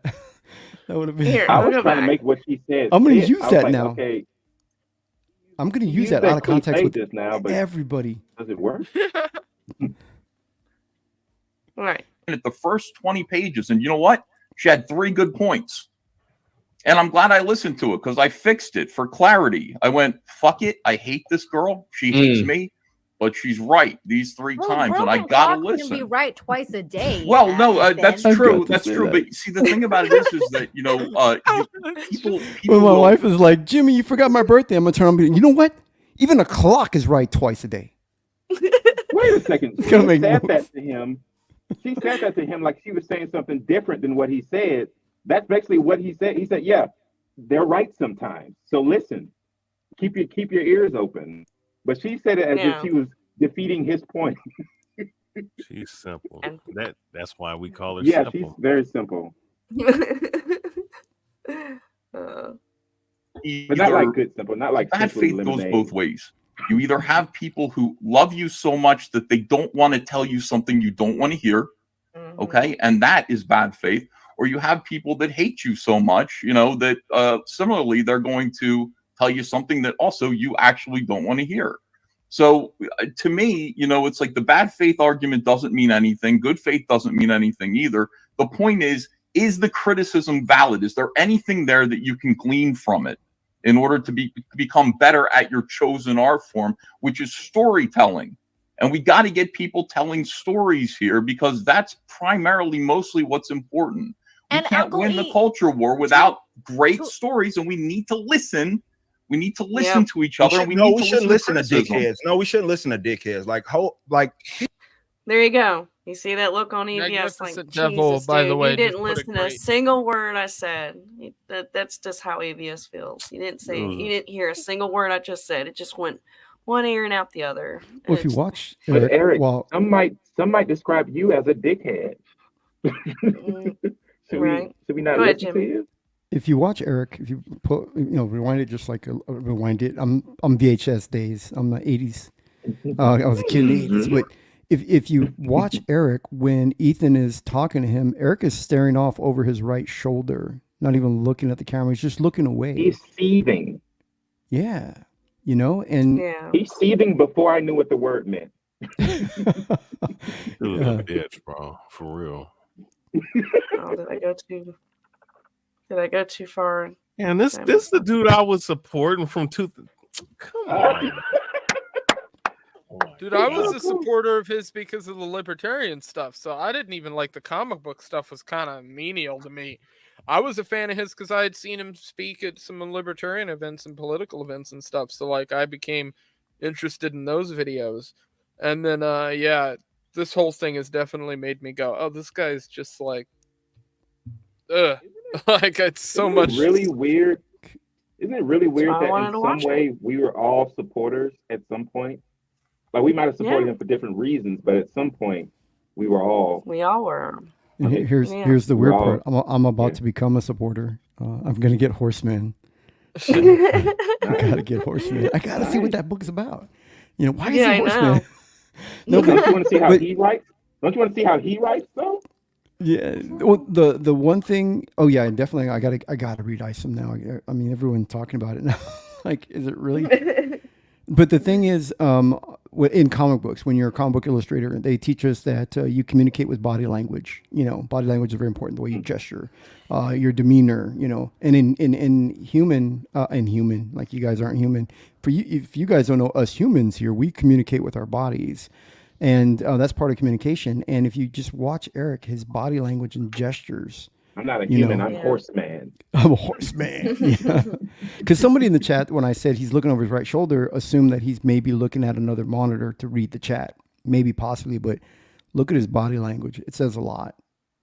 Yeah, and he gives it away. He wears his emotions on his sleeve, and you can see it's really clear. This goes both ways. He The doesn't bad have faith sleeves. argument goes in both ways. And What are I you talking about? understand I know. because I'm where you are and I Very have sleeve. people nipping at my heels all day long. And even still, not his emotion, I'll his examine hair. somebody like Vikiverse, who made a video criticizing Cyberfrog Rack Planet the first 20 I guess pages. I And you know went what? back She had 3 good points.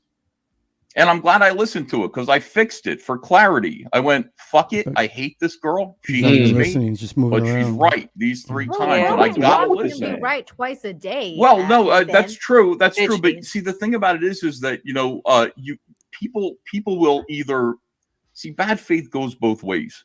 You either have people who love you so much that they don't want to tell you something you don't want to hear. Yeah. Okay. Yeah, And that same is bad language. faith. Or you have people that hate you so much, that similarly, they're going to tell you something that also you actually don't want to hear.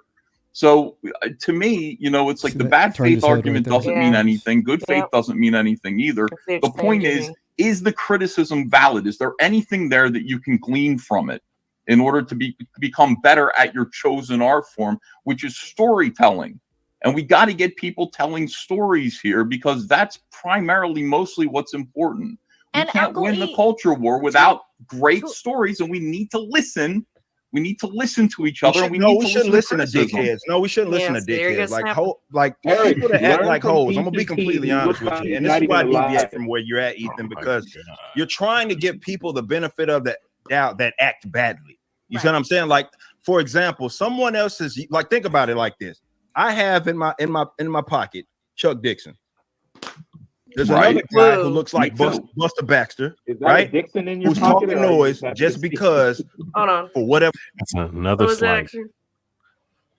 Yeah. Is that a Well, Dixon I've in your got Chuck pocket, or are you just Dixon. happy Well, to that's see me? That was a fuck. well, That was that's another. That's the second time he used that as a slight on Man, this dude is such a. Mm, well, yeah. it's like okay, so you have Chuck Dixon. That's great, Eric, but still, it doesn't change the fact that you don't have a very good look on ISOM. Like, no, now you got criticized pretty hard by Dick about ISOM, and it didn't. I read Alpha Core. I would not brag about having Chuck Dixon on my payroll. Yeah, it's like True. yeah, but there's so many Well, better I guess he indie didn't know creators in yet. the community that could probably do it better than Chuck Dixon, in my opinion. Especially after seeing the book, like, he had so many opportunities, and he just let it go. And it's just so frustrating too, because of the connections he has with people. You can find someone that's maybe better, like I said, Chuck Dixon. You're just trying to get a big name so you can, get a wider audience and, make a Yeah. name. I don't know. I don't mean to hop out a little early, but I am going to get ready for work. Well, you go ahead. You go ahead, honey. Good Thank day, you very sir. much. Watch out, Good to see you late. again. Yeah. Nice meeting you. Take it easy. Right. I will See see ya. you. Take it easy. Shoulder hair. whatever reason in his ulterior motives. The thing about this is that I have someone that can give me something that is constructive, right? And that You're is paying useful to me. him. He might be afraid to tell you anything that you don't want to hear, Eric. No. Well, we know that that's false. We know that that's false because there's already been things that have been corrected. You see what I'm saying? I know, but I'm just saying that's bad faith too. No, to it's make not. that It's not bad. argument. No, it's not. But you can like just. I think you're using the term. I think you're misunderstanding. See, he's getting. This is why I wanted to watch this, because I'm He's a telling you, woman. this is. Yes, he's getting so shitty and petty about it. Just sit there and listen and say okay, and make a few points. Just move on, Eric. Just God don't make. You're It's making like yourself look like an ass here He's in like front of AOC. everybody about it. He's like AOC, where God. she's like, I was maybe factually wrong, but morally correct. You know, as much of an idiot and much of a fucking bitch as she is, she got more testosterone than this pussy right here. Mm-hmm. I'm just being honest. Well, it's just the way he just comes off, and the way he just, you can just tell he's getting really shitty right here. So TJ Laser knows me because he says Trio Logic would eat him alive. Yeah. I will say though that I don't know if you know this, TJ, she does she is a fan of Eric July, but I don't think she knows anything of what's going on. She still thinks he's monetizing his haters, that whole scenario, and he's not doing that anymore, really. He's just bitching about his haters, and complaining, and not really, facing the debate with EVS. So I don't think she knows completely all that's going on. But yeah, I mean, it's just he's so petty about it all, and just seeing him get kind of aggressive, defensive with EVS, who has more knowledge and years than you do. Just Just sit there and just say okay and just move on, man. But you're gonna try to sit here and make an argument to prove a point, and it's stupid. I follow Eric, and on Twitter, so his tweets come out of in my feed, and I saw a tweet where he had said he put out a video or something that said something like people are saying that I cannot accept criticism, and he was like basically just trying to like debunk that and say that was false. And I read that. I remember reading that, and I went, "Oh, okay," but I hadn't seen this video yet. Now, after watching this video, it's very obvious he doesn't accept criticism very well. No. I mean, No. you can't hide this video. It's here, So I see now where people are saying like, oh yeah, he tries to control the narrative, or he tries to, use a smoke screen or something, and sleight of hand. And it's Yeah. like, here's the video right here. You can clearly see, because I know Ethan, and even if I didn't know Ethan, the way he's delivering it and trying to talk to somebody, it's like he's like telling them, hey, there was somebody who gave me feedback who I know doesn't like me. I don't like her, but there were things I could glean from it. There were things that I could still take from it, and that's what you should always do, is always try to look at what you can take from, even from the negative, and try to take some positive out of that, use it to your advantage. Right. It's the same thing what he's trying to say. Oh, I monetize my haters. Why can't you do that with the critique you're getting from somebody who you claim is a dick? Yeah. You know what I mean? Try to gain something of value from it. Right. Yeah. Exactly. And it's just sad. Chris It's just Bacon says Jimmy used to be able to see. He'll be the first person ever to block me. I've never been blocked by anybody. It'll be my first block. sad. I'm gonna print it out and put it on my wall. I'm gonna frame it. That's sad, man. Like, I mean, and look, I mean, look, once again, you're in your early 30s, man. Like, there's no, like, I could understand if he's in his 20s acting like this, man. You're in your early 30s. This little kid this shit is not, it's not needed. And I've seen and interacted, and hell, have been around or being a part of things of certain content creators where they act just like this, like they're on the offense all the time, right? But when it comes to them being attacked, whenever someone comes at them with critique or with constructive criticism, or just point out something that's flat out wrong about them, they get in a hissy fit. They act like a bitch. They act very emotional, very much like Eric is doing right now. And it's just, this is like, and if you're talking about somebody that's trying to take over the industry or trying to build something that's an alternative, well, those are established companies, and they had to go through a heavy amount of criticism when they were at their peak.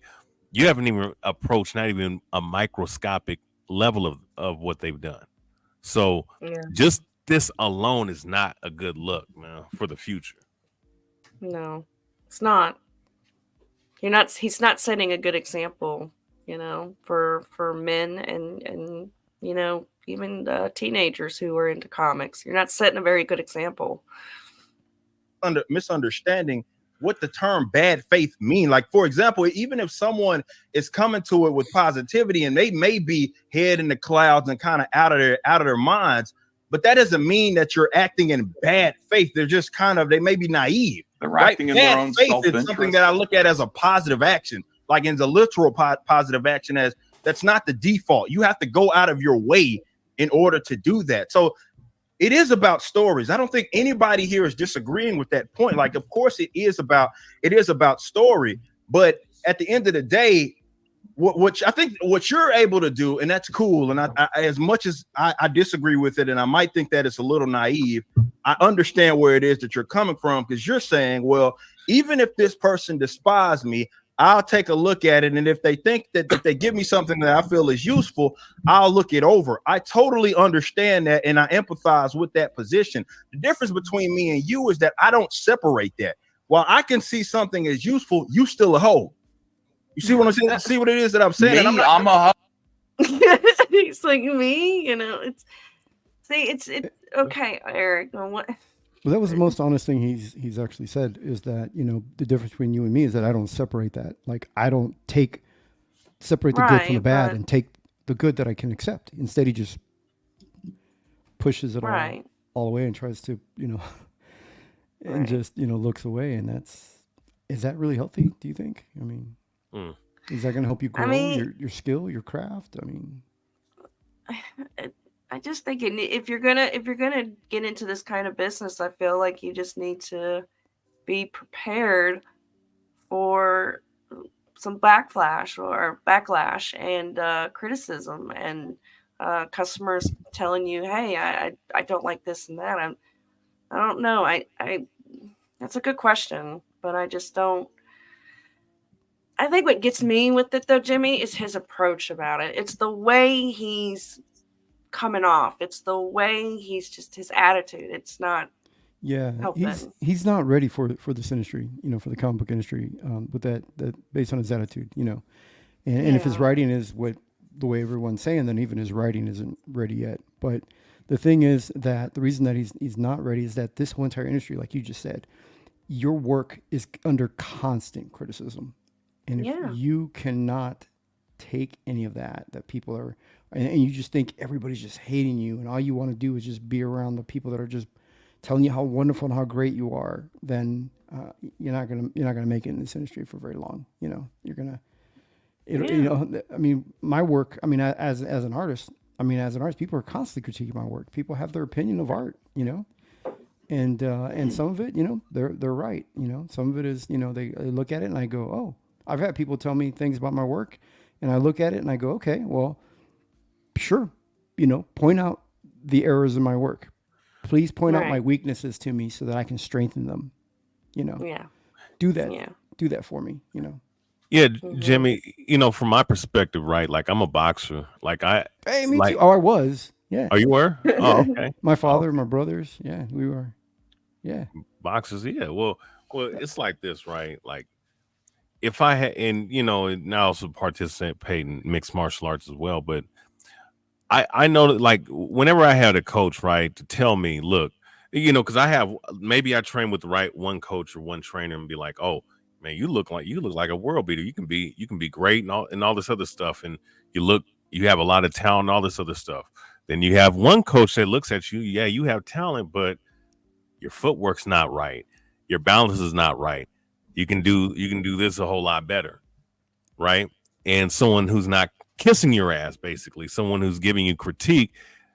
Me personally, I'm going to go to that person because whatever weaknesses, whatever problems I have personally, like that I need to correct. I need to correct them if I want to be optimal at what I do. You know what I'm saying? This is just in any aspect of life.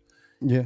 And especially with a business like this, I mean, this man has amassed $7 million, bro. That's good, and you've done a great job at marketing, but your execution is not well. And if you're getting critique from guys who are professionals like a Ethan Van Sciver or Dick Masterson, even though I look at Dick Masterson as a clown, what he did do in this live stream gave him proper critique, which he should have took. Yeah. Boxing historian. I'm imagining Nina Infinity becoming your boxing coach, and you're like practicing with someone else, and she's just like, I just like both of you guys. Oh, hell. Even a clock. No, you get me on the live stream with her. I'm sorry. I'm gonna make her cry, man. You don't know. Sometimes those women put on the charm, and you just be like, okay, you never know. Boxing story, you never know. Yeah, you never know. That's right. All right, let's go. Oh no, the person. No, I'm not talking about you, Ethan. I'm talking about the person that's acting in bad faith, like the person that you just mentioned, the cat food eating bald head helper. Like that chick is a bad faith actor. I'm gonna call her bald head. Here's what I want to say. See, this is your first thing, man, and you're very precious with it. This is my perception of you, my opinion. You're very precious with it because so many people were looking at you, so many people are hating on you, and there's so many eyes on you, and it sucks. My first thing, nobody gave a shit. Okay, Cyberfrog 1 Hall of Heroes, nobody read it. I was inexperienced. I was 19, 20 years old, but I had the benefit of taking that shit around. And everybody saw it, all these other artists, people who may have thought I was a snot-nosed punk, whatever it is. I got criticism from everybody. It was brutal. It sucked. It sucked. But I listened to it. And because I listened to it, I was able to grow in a rapid period of time and become the guy who illustrated Green Lantern Rebirth. Get nominated for an Eisner for Sinestro Corps War. Nobody taught me a damn thing. I never had any professional lessons. But you see what you're going to get, because so many people are looking at you, and you're going to have to discern between what is valid and what is not valid. But I don't want you to make that about who loves you and who hates you. I want you to understand that people who hate you are going to give you good let's stop criticism. there, because that's not the case. I don't even want to present that as if that's a possibility. That's not the case. But if someone does knock me, the difference, I guess, between you and myself is that I don't pretend that they don't. You see what it is? I'm saying? Like, I'm not going to act as if an edgelord. Let me say this. Hold on. What I'm saying is, if someone like is an edgelord, right? This whole this is what they do. Like they fall back on, oh, I was pretending to be retarded. I'm just a comedian type of shit. That's like not an edgelord. If someone No. An edgelord is Why somebody does with an Flash exaggerated not say opinion. one word? Oh, I forgot Flash is on there. Whoa. Yeah, this is his. I thought this is was his show, Nina's yeah. stream. Oh, wow. So is this the same stream where Dick Masterson eventually comes on? Yes. Yeah. This is before Dick Masterson comes on. Because Oh. what happens is Dick Masterson gets involved in the chat, and then that's when they notice him, and then he comes into the stream. Yeah. This, Eric that's- July months later would do the same thing with Nick Rekieta. He would go in Nick Rekieta's chat and then get pulled onto the show. Has Flash and that's ever how showed? that happened. Has Flash ever showed his face before? No. Nope. Apparently, when he does go out to these cons, he's like fully dressed, I think, in this kind of in outfit or cosplay something. Yeah, cosplay. Yeah, you'll see. B.A. Turner, he's a really cool guy. He's a good creator. He's in the chat. He was asking if he was able, if you guys had an open link, or if he was able to come in. Yes, He's got of great course. views and opinions on things too. So he's Yes, of course. And he Oh, trolled wonderful. Sturgis. Oh. That's even better. That's I miss so even much stuff. better. Like I'm always working on my craft. Like I'm always drawing. I'm always trying to improve. If anybody has ever watched my live streams, watch my art streams, and see that where I'm always constantly just working at my craft. That's all I do. So I miss out on so much stuff, man. Like so much of the stuff, and people are like, "Where have you been? Like, how do you not hear this stuff?" And it's just like, Eric nah. July, busy man.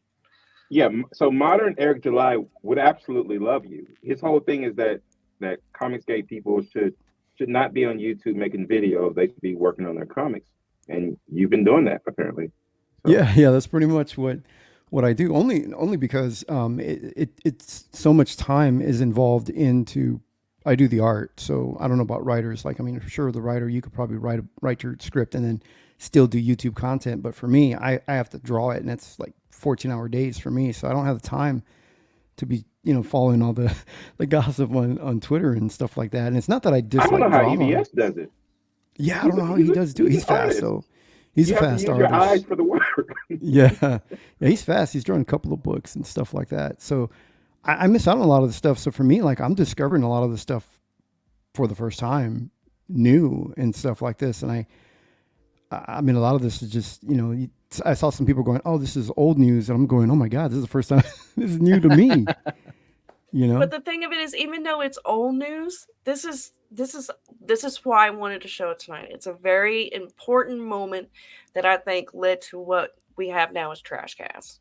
Just flat out. And I thought it was just so important. Which, by the way, B. Turner, welcome. Thank you for joining. You seen this boy's gym pics?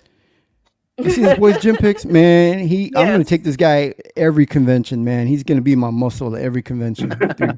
He's a big dude with he can bench press. He can bench press me and probably everybody on this panel at the same time. Well, nobody will pull up then, am I right? That's right. So That's right. one thing I wanted to add is, this stream is insanely important, and probably 99% of Rippaverse fans have not seen it. And they just assume that Dick and Vito are haters, but this goes back, 8+ months, and there's so much context to it.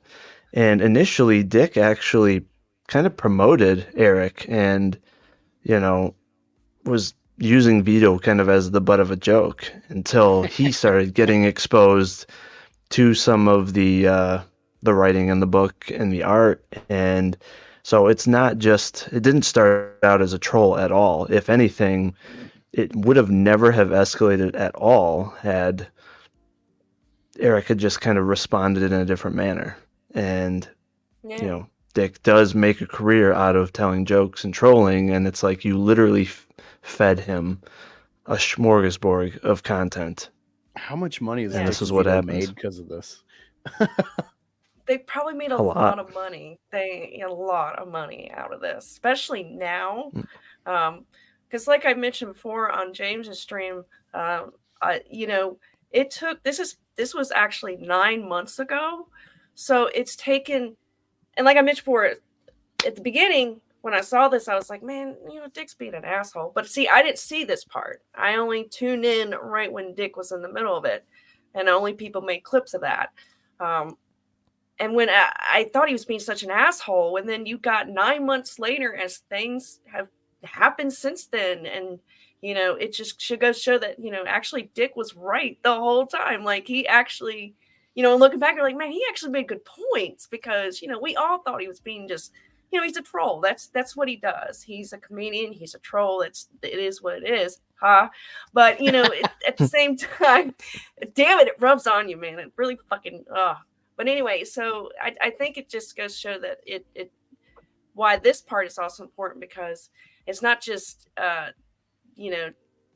think EVS sitting, doing this with him before Dick comes on.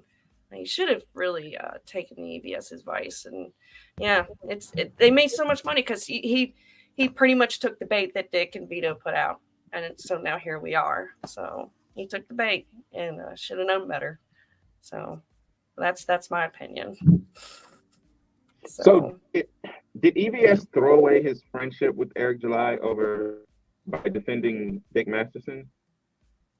No. Were they really cool before this? No, not at all. No. Well, not really. From my understanding, Ethan had these feelings for quite some time. He was just afraid of kind of speaking the truth fully because he didn't want to lose a bunch of backers and support. So he was kind of towing the line a bit. And then after this stream, that's when Eric basically accused him of supporting his haters, meaning Dick and Vito, and gave him that day letter. Yeah, exactly. And the day this is the stream that came before the night letter. Yeah, okay. Yeah. Yeah. Yep. And then that's what, he finally was like, what, I can't just stand by and let him do this to other people. And, I think the other thing too is just with the indie community, right? Like it's really important that people see the full context of all this stuff, because so many people promoted Eric, backed him up, and then there was no reciprocation. And also we've seen him try to dunk on smaller indie creators, try to throw money at them and insult them. And, I really applaud. Now your problem is. Yeah. Yep. Yep. And so I applaud Ethan for just he really highlighted that instance with Immortal Rising, the guy that they threw money at, which actually started because of a tweet I made, but and because of that he ended up raising like over $1,500, but in a good way. Yes. Yeah. No, but it was good of Immortal Rising. I'm really glad that he refunded the money, and I was like, that's good, man. Good on you, man. I was glad that he did that. Yep, and he made more because of it, because he stood his ground. So kudos. Yeah. It's what I like. It's like what I like about BS. He just tells you like it is, but he does it in a very, it's like tough love, like he's I don't know. That's the best way to explain him. So he did his best, in the situation he was in. does that, and that's their approach, then I'm less inclined to certainly listen to you. But there's like you're sitting there talking like, oh, I'm paying Chuck Dixon, but the other person that we're talking about hasn't done jack shit in accomplishing anything in the genre that it is that you and I are producing. I agree. Nothing. I agree with you. Nothing. So like that's what I'm saying. That in itself should, if anything, if I'm going to listen to them, disqualify them, right? But I'm not saying that someone, whether they hate me or love me, and they're obligated to do that. Like, no. The point he just made was nonsensical. He was saying that Dick Masterson basically didn't write a comic, so he can't have good criticism about a comic. That's not logically consistent. Well, and people don't realize Dick has actually wrote a book, a novel that has made a ton of money and is extremely successful. So he knows how to write a story. He's a legitimate writer, and he's studied this. So, I mean, again, just because someone hasn't written a comic book doesn't mean they don't understand storytelling, characterization, characters having real motivation, things like that. He has way more experience than Eric when it comes to writing. Yeah, and all his friends on like Geeks and Gamers and them, like they haven't all written a comic book, but you accept their praise. Mm-hmm. And I guess they know not to criticize you because they don't want a night letter. And he was correct though. He is paying Chuck Dixon. I was like, that's why Ethan said, "I agree with you. You are paying Chuck Dixon." Exactly. So, if I'm on your payroll, I love you. I love your work. You're the greatest. If you're to everybody who's paying me. Exactly. Because the guy want my job. When I was in the mainstream, yes, we could not talk about anything. We could not give opinion to anything. You could not be controversial. You could not give your opinion, or you're getting canceled. And if you wanted work, continue to work for the main companies, well, you know what? I mean, you have to. You can't diss any of their products, any of their titles, any of their characters. If you do, your editor gets wind of it. That's it. You suddenly you're blacklisted. And sounds like a parallel economy version of that. Sounds like Chuck's just like, hey, sure, he's gonna say nice things. Mm-hmm. Yep. It's fine. It's Eric, fine. it's very important that you succeed. You understand? It's very important to me. And I can do that. To everybody here. Right, and I agree. And I think that there is a lot on the line, and I think that's why a lot of folks knock me. Right? Yes. Because again, it goes back to the point where some people, it's usually one or two, maybe even three people. You have, of course, these wait. or the idiot. Maybe one, maybe two. Not many. It was here the whole time. How do we miss it? See, this is why I brought it. So many nuggets. I know. It's so good. And I agree with more Ethan. leftist types. I agree with Ethan. It is very important for him to succeed. I do want to see that. And it sounds like, Ethan was just trying to give him constructive criticism at the time. He was trying to be helpful, at that time. And then with him just, just trying to shut Ethan down right there. He just shut down, didn't listen to any of it. But it is very important for him to succeed. Like I said earlier, it's good for the movement. It's good for us. It brings attention to crowdfunding and it's a good thing. I will add to that. At first, it brought good attention to crowdfunding, but lately he's been bringing bad attention to crowdfunding and actually trying to convince folks it's too risky for people to back it. And that's my biggest contention, and that's where I think a lot of CG folks started speaking out because, and I did a video on this. It's like, crowdfunding is the true independent spirit, right? It's what allows most of us to actually bring our projects to fruition. We can't afford to spend tens of thousands of dollars up front. That's not realistic in anything, right? That's why a lot of people can't even afford to have their own houses now, because you don't have that 20% sitting there in your bank. He had that luxury, and now he's basically trying to convince people like, my way is the way. And that means it's only him, Marvel, DC, and the publishers. And I think that's really disingenuous, considering all of his artists have been successful in the last 5-10 years because of crowdfunding. He wouldn't even have found them without crowdfunding. And he, in a way, kind of does crowdfunding. And so that's the kind of the issue with him being really successful now, is that he's actually trying to push people away from crowdfunding with this trying to argument discourage of late people from- books. Oh, it's Yeah, trying I'd say there's not a significant difference between what he does in crowdfunding. No. But he No. gets to defame everyone else for some reason. I mean, here's the thing, right? He has a track record of delivering because he has the funds. The thing is, he still does pre-orders. He could still technically, anyone that does pre-orders could not deliver. The risk is still there. And he's trying to highlight the very, very few campaigns that never fulfill. It's very, very rare. It's like a bad mechanic. It's a small percentage. But Ethan, he's really trying to focusing on late campaigns. But Ethan always fulfills, and you always get 3 to 4 times more than what you actually back. With Yeah. Ethan, or with July, you get nothing extra at all. No, I got screwed actually because I backed Alpha Core day one, and then Mhm. like a week into the campaign, he did some deal to throw in his cheap ISO #1 copies in. Mm. So I got screwed out of an extra copy. Being your day one should be the best reward, and then if you have your Yeah. stretch goals, then everyone gets those. Your day one should be like the prime spot. So But what? it wasn't. So what's better? Is it that, hey, backing a book through crowdfunding that may not ship or may ship late, or backing or pre-ordering a book that's already completed but has no story and is And subpar very little art. Yeah. product in it? You know what I mean? Yeah.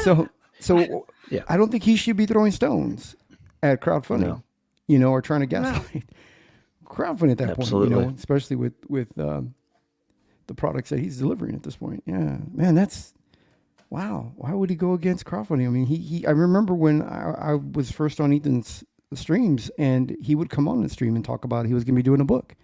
He relied on crowdfunders' channels to get those initial backers who backed crowdfunding campaigns. And then now he's, wow, that's interesting. I didn't know that. I didn't know he was. That's why I'm going after him. It's like I'm enjoying his books because they suck. I'm having fun with it, and I read the stuff and know it to talk about it. Like when we were doing EVS's review reactions, it's like I'm adding stuff EVS didn't say because I've read the stuff. So But, he's at the same time, Eric, it's the whole thing with the not saying name shit because he doesn't want to give actual attention to people that would get subs, and because he Yeah. thinks he'll lose subs if they go the Streisand elsewhere. effect or something. Yeah, so he's as trying well. to shut the door. It's how like Bill Maher talked about illegal immigrants. Start the where clock. It's like Mexicans in Bill Maher's setup. He's like, there's the legal immigrants that come here, and now they're on like the Republican side when it comes to immigration because they want to shut the door to not saturate. That's Eric July. And it sounds to me like He's I have pulling to up the ladder question. after he climbs up. I have to question whether or not he's actually here for the movement, part of the movement. Because if you're part of the movement, even if you're doing pre-orders, you're not going to go try to shut down the rest of the guys who are part of the movement in crowdfunding. You're not going to go gaslight those guys. Well, and it's really ironic because the only reason he's doing what he's doing, and he realized that there was money to be made, was because of your boy Zach, because of EVS, because of Mike Barron, all these folks, and John Malin, all these folks that have made a killing in crowdfunding is what brought to light the ability to make money in indie comics. If they would have never have done what they did, he would not have seen the opportunity. He would have stuck with music. He would have stuck with YouTube. He saw a window of opportunity to make money. That window is only visible because of folks like EVS. Yes. Yeah. So it's And you gotta really think- ironic. Yeah, and you got to think EVS is actually the one that gave them all the advice about getting a warehouse, of course, and all that stuff and toys. I heard the other day, I guess it was on a random interview that I haven't watched yet, but he was giving credit to toys to some other guy. I can't remember the name, but he was like, yeah, I got to give such and such for giving me advice on making toys. And I was like, well, wait a minute. I think EVS was the one that gave you the advice. And yeah, I feel like he used EVS and Comicsgate in general to get to where he wants to be. And it's really kind of shitty as you look at it now. Has Eric July ever brought on any other creators aside from those that have done work for him? Only one. A couple of his buddies, like Razor Fists, I think. Oh yeah. Okay. Yeah. Those that are still Yeah. within that circle of the YouTube. You know, Just it is famous people. He'll do it if he Yeah. can do it as an attack on people. If he can like shut up critics by doing it. But only it's like short term. He'll do it and then not for a long time. He thinks he's Darren Fontano. That's like so. I saw him in Darren. Those are the two halves of Eric that he's channeling. He's channeling Dark Eric and Light Eric in those characters, and so he's trying to be like the hustler kingpin in the hood. He's doing this through comics. The mentality of that he grew up with is like, however much of an actual like real thug he was, he's trying to like do that here. He thinks he There's he nothing thinks he more can be a gangster than kingpin. comics. Yeah, that's a good assessment, Black Angus. I'm like when I look at Eric and I see how he moves, it's like honestly, he's playing a character, and the type of character he's playing, he's trying to play this cool black guy type of archetype character within the comic sphere amongst the specific subgroup that he's dealing with, which is the right wing guys, and he's trying to appeal to those type of people. And when he does, and by doing that, you can see the little cracks in the characterization of him. You could say, no, this is a contrived character. This is not a real person that I'm looking at, or a real expression of who this guy truly is. Like, and then when he gets questioned by guys that are literal, that are literal professionals, and they're coming at him a certain way, you see how he breaks down like this mentally. He doesn't have that same firm, strong standpoint that he's always boasts himself, to his audience. Now, when you see him against a contrarian, against someone that's not kissing his ass or buying into that contrived character that he's created for himself, we're seeing him crumble. We're seeing what true man he really is. Yeah, you're right. It is funny. Yeah. When you Go ahead, listen Jimmy.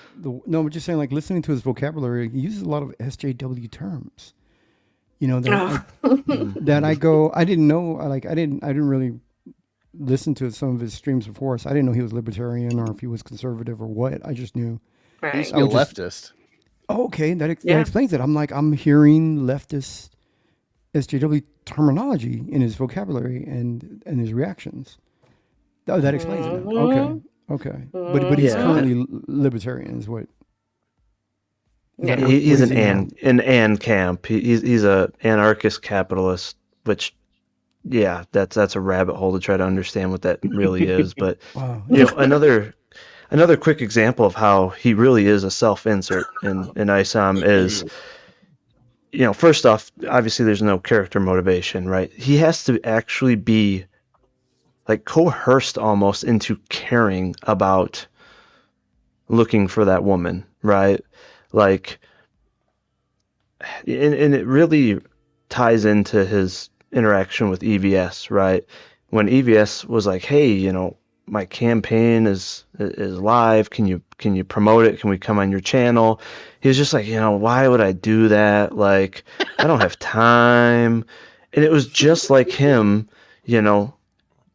being asked to look after that girl, look into, what happened to her, is just like, I don't know. I don't really want to do this. Like, #1 yeah, like I'm on the ranch, man. I want to drive my truck. I don't want to go like, but after the girl kept like digging, like, can you please do it? And then he invokes the the girl's mother, it's just like, then he's finally like, he gets guilted into doing the right thing.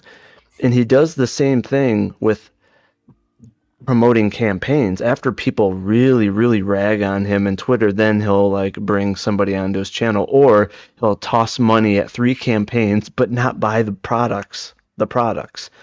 Like, he has to be guilted into doing the right thing.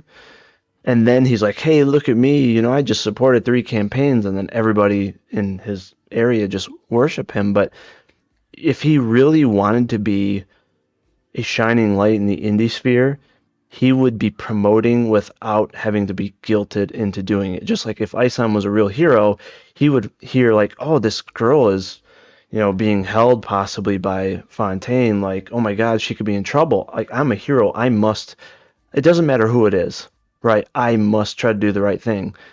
But Isom doesn't do that. There's quite the connection there.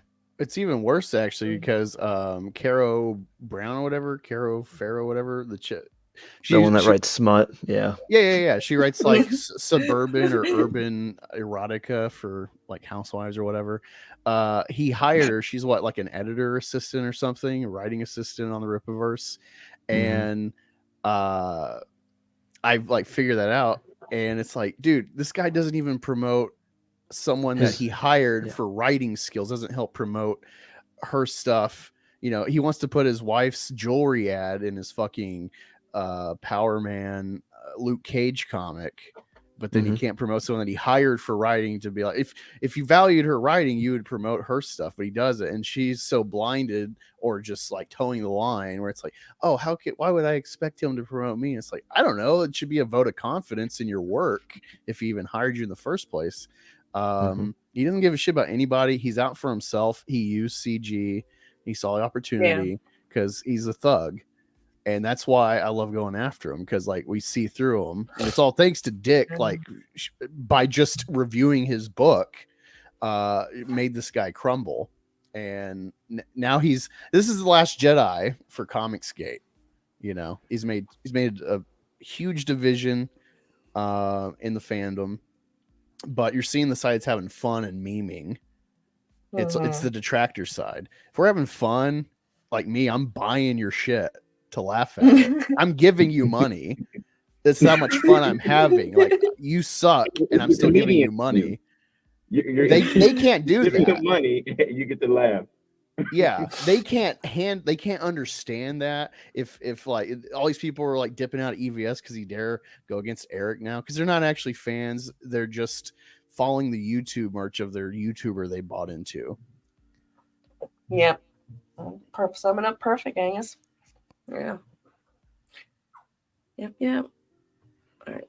I think that their ideological enemies aren't supposed to be like, they think they own comics, they think they own entertainment, and they're not supposed to be producing. On the other hand, like I said, you have people that think that I'm undeserving of it. The company's undeserving of it. He didn't pay his dues. He shouldn't be in this position. Those people are going to act in the way that they're going to act. And there's nothing that I can do to really change their minds. And I'm not attempting to certainly do that. And this is why I encourage other people, and this includes you, Ethan, if I can tell you anything else in terms of what I've learned from seeing success, not just in this, but in other things. Some people's in their opinions are not useful to you. And you should not make yourself crazy, definitely as a creative, and even trying to be perfect to accommodate every single individual's opinion, because fighting for perfection often leads to dog shit. We see this in music all the time, where people will go, I don't like this part of the song. 5 days later, they'll rehash it. They'll try to redo it. They'll redo this point. Symbols need to change. I heard you say that. Yeah. And then next thing you know, you have this overproduced. It's not. I don't see it that way. I don't see listening to story criticism as potentially leading to anything. No, I'm not saying that. I'm saying feeling like you have to listen to everybody just because they said it, and that's what this is about, though, Ethan. Like, that's about me rejecting this to something that objectively was not an excellent. It wasn't. I don't even know why. Again, I still can't even understand how you could even make that, because those points that he was making went to the heart of the main issue with Isom, which is clarity in a reader. That's the main problem. Is a lot of stuff was unclear. No, I don't. What do you think of that? You could tell, like it's getting spicier now, and he's getting so petty. Like Evie has just given you such good advice, man. Like I know you don't like to hear it, but that's the way it is, you know. I just don't understand. I just don't get him sometimes. It's confusing, really. So, but let's continue. I don't. No, like, but clearly, you know the story. I'm saying you know the story. That's You the know thing. where all of this is going. But like, all right. the So reader what was the doesn't- hard? that's What, the all thing. right. Give me No, a legitimate criticism, Ethan. Like, give me not from you, from what you felt like the person that. Let's try to at least identify specifically what you're talking about. All right. Well, I'm not sure what Isam's history was. I'm not sure why he was motivated to go do anything at all. I think his motivation for getting involved in this initially is weak. For getting further. Somebody say something. Go ahead. He asked for the feedback, and when Ethan Yeah. gave it the brutally honest live stream, he didn't seem too happy about that one either. And it's obvious feedback. I mean, anyone that's read comics or prose would sit there and be like, this guy has no motivation. We don't even know why he stopped being a hero. Like, what's his purpose? And why does he wear a costume? Now, in the beginning, when Ivan says to his sister, "What they got to do with me?" Now I'm like, "Yeah, that's a good question. What is it with him?" Yeah, that's not a hero at all. I really would have liked it if he was a bad guy, or at worst, or at best, like a Kratos, where he's just out for himself. And it's like, I guess I'll do this task because I can get something out of it. I can move in on Darren's turf or something. That'd been cool. You just described Eric in the indie community. Yeah. Literally. But you know what? You look, see, and this is where writing comes into play. This is where creativity and talent comes into play, right? You can have a asshole type of character, if you will, right? I mean, I can use examples between, anime, manga, comic books and whatnot. I can use the Inuyasha character, right? That's a prime character that was initially, he went through a whole character arc where he was a demon that cared about the damn shard, but throughout the whole series and the way his character developed, you start to like this dude because he becomes more compassionate and rational. You know what I'm saying? And of course that was through a sense of time, but there's a motivation of what that character was and why he was. There's literally nothing you can go off of with this dude. It just seemed like you have an idea, but then there's no connectivity or traceability to anything of the past or anything that we can go off of to be motivated to care about the character. That makes sense. You're saying Isom is no Vegeta. Say it again. You're saying Isom is no Vegeta. Oh, hell no. No. Even in anime, there's a character called Bastard. Yes, I know what you're talking about. Yeah. yeah. And the thing is, like right off the bat, he's unlikable, but he becomes the anti-hero, and the character evolves and grows. And with Isom, at this point, if each issue is 80 pages, and you have 2 of these volumes, that should have been already 2 story arcs that have been already resolved. That should be like 2, volume 1, volume 2. That should have already. I just realized all the people who asked Eric questions, I don't think anyone ever asked him what he thinks Isom's flaws are. I think that would make us understand Eric more if we knew that the flaws we see, that Eric saw them too. Yeah. Katie, time to put those super chats to use. I don't think he would answer your question. No, I tried with FNT the other day, and I only spent $2. I was like, I know they're not going to read it, but why not? I'm a little petty.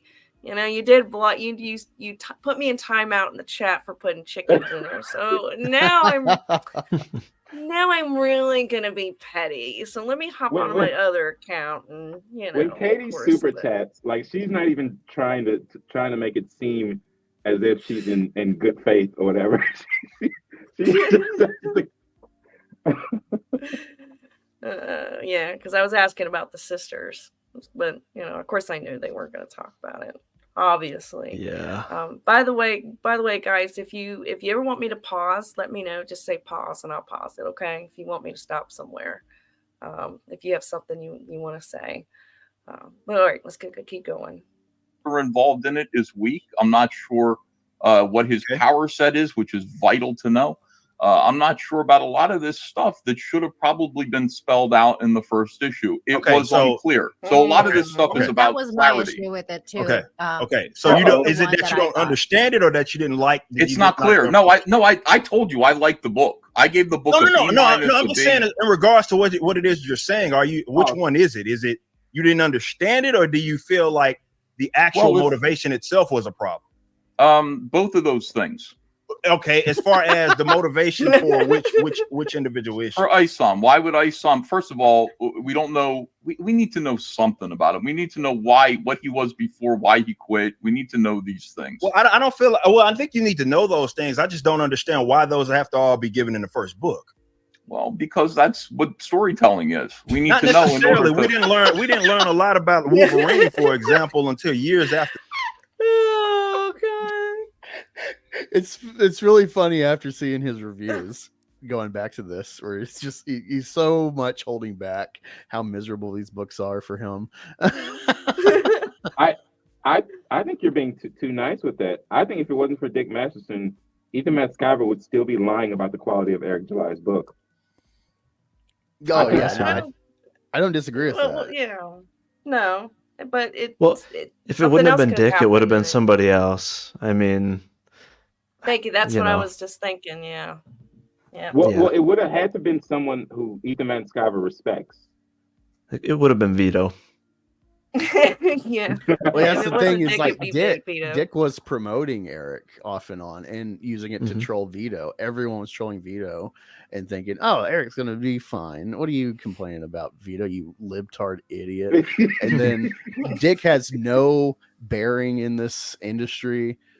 He's just gonna come in as a reader like everyone else, and so he has nothing to lose. He has nothing to gain either, arguably when he put this out. But then having actually read it, he's like, "Oh my God, this is worse than Vito said." Yep. And that's when Dick knew, like, here it is. I got you. I got you now, Eric. And he took the bait. To the fact. Well, you knew enough about him initially. Not in the first issues, more definitely in the first appearance. So we didn't know hardly anything about him. It was just a Canadian villain agent. Yeah, right. Exactly. All So right. that's what I'm saying. Like I don't disagree that you should at some point know that. But what I'm trying to understand is why did I have to? Why was? Okay, we didn't know anything about Wolverine in his first appearance, and it was with the Hulk, right? How many pages was that book? 22. That's been my argument. And I had this argument with point. Eric. I reread Spawn 1 through 4. Spawn 1 through 4. The whole setup is mystery. You're learning with Spawn, so it's not the typical. I want to be good, and I got bit by a spider or whatever, or Batman with his parents, and then you fast forward to adulthood, and he's got money to go to not worry about other aspects of life to go into this venture. Spawn, we're learning that he was a former assassin spec ops colonel, one of the sexiest men. You're getting 3 perspectives in the media about the coverage of his funeral and his wife's affairs afterward in CNN, E, and some Alex Jones type of right-wing news. And he's trying to figure out his powers. And then by the end of it, he has made this strange friendship with the homeless, and this alley keeps popping up in. He's trying to find his wife. City. There's so much going on, and then it ends with figuring out this counter he has when he uses his powers are he can't win either way. Either he just sits aside and lets hell do what it wants on Earth, or he fights it, but ultimately he'll be wrapped up into their plans. know at some point that gets retconned because he wrote himself in a hole with that. But talking about like the introduction of a character, there's so much mystery and evolution to go forward from the initial hooks, but we have so much clarity about Al Simmons and his motivation, what drives him, kind of looking in hindsight, 2020. Yeah, it was a love story. He was there, you know, he made the deal with Malboja because of he wanted to be reunited with his wife. That's what he wanted, and that's what he was seeking. It was a love story. You know what Eric said to me? He said, why do you think that he pretty much said like, so you're thinking there's only one way to write a story and that's your problem. It's like, I didn't say that at all because I even defined where I'm like, this is not your typical superhero story. Yeah, there's another way to write a story, a bad way. No, but you could go that route too. You know, I wouldn't recommend I'll it. be right back, gentlemen. I'll be right back. All right. It's No, just- but the thing was like, you know, with Spawn was that as Al Simmons, our main character, as he was remembering and be able to recall and gain memories, and rediscovering who he is and where he was, so was the reader. We weren't given the complete story, but we're given enough to suppress like the hunger. You know what I we're mean? getting escalation step by step each issue. Yeah. Where I'm hearing that people, after reading a total of over 200 pages of story from, you know, just Eric's stories, volume 1 and 2, that they're still starving and they still have a lot of questions. That there's, you know, that they haven't been fed anything. You know, they're malnourished as the readers. You know, there's a lot of questions. There's nothing there. And I mean, that's a lot of pages to come away hungry, you know, with nothing, Yeah. no answers. Now, I mean, most of the fans don't even know his powers after 200 pages. Dude, I questioned him on that. It was a whole, I got, you know, my video covering all the tweets back and forth with him because I was surprised we were going back and forth for like 4 hours. And I'm like, dude, what are his powers? And he's like, what don't you get? And I like go through the plot and I'm like, what did I get wrong? And he's trying to pretty much in a nice way, I guess, quote unquote, say maybe I'm retarded, that I don't have reading comprehension. I'm like, what did I get wrong? He can never answer. I have a genuine question. Is Isom stronger than Spider-Man? I have no idea. It's inconsistent too. Like he takes out the except that kicked his ass earlier in the book, takes him out, puts him through a wall, and then cops show up. And these are, from what we gathered, normal cops, especially with the inclusion of Alpha Core, both appearing briefly in this story and then getting their comic, where they're only supposed to react to excepts.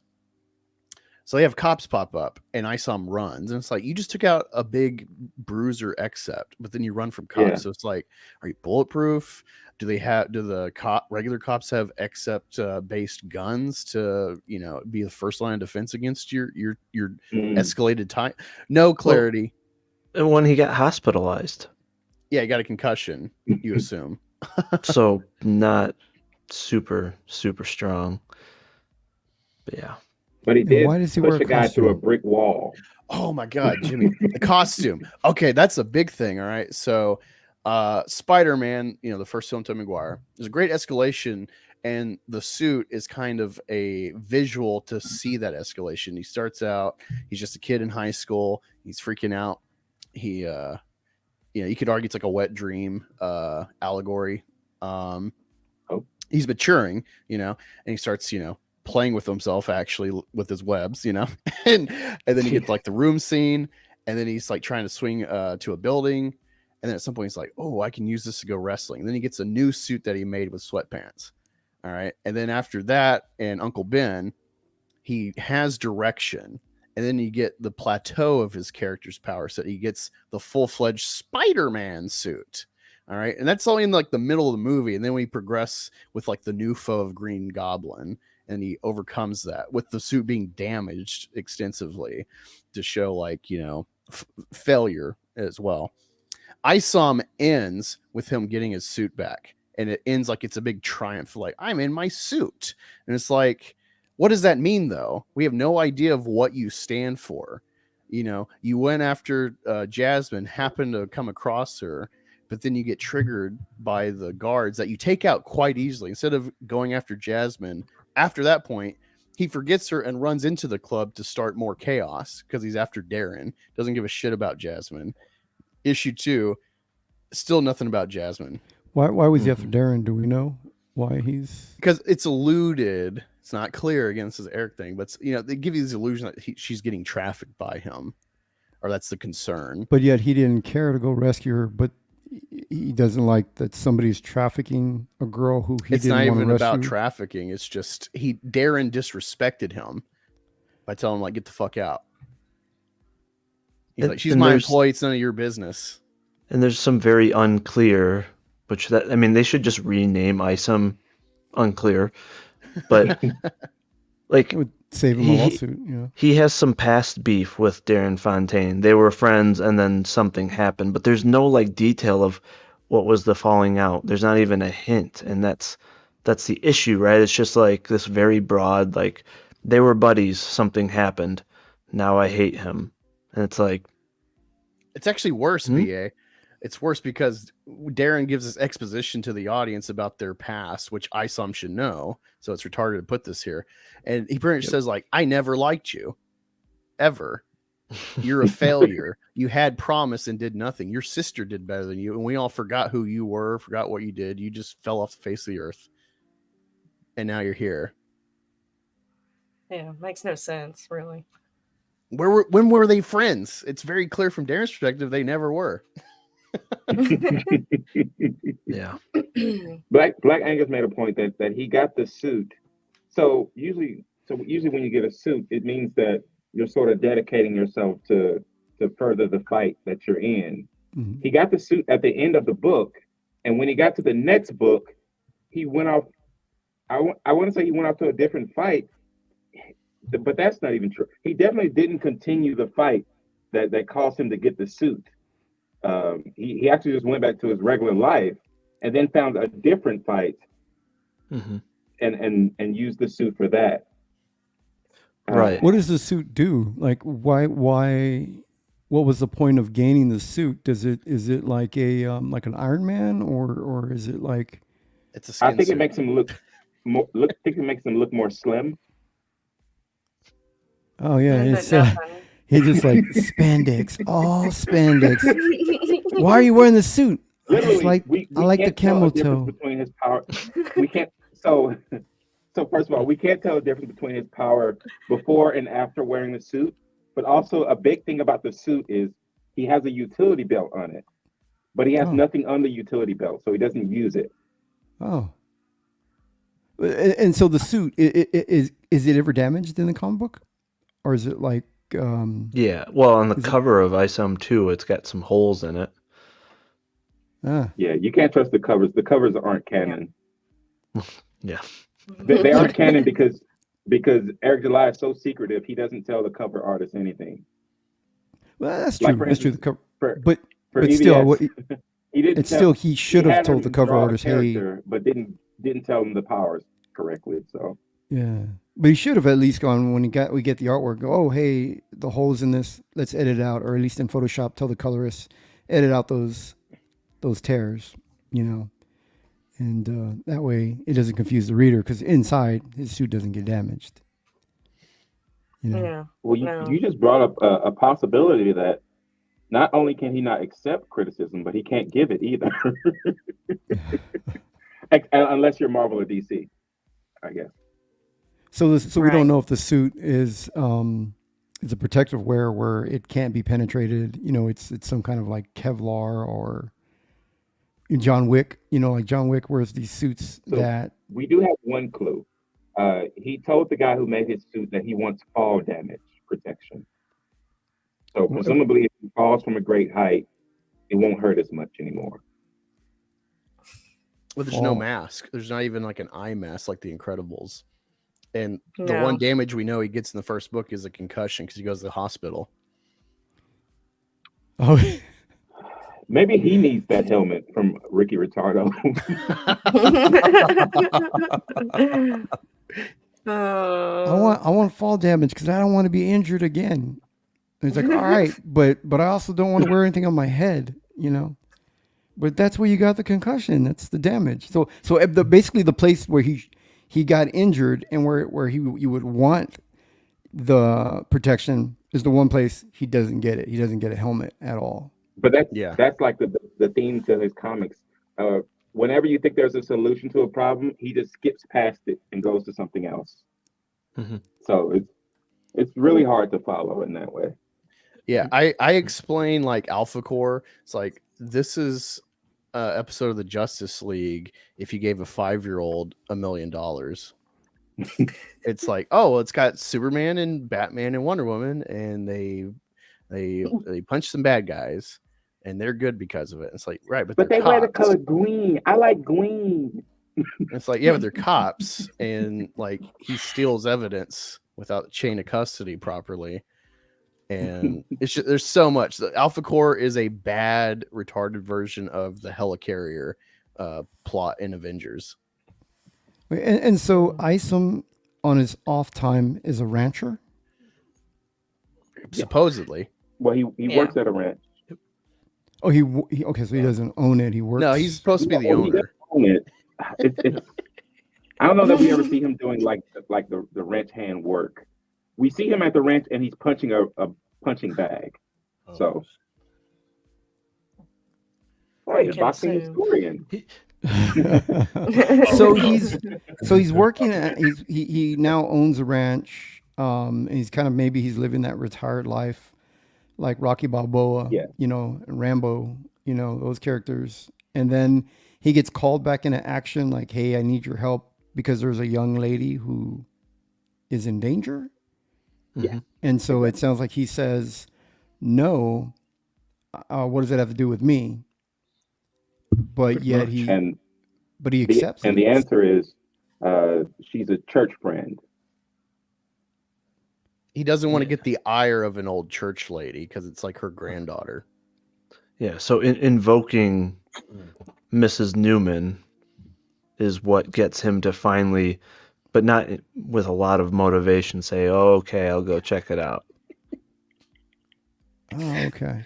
These are And there's no evidence that she's hurt, just there's suspicion.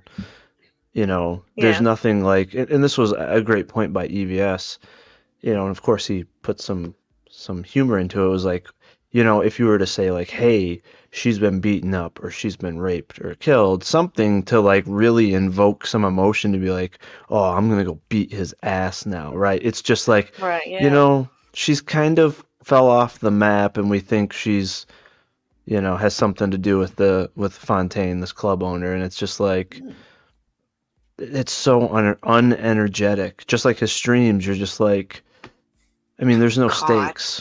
You know, Jimmy, and you're then when he probably wondering- finds her, there's still no evidence that she's hurt or anything. She's just kind of disheveled, and that's it. And it sounds like the only danger from based on like Dick Masterson's question and stuff, sounds like the only danger that Jasmine was actually in was from Isom himself when he puts his arms on her. Exactly. Yeah.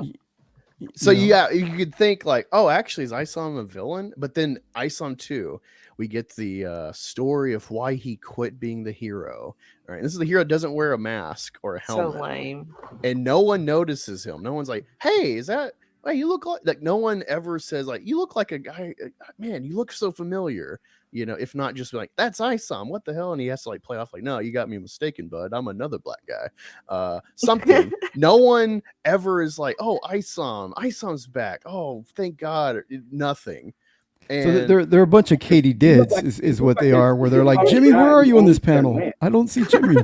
Oh my god. Jimmy, stop. I'm just teasing. I know. So wait, he goes out and does his hero, whatever things that he's doing, and nobody recognize. Wait, so he has a secret identity? He's Avery Stolman. His Isom is his hero name. We have no idea why. Yeah. Why? It's tied to Eric was going to reveal it, or is revealing it. You know, it's tied to his ancestry, but there's no connection thus far. That's like me being on Twitter with my name, Jimmy Reyes. I'm on Twitter, right? You can follow me, Jimmy Reyes Art, on Twitter. So I'm on Twitter, but then when I go on YouTube, I'm gonna be called Black Angus. Call me Black Angus guy, and I'm gonna still have my face showing. And you guys, hey, Are I they follow you the on Twitter, same Jimmy guy? Reyes. I'm like, you must be mistaken. I'm Black Angus. So that you're telling me that's what is going on in the comic book? Yeah, like he was supposed to be a hero. He was supposed to be a hero of this town, and no one questions if that's that guy or not who doesn't wear a mask. It's crazy. Kind of like how everybody was afraid to really say what they really felt about after reading the comic book to Eric. Yeah. They're all afraid to actually say, hey, aren't you Isom? They're just kind of like, you know. Hey, yeah, aren't you also the guy who wrote a shitty comic? also what's crazy is we get the selling point on like the cover of issue 2 is like the first appearance of Shadron and why Isom quit. That's like his Spider-Man No More twist pitch. All right, and he is talking to his tailor like he's a psychologist or something, and he's telling like the story that we're seeing play out of like he went to some convention that's being harassed by this alien man, and there's like 2 kids in cosplay of whatever characters in this world. He grabs the girl and crushes her head in front of him, and that's what made him quit. It's just a stranger, you know. Spider-Man, he saw Uncle Ben die, and this like gave him direction of like, oh, I could do things. I'm like an X factor in this world. I'm an objectivist character. I have to act because things like this will happen. Batman, he's a psychopath, but he like checks himself with the spirit of his parents. However cruel he is to What are you going to say? He's a fascist next? Well, no, Batman is a fascist. I don't think fascism. Oh, he definitely is. It's not good or bad. It's just like an outlook that's been turned to a dirty word, unfortunately. But yeah, Batman, however cruel he is as a crime fighter, he has that thin line he doesn't cross. He'll break every bone of your body, but he's not going to kill you. That's what criminals do. Oh, he'll put you in a permanent form of coma, but he won't kill you. Yeah, it's deranged. You know, he's a psychopath. That's why Rorschach is not a hero. Neither is Ozymandias. They're both, you know, fascist psychopaths in their own way. So he went to a convention. The Isom character was at a convention, and he saw 2 cosplayers, and he witnessed one of the cosplayers' head get crushed in by a villain, an alien villain. Yes. And he didn't know this person. He just witnessed it, or yeah, he was trying to save him. Shadron gets the best of him, kills her, and this is why he quit. Okay, well, that motivation right there, yeah, that kind of sounds like, okay, if I've ever been in a situation, and I've had these situations, like as a parent, as a father, I took my son my son, who, by the way, ended up becoming a Marine. I'm very proud of him. But when he was 12 years old, we went skateboarding, and I saw that the ground was, they put this glaze over the concrete on the bottom for some stupid reason, and it made it very slippery. And I watched my son fall off his skateboard, break his arm, and get an exposed fracture, and blood was just squirting out. I hated myself. Did you give up being his dad after that? I almost did. We did. His mom and I eventually we got divorced shortly after, but that wasn't the reason. But it was. But I was like, that's it. Parenthood. I'm done. I'm over. You guys can take my big onesie that I wear at night at bed. And I'm hanging it up, you know, but I guess if you feel helpless, defenseless like that, and you can't help somebody, I could kind of feel like, you know, okay, that could be motivation there for him enough to just kind of shy away from it all, you know, for like a day or something. Sure. Like self-doubt. I agree with that, but it's a stranger. It's like, I don't, you know, it's like with aliens being real in this world, with Norfolka apparently being like some alien Norfolka, is that real? That's a real, yeah, they're a band. I thought they were jokes in the chat. No. Norfolka is real. They're a band. It's Eric channeling his backwards into the comic, but also they're like Eros or something. They seem to be some sort of manipulative entity from space that like can, you know, their music, it has a power to it that, you know, I'm not saying manipulation like bad, but it just seems like this is a potential. Well, no, I mean, I agree. Where like, okay, that if that was the motivation for him, you know, where he goes, okay, I felt helpless. I'm supposed to be some hero, and yet I couldn't even save I couldn't save these people. And he stops and you said like for a little while. But then if you feel that, and then they ask him, you know, come back and help somebody who he apparently does know through some kind of chain, he's just like, nah, you know, not me, call somebody else. It You doesn't know? add up. Yeah, where it should have been explained a little more in dialogue, where like should have said to them, hey, look, I failed last time. You know, you know what, I'm not the right hero for this. I'm not your man. You know, like something more like that, leading to the reason why he. Exactly. I mean, guess in fairness to him, Avery Silman, like Eric July, isn't that type of person who's willing to admit that he failed. He'd rather just walk away, and then when you need something from him, he's like, "What they got to do with me?" Like he basically tries to intimidate you from asking any further questions. But I'll say that you did turn me on. You did turn me off. Well, turn me around to this character's motivation, and now I think maybe it is an okay motivation. Well, I mean, the thing is, you know, that can be a fine motivation, but to have your entire first book and not even lay any Easter eggs or any hints of that motivation is the problem, right? I mean, he easily could have had some inner dialogue where he's feeling guilt, right? He's feeling remorse over that failure. He's hesitant. You don't get any sense of hesitancy or guilt. Right. It's just this very just cold, like, I don't care, like, why would I do this? Like, just you just get a sense of selfishness, which does not line up with being a hero at all. I mean, a quick example, like in my novel, there is a scene where Dread Knight, the hero, fails. And then he has a period of remorse and guilt. He's uncertain. So he kind of hides for a bit, but then he gets pulled out of it. But you at least give some insight into that character, what they're feeling, and some of that history. I think that would have pulled more people into the story. That would have got them excited into getting exposed to that full backstory. But there's no hint, there's no Easter egg, there's no there's no mystery. Nothing. It would have captured readers like me, where I would have gone, okay, I could sympathize with this character. I understand what he's feeling. Yep. You know, and only an asshole could relate to Isom at the start of the story. Yeah. And that's not good.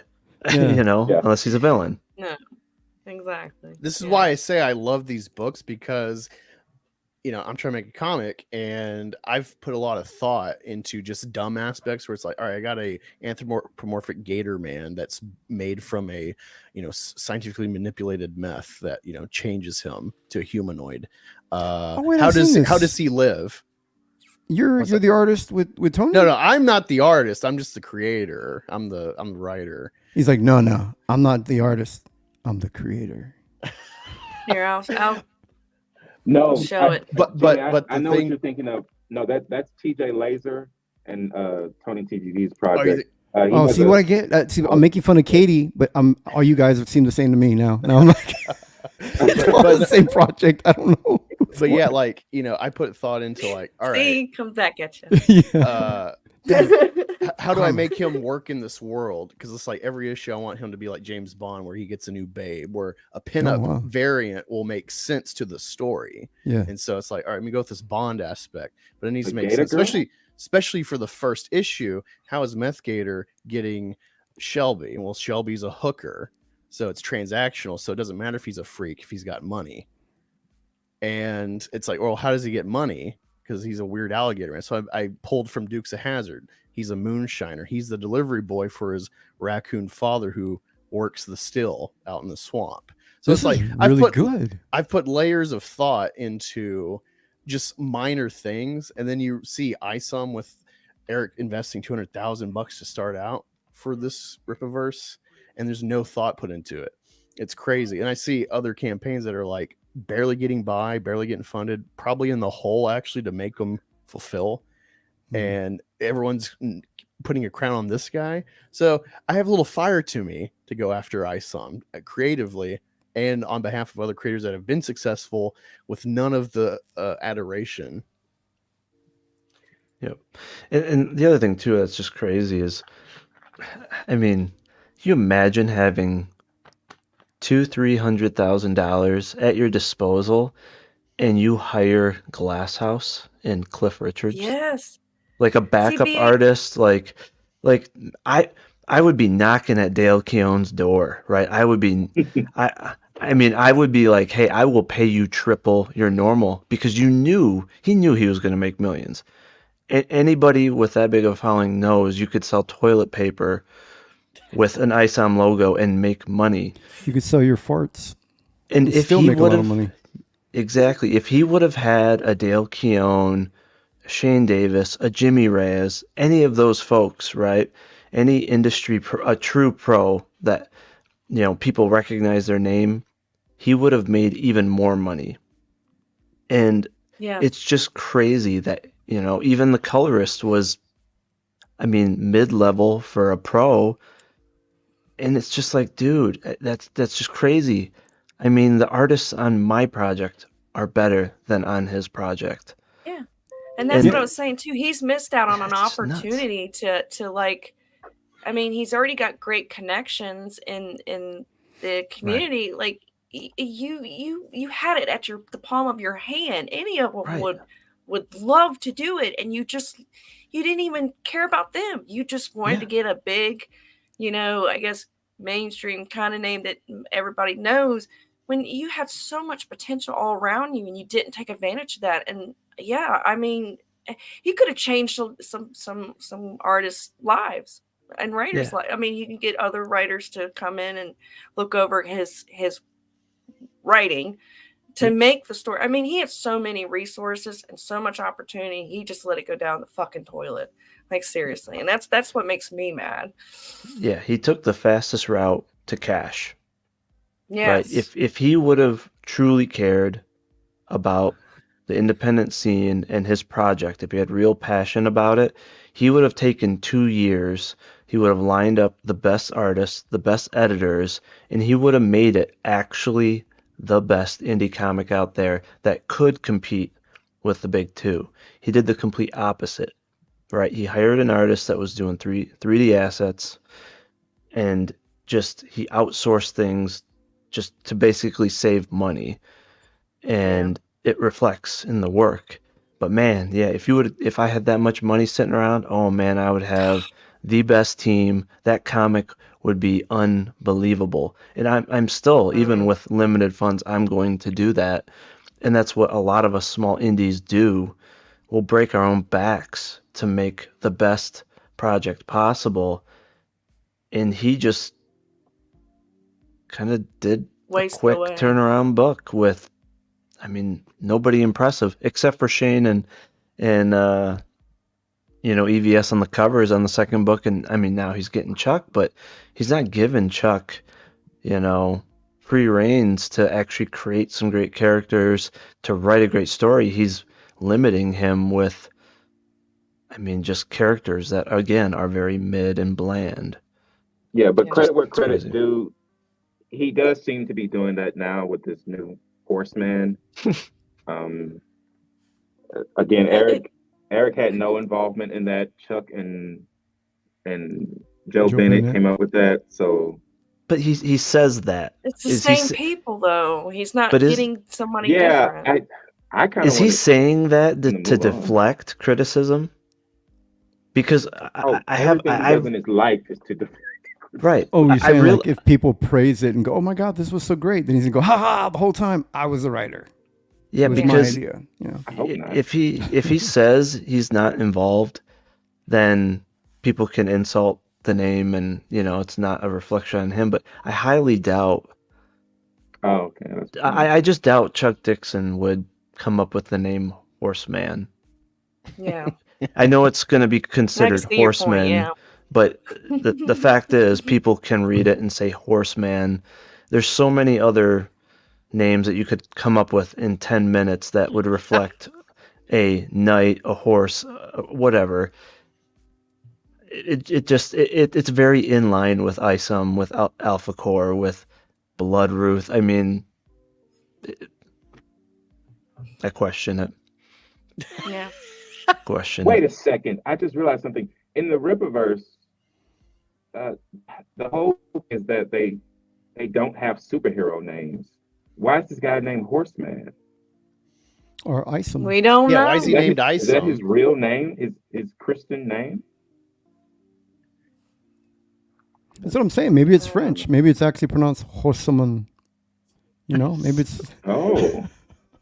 And we're just pronouncing it wrong. A horseman? No. Yeah, you know. All right, let's. I think we don't have too much left Would to have been finish funnier, this and it part would have up. made sense if you would have called it Horsemane. Yeah, horseman. Yeah. It's a double entendre. Yeah, Yeah. that would have been good. But before That issue, Sorry, Jimmy. Go ahead. Sorry, Jimmy. I Oh, didn't before mean we go on, when Isom number one hadn't come out yet, I had seen an image that when he was running the campaign of Isom that was on there. So I did some art, and I said, hey, you know, I'd like to help you out with some art and do some stuff. I got ignored, totally just ignored, you know, because this is the point where he was already, you know, at the campaign was already building up momentum. It was already getting to the point where it was about to hit $1 million. And, you know, so I was like, I was like, hey, I want to, you know, let me help you out. And I just totally got ignored. I don't know if it was because, you know, and it made me feel better when people are like, oh, he doesn't know good art. I was like, oh, thank God. Cause he just ignored my work. I was like, what was wrong with mine? But I, you know, at the same time, I wasn't part of that little clique and group. I was just getting in on EVS's streams. And I don't think I was even part of Comicsgate Kings yet. I was just starting to, you know, he didn't know me. I wasn't part of his little in group, I guess. I don't know, but I legitimately, you know, wanted to help in the art department with him. You know, I think honestly, but I know I could have made a difference. And now I'm like, hey, I want to make a difference for myself.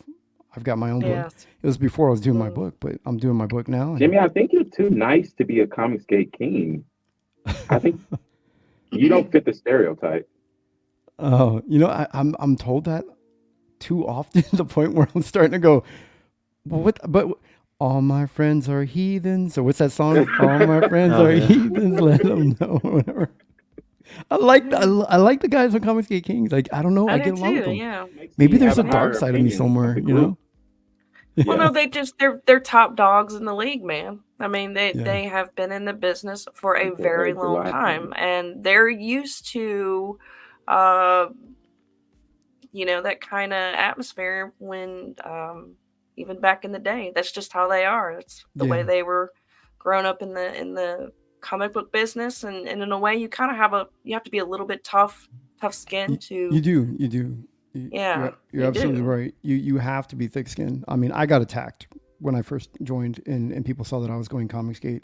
I had a lot of mainstream people that I thought were my friends turn against me, you know. And I get trolls. I get people that are on there, but you know, I just, you know, I'm Because they pretty. thought you were joining a hate group. They thought you. Yeah, they were, you know, a lot of them. And I got some nasty emails, nasty text messages, but I'm not the kind of guy like, you know, like with Boxing Historian. Like, I think either the way we were trained has something to do with the way we think. Like, for me, I don't take any air out any of my drama live. People don't even know. And some of the people that talked a bunch of crap about EVS talk differently publicly about him. And people are thinking, oh, this guy, they're really nice about him. Like, you don't know what they said when I joined Comicsgate about him, you know. But I don't go around spreading like, hey, look what so and so said about you. I don't do that. That's not me, you know. If they want you to know, or you need to know about it, go ask them. You know, that's the way I grew up. You know, I grew up with alpha males, man. I mean, all my brothers are boxers. My father was a boxer and a truck driver. You know what I mean? We're Texan. Yeah. You know, so we don't do any of that stuff, petty stuff. So I didn't grow up with that. And so, you know, I think, where was I going with this? Just that you have to have tough skin. That Yeah. you know, And- you got to do what you got to do to get in the business. And that's, you know, it's so funny. I always think about what if Eric got to sit on Comics Kings and Comicsgate Kings? I wonder, can you imagine?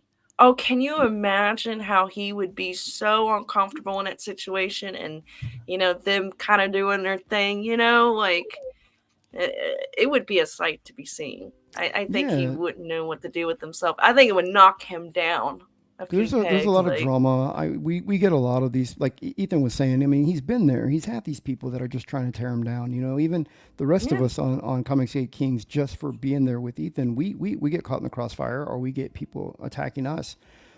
You know, and it's like how we react to it, to the thing. I Yeah. don't get all emotional and you know, and add to the drama. So a lot of it, people just they go, oh, we're not getting the reaction we wanted out of Jimmy, so let's just go elsewhere. And you know, that's not me. I don't try to fan And the that- flames. And Yeah, and that's the thing. That's the problem with Eric July. He just doesn't know when to let it go. He keeps, you know, feeding into it. Just ignore it, man. And all this wouldn't have happened if you would have just walked away, ignored it, move on, you know, but he couldn't.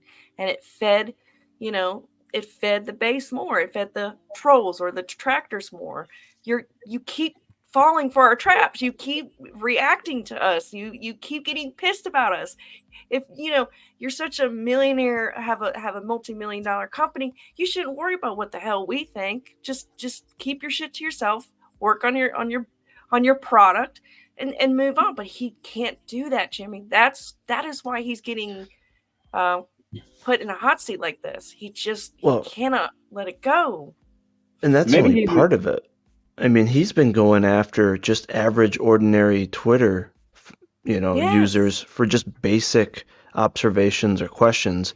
I mean, I remember a couple months ago, the first interaction I had with him was because, you know, one of his simps was talking about the whole idea of promotion, right? And I had just mentioned like, hey, myself and many folks would like to see him promote others. I believe he should. And they went on the typical tirade of, oh, you're a commie, you're saying he's obligated, blah, blah, blah. And then, of course, they always tag Eric. They always tag him in like they're a wrestler.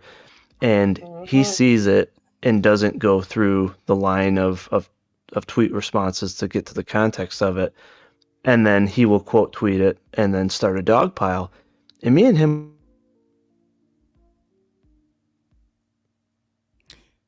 And just like Isom, we don't know. I think we lost him. Yeah, he froze. That's just me. I'm like, oh no, what happened? I was like, no. He's pausing for dramatic effect. Go ahead, BA. He froze. I don't think he knows.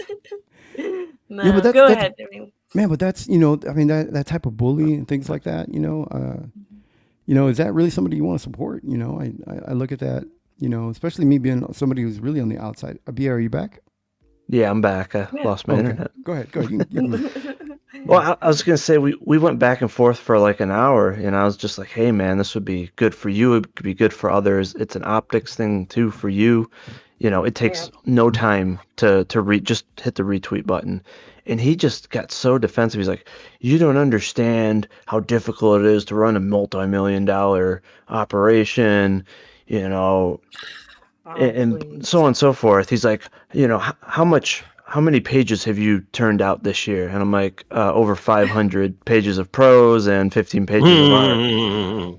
And he's like, yeah, well, you don't know what it's like to have to fulfill thousands of books. I'm like, I wanted to be like, do you know what it's like to have a family, have a child, to work a 9 to 5, to be responsible for, you know, hundreds of millions of dollars worth of inventory? Like, I didn't go there, but he always like, you don't know how hard it is, and I ain't got time for that. And it's like, dude, you outsource everything. You wrote 1 book or 2 books.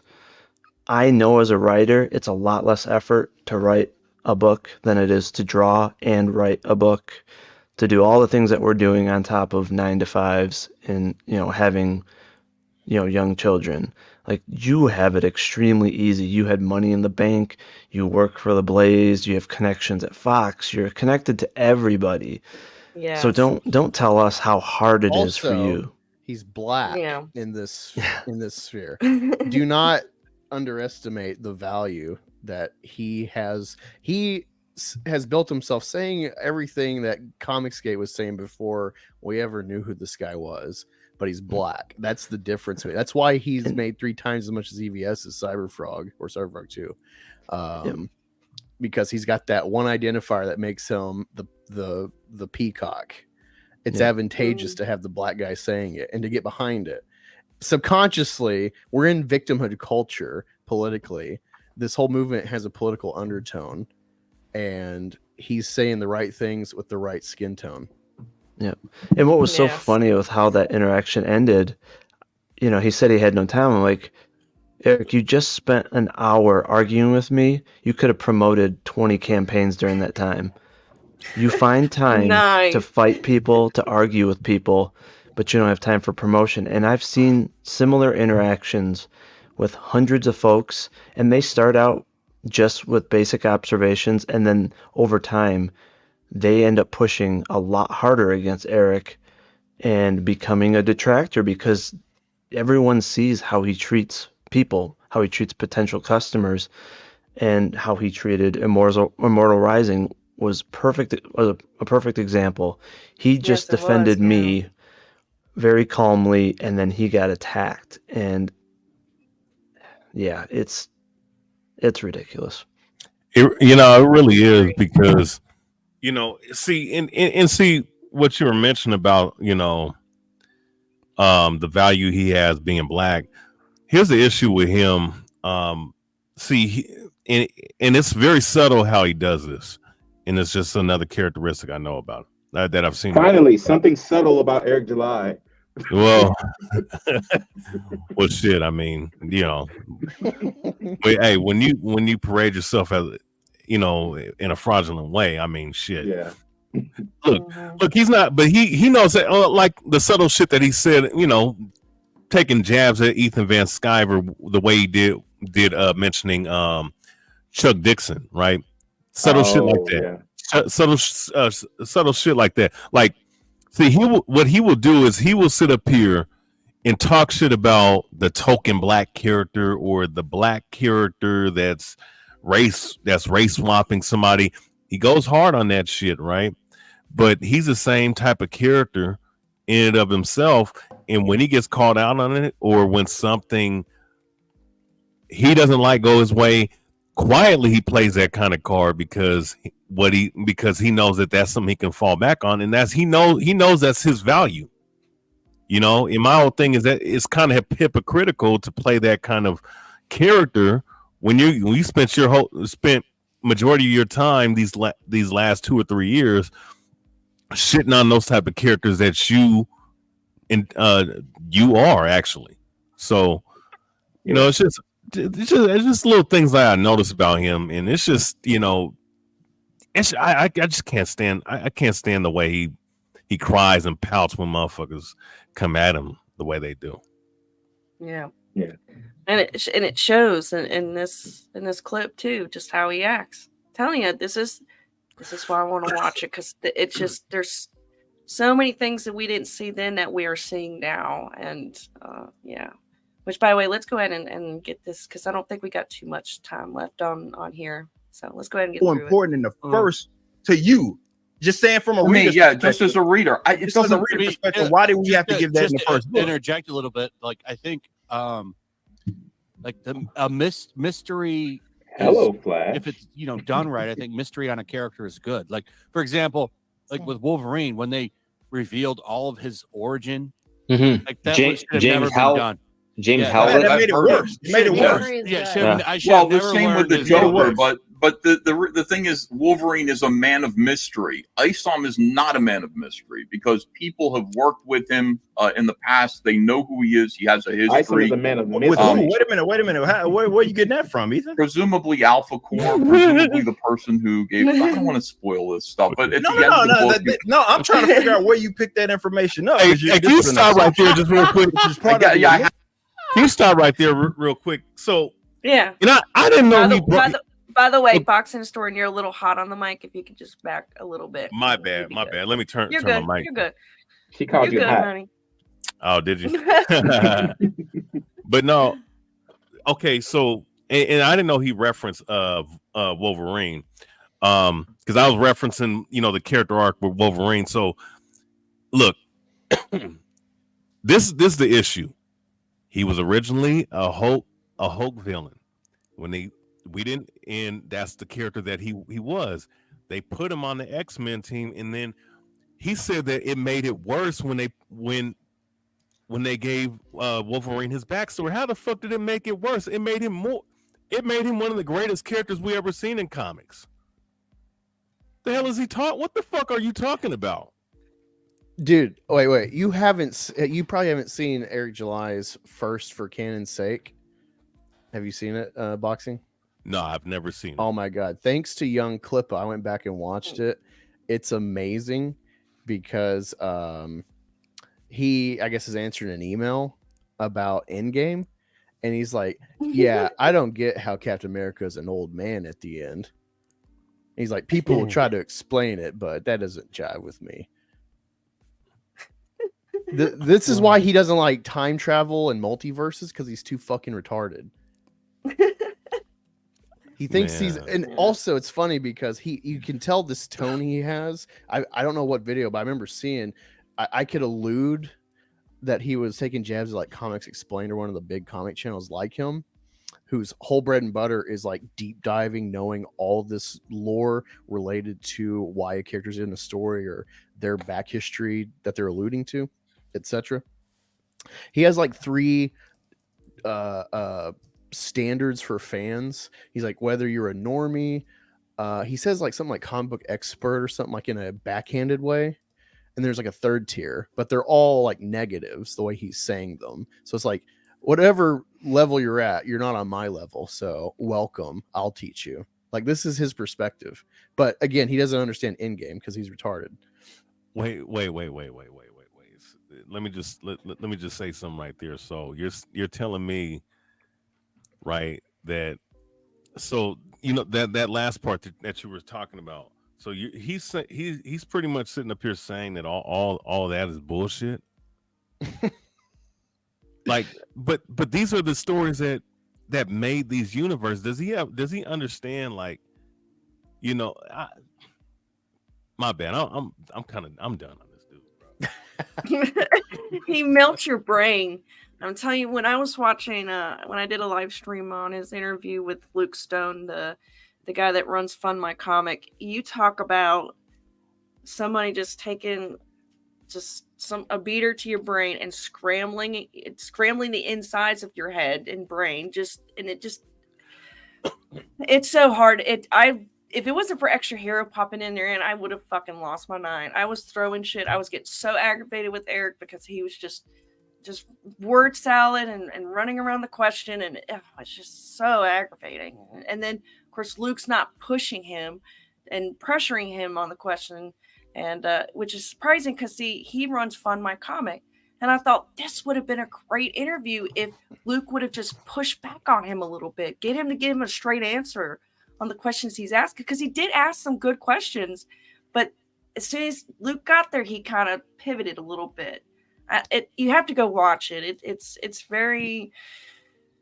It makes you just lose your mind when you listen to it. It's. In one part, what Black Angus was saying too about him putting those categories in. What he's pretty much cryptically saying is that he really ain't no expert. He really don't know shit about comics. By even you stating whether you're an expert, where you're this and that, he's actually really reflecting on what he is, which is he's really not that knowledgeable about the history or the lore of anybody when it comes to comics. Yeah. All right, let's continue.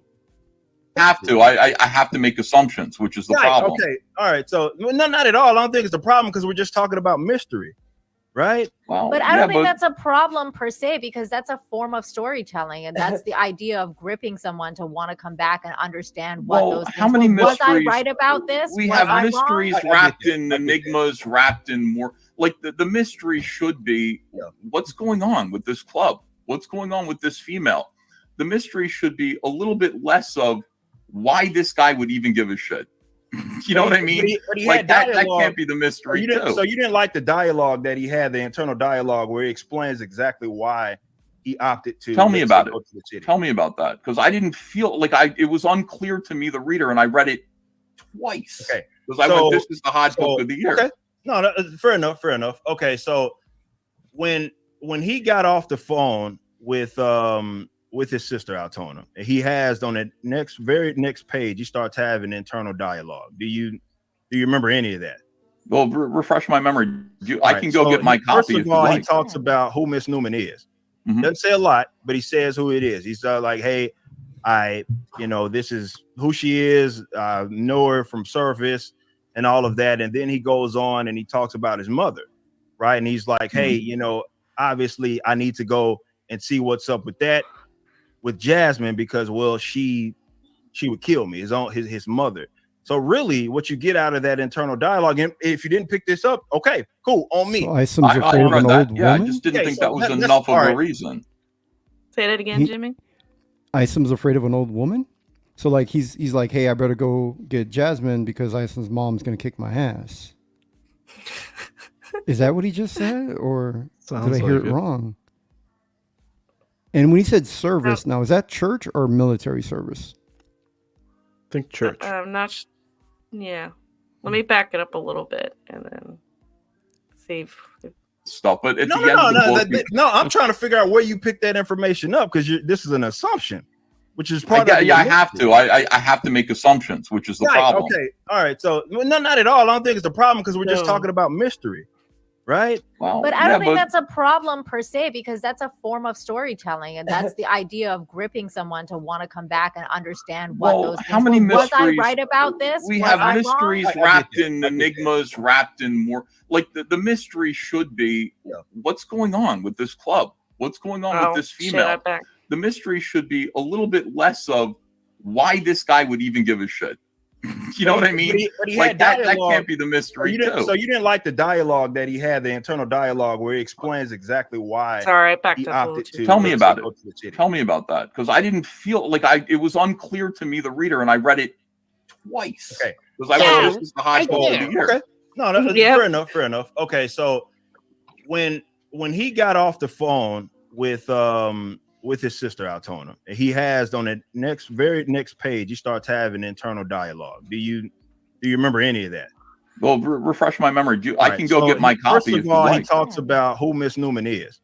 Doesn't say a lot, but he says who it is. He's like, hey, this is who she is.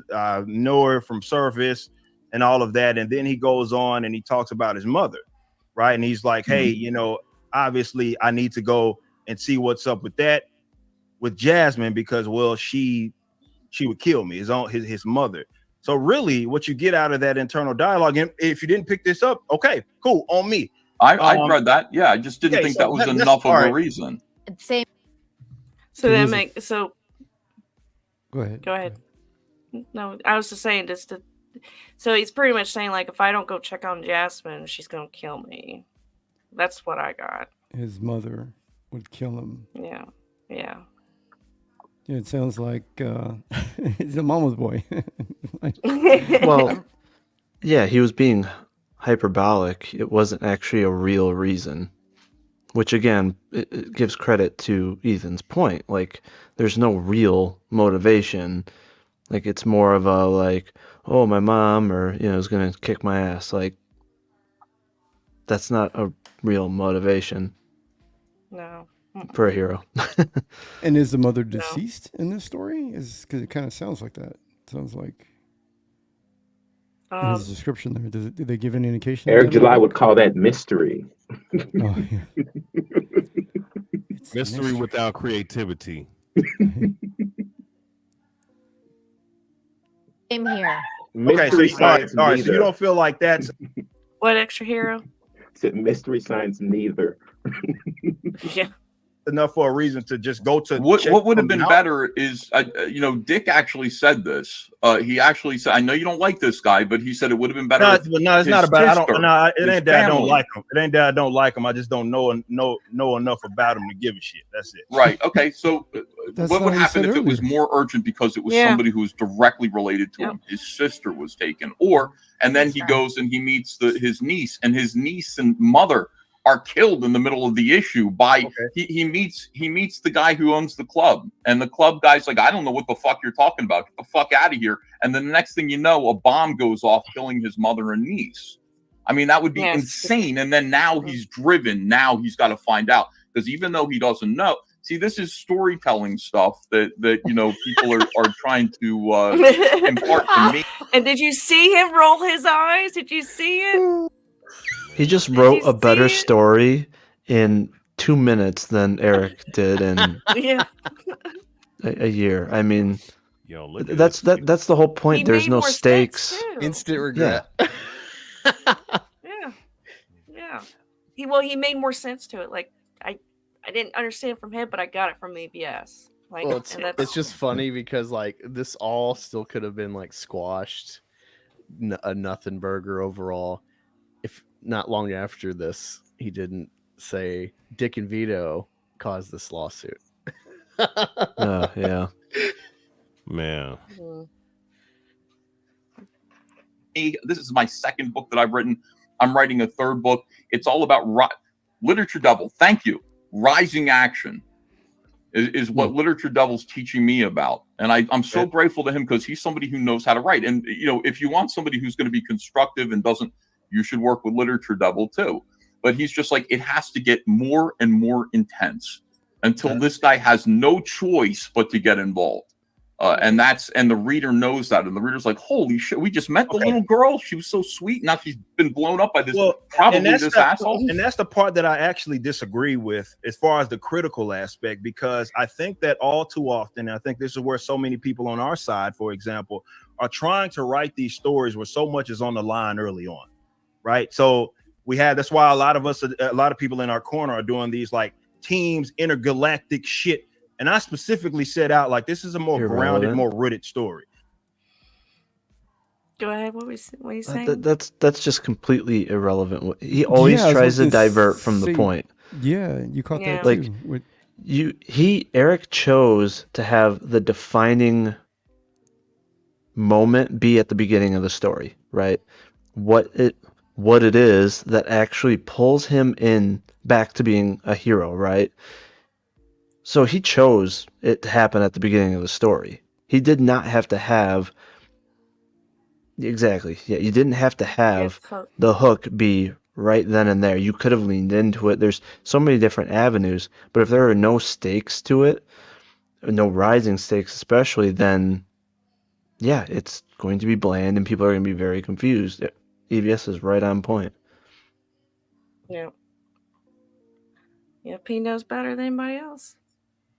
So I would have never wrote that story, for example, like, hey, bomb goes off, somebody dies. That was the complete opposite of what I was trying to do with Isom. However, if you as a reader, I'm not knocking anybody for thinking that if you as a reader, for you to have been hooked, the stakes for the first book had to be exactly that high. But I will say one thing, and I don't know if this offers any clarity, Ethan, on that.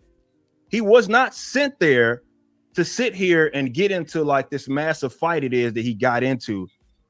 That had nothing to do with why he was sent there. Altona just asked him to go ask his old friend, and then that's when the shit hit the fan. It wasn't that she knows it's gonna hit the fan and there's gonna be this massive fight and it's gonna be physical. That's not what she asked him. That had nothing to do with anything. And even I tried to give enough cues. I'm a little confused again, right there. I'm wrong on this, or it wasn't. Okay, so he said he went there and suddenly the shit hit the fan. But didn't somebody earlier mention that he went there, he caused the confrontation because they disrespected him? Yeah. So he escalated the situation. The Isom character escalated the situation. He was actually the cause of the escalation. Right. Okay. Yeah. See, does Eric know that? That's the question. Does he recognize flaw in his beloved character? Yeah, Ethan's giving some great, good feedback, and even Dick Masterson gave some good feedback. And I agree. Like there has to be conflict. Like usually in plays, like the first act, and then you have the second act, which gets darker. There has to be some kind of conflict that happens, and then a resolution at the very end. And I'm not even a writer, but yet I kind of understand the basics of it, of that. And it's like I get what Ethan is saying. Like.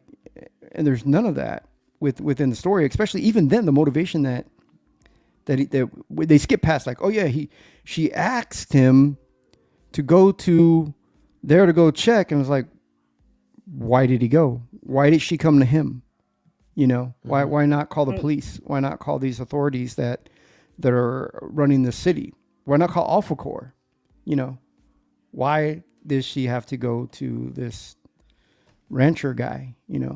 Who's been gone for a while. The other thing too is, let's say hypothetically Altona, the sister, calls him up, says, "Hey, I'm really afraid she's been hurt. Something bad's happening," and let's assume, in a proper way of telling a story, that he just jumps right on it because he's a hero, or he wants to correct his failures of the past. Now, if you were to get there and see some sort of evidence, right, that, I don't know, there's sex trafficking, or, maybe that girl like had a huge gash on her face, right? Some evidence that something bad had happened, and that's what sparked him to escalate things and, try to get through the bouncers. A-okay. Now, threatening the women of the club, that's never acceptable, but at least there'd be a reason to escalate it. He escalated it, again, just because he was disrespected. There, again, was no rising stakes. There was no proof that anything had happened yet. He hadn't done an investigation. It was just, oh, these bouncers pissed me off. And it's like, it completely pulls you away from the reason that he's there in the first place. Yeah. Yeah. Mm-hmm. Clear, it wasn't clear enough to you. I feel like other people caught it, but if it wasn't clear enough for you, then okay, then that's what I guess I have to take more. I'm a pretty good reader, and I read it twice. I'm just saying clarity. I had to go through and do Rec Planet and add captions to clarify things over and over again. I think there's elements of that. For example, I could have asked, like in the club with the scene, we could have made more clarity that was Michael and Michael Copper and Lily and Renashi that were talking in that actual scene. Like for that element, I get, but also the only thing that and again, maybe that's just a type of reader that I am, and I was trying to tell a different, more grounded story. I wasn't trying to do this whole high stakes. What was that, Jimmy? He said that's the kind of reader I am, or did he mean that's the kind of writer I am? Or was he saying for him as a reader, he doesn't need to be given information because he can just fill in the story himself? Or he likes to be... That's what I hear. A confused reader? Or I think he meant to say writer, Well, he doesn't understand either way, though, Jimmy. I'm trying to understand what he's trying to say. I know. Yes. Do you see the pain I go through when I listen to this shit? Yeah, it just gets so smushed after a while. It's like, well, what are you trying to say, Eric? Like, can you say that again? Like, what do you mean? It's all over the place. Or is he hoping that we just zone out and go nod our heads and just say okay? Well, his for Candace's sake streams are like that. I mean, it's this past week. When I was watching that stream and got some clips from it, the highest number he had was 644 watching him, and he used to have over thousands watch him, and the numbers are just dwindling, and you could just tell how it's so low energy. The only time it feels like it's high energy is when he's like having his rants and he's being a little baby bitch about everything. That's when it gets to be high energy, but everything else, like when he talks about an article or something completely different, it's a snoozer. It's just, and then you try to listen down and that don't even make sense. So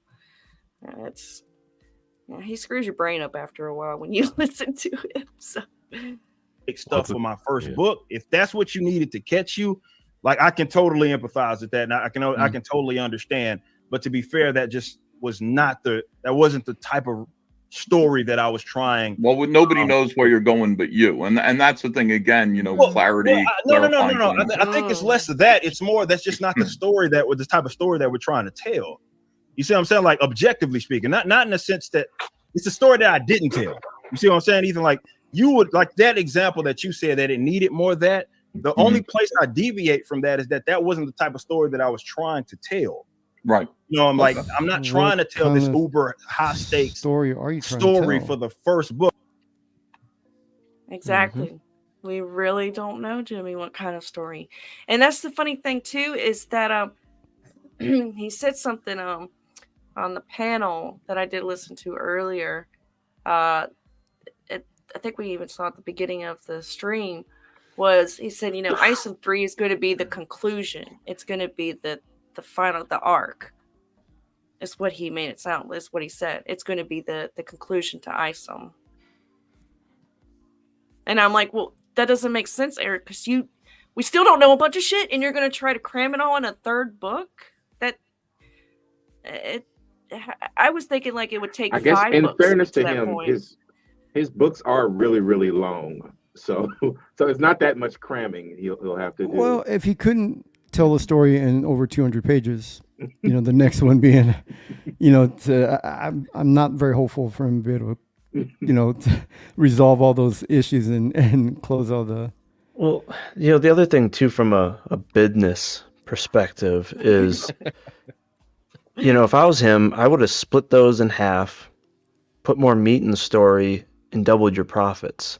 I feel like he almost did that because he was a little bit in doubt of whether or not he would have returning customers, or maybe he didn't have as much faith in his story as he thought. But I mean, why have such a long story? And again, if it was a matter of cost, which it can't be when you have that much money sitting around, you could shorten it up, do 50 pages, get top-notch, team working on it, and again, double the books, double the profit. It just doesn't make sense. Yeah, and then at the end you can do a collected edition. At that point, do an omnibus and and still make more money. But the other thing too is just because a writer says or creators go, oh, my book's going to be 300 pages, and I know a lot of backers our fans get really excited. Yeah, doesn't mean it's a better story. Doesn't mean that you're getting more story because there's more pages. Just means it might mean that they need an editor to help edit their story down, because you might be able to tell a better story in fewer pages. And I think at this point, looking at Eric's book, he needs a good editor. He needs somebody to be able to say, hey, we know, and we need to put more dialogue here. We need more information here. Hey, I think we can move some scenes around. He definitely needs somebody to come in and give him structure in his story. Yeah. Accomplished. Look, I think often that happens too much early on for a lot of stories that blowing their load on the first book, right? That's the story that I didn't want to tell. I didn't want there to be so many stakes. This is more of the audience getting introduced to Isom. However, if someone wanted that story and that was the story that would have, I guess, stuck with them, I'm not knocking it. That's the type of reader you are, and I'm not at all. It's two different types of storytelling. And Well, neither it is isn't. wrong, neither is right. There needs to be an inciting incident. There needs to be something that happens. In Wreck Planet, the inciting incident is that Cyberfrog kills one of the Vespas in the first 10 pages, and that's the beginning of the downfall of everything. He kills one of them. Now he's turned the entire colony on him. So that's the incident that happens that pushes the narrative of the rest of the book. And there needs to be some kind of thing like that goes on. And you can find the inciting incident in every movie in the first act. So that would be the first book. That'd be the first issue of the book. And it's all just storytelling. We all learn this stuff together, man. And I sympathize because I see people tearing at you every single day. And I've said to you, thank God it's you. Because it used to be me, and I'm so glad that it's now. It's less of me now, and it's more of you. But I say this stuff because I'm interested in And remember, EVS mentioned that he thinks that's what also set Eric off too, was when he made that comment. Well, they're, and he was joking when he said it too, that, well, now they're coming after you and not me. So this, like I said, EVS said that's probably what set him off a little bit too. But he doesn't know how to take a joke either, so, and that's the problem. Eric doesn't have a sense of humor either. Well, it's funny that he made that gross comment about not wanting people to blow their load on his first comment. Yeah, right. If I'm gonna just extend that, wouldn't you want people to blow their load on every single product that you make? Yes. Well, now you see, actually, a good writer would make a very boring, nonsensical story, and then, string you along for 20 issues of the universe. It's 200 pages of foreplay before you finally get some excitement in the third item, right? It's like, well, I've already fucking got the first two. I guess I'll just finish this crap, I guess. No, but you know what it is with his personality and the way he's acting. I mean, he sounds like a dude that's never been told no his whole life. Yeah, that's what it sounds like. It sounds like he's never had opposition, that he's been sheltered, maybe in sheltered as far as you're a whiny crybaby little boy, and you get everything you fucking want. You've seen them dancing videos. Are you saying that he's got a lot of participation awards on his wall back there? A lot of participation ribbons. That might be the microcosm. Maybe this is his version of being an alpha. This is just what it means. Like never ever admit any sort of weakness or anything that can be interpreted as weakness. Wow.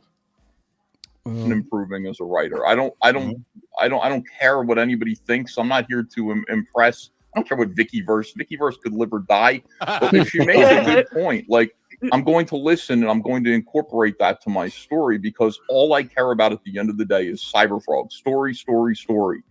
And if we're going to affect the culture where we can't just raise a ton of money, we can. We've raised an enormous amount of money. But we also need to leave behind something that could become a movie, that's going to become a video game, that's going to be something that people are talking about. And nobody's teaching us a fucking thing, dude. We're in this all by ourselves with a lot of people who are biting at our ankles nonstop. And it fucking sucks, but it's war. And honestly, I think that Ethan, I actually agree with what you're saying, in a sense that, like, that's why I asked Dick Masterson at the very beginning of this if he's read the book, because he came off across as someone who actually had a valid criticism, and that's why I asked him, because I agree with you in a sense that I like listening to feedback and constructive criticism and bettering the craft, because that's, like, you're right, we're in this as like content creators, or if you're someone who wants to go out on your own and do it by yourself, you're not going to have much help. So you have to rely on the lessons learned by others in order to be able to improve yourself and improve your craft. So I get that, but I also get Eric's bad faith argument, because I initially thought that I was going to have a general discussion with Dick about a comic book that he disliked by reading it. And when he said he hadn't read it, so then, it just became a whole thing. You know what? He said he did read mine, and he didn't. Nope. And I love how Dick called her out on it.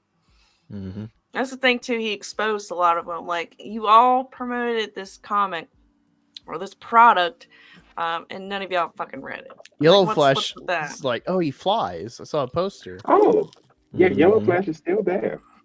Hey, no, she really just when Dick Masterson put her on the spot, she just was flipping through the page randomly, like, Yeah, crumbling. Like, goddamn. Yeah.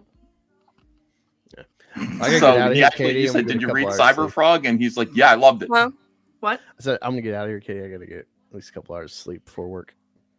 I hear you. I'm gonna try to finish. Thank you for this having up me here on. real Thanks for soon. modding me. No problem. Thanks for See you joining guys me, later. Black Angus. Have a good night, I'll dude. see you later. Bye. All right, we're gonna finish this up.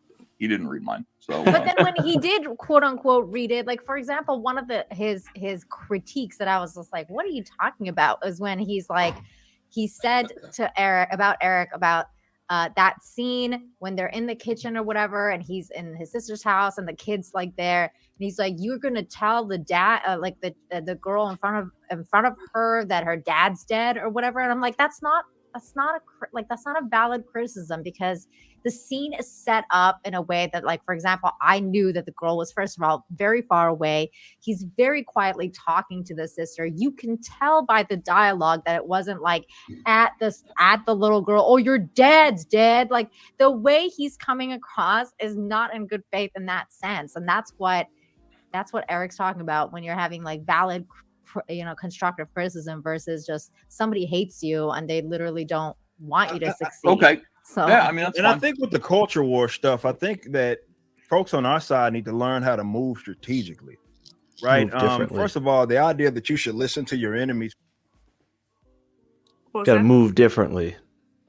Oh yeah, it's so funny listening back to this. It's like, yeah, that's where we're all hearing your little phrases, Eric. You're moving differently. Well, you definitely move really different in 2024. Let's just say, and it's not heaven, it's hell. So, and I'll leave that one there. For jack shit is just nonsense. They'll never listen to you. In fact, they only exist to fucking destroy you. Look what they And I just did. think that giving them the benefit of the doubt anytime is just nonsensical. That doesn't even make sense. It's like, well, let me explain why it makes sense. There's nothing that they can offer you that someone I else. understand. The reason why it makes sense is because your enemies are trying to make themselves look smarter than you by making valid points. They're not trying to give you advice to destroy you. They're trying to say, see, if I were doing it, I would have done it this way. So they're not giving you landmines, because that would make them look stupid. They're trying to prove that they're smarter than you by giving you pretty good feedback. And honestly, in a lot of ways, it's somewhat beneficial to at least pick through it a little bit and see what they say. That's what I would say. That's my advice. I think if someone comes at it with actual dignity and respect, maybe it's worth hearing them out. If they don't, fuck them. And I mean that sincerely. Like I mean that sincerely. I don't know what it is about folks on our side always thinking that people that have made themselves out to be your enemies. I always wait a minute. that I always I'm give. sorry. You probably heard me bring this. Go ahead. Tell me To when come you want with me to him talk. with dignity and respect, but didn't B.A. Turner come with him with dignity and respect? And didn't who was on here earlier that said they just asked the question, what was the story about? And he went off on them. Yep. Black Angus. Black Angus, yeah.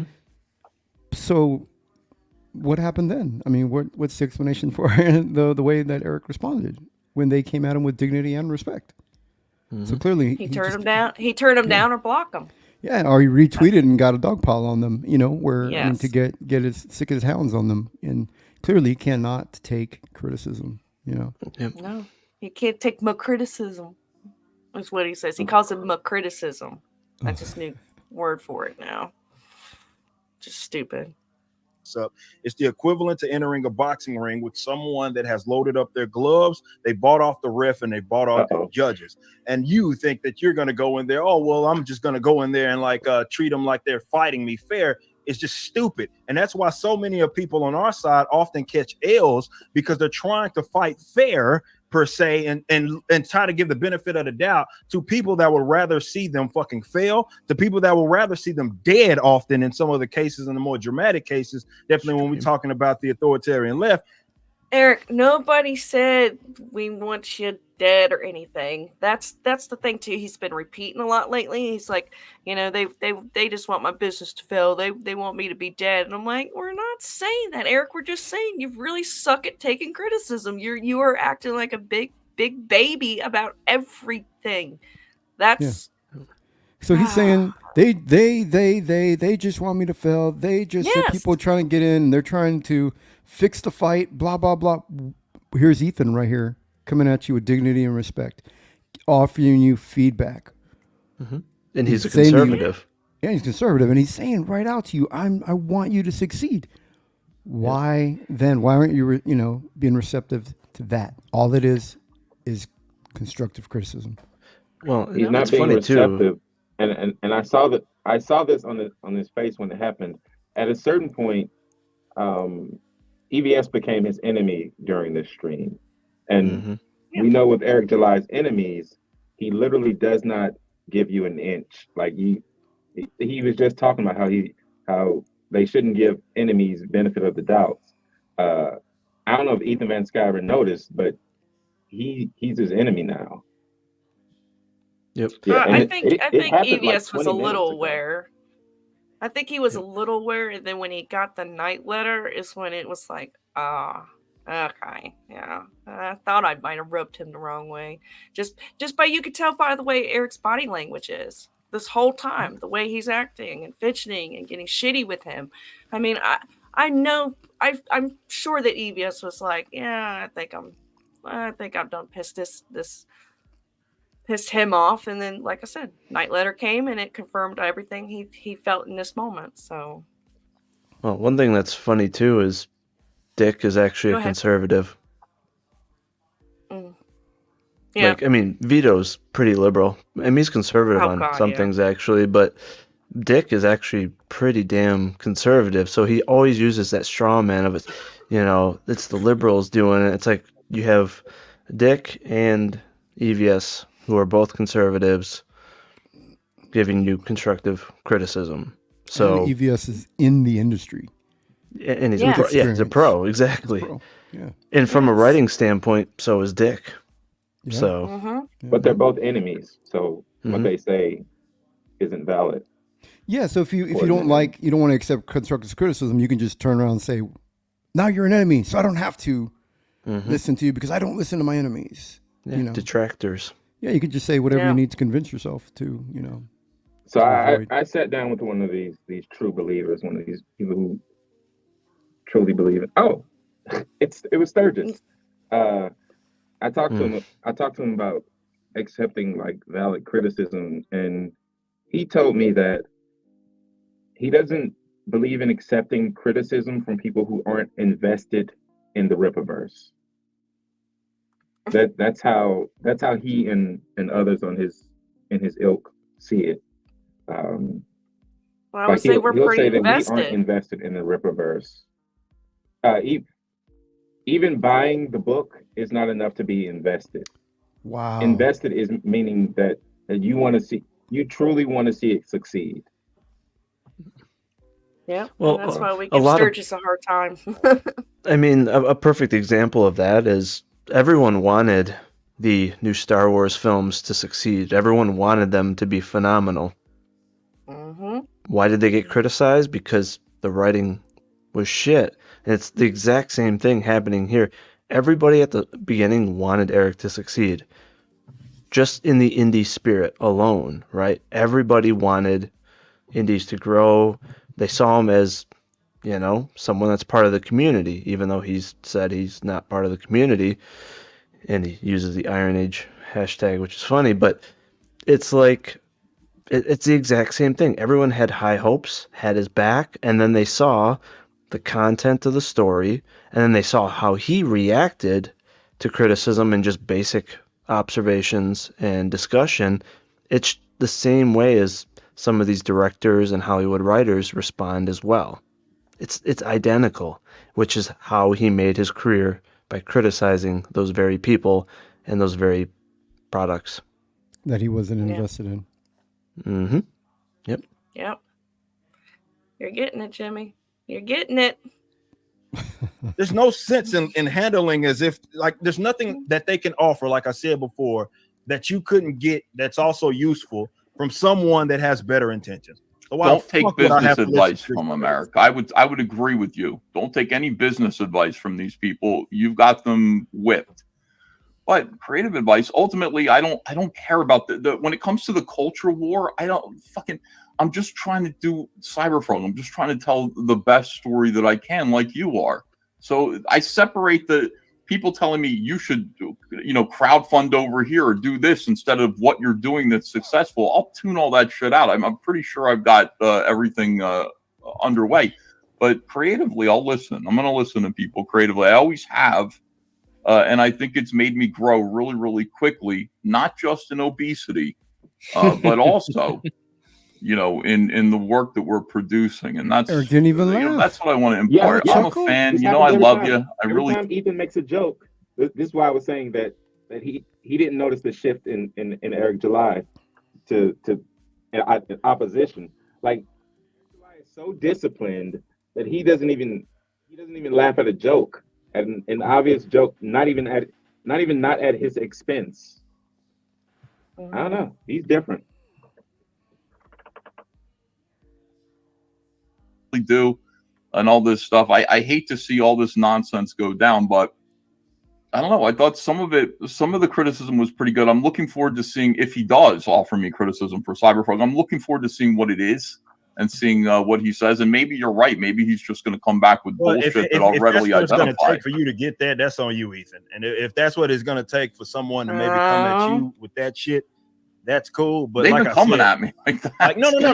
I'm saying a long that time, you longer would, than you you. would much rather listen to that. That's fine. But like I said, like, to me, it's not useful. It's just simply not useful to me, so I won't listen to it. Okay. And I don't, and I'm not, like I said, the part where I disagree with you is this whole, well, some things are valid, definitely in a sea of just dog shit, like all around, and like this excellent criticism. There was nothing that you could actually highlight that was about that. Preference, I'm cool with that. Preference is all good. Like if someone's like you said, for you, hey, it needs this hook, someone should have died, bomb should have went off, cool. Not the story I was trying to tell, right? So, however, if that's a story that gets you hooked and that's a story that you wanted to hear, then there's that's a preference thing. That's a preference thing, and I'm all game for that. Like I said, there are things that are identifiable that could be better. Like I said, Lillian, Michael, I should have had their names in the book that made it very clear that that was who that was talking in that club.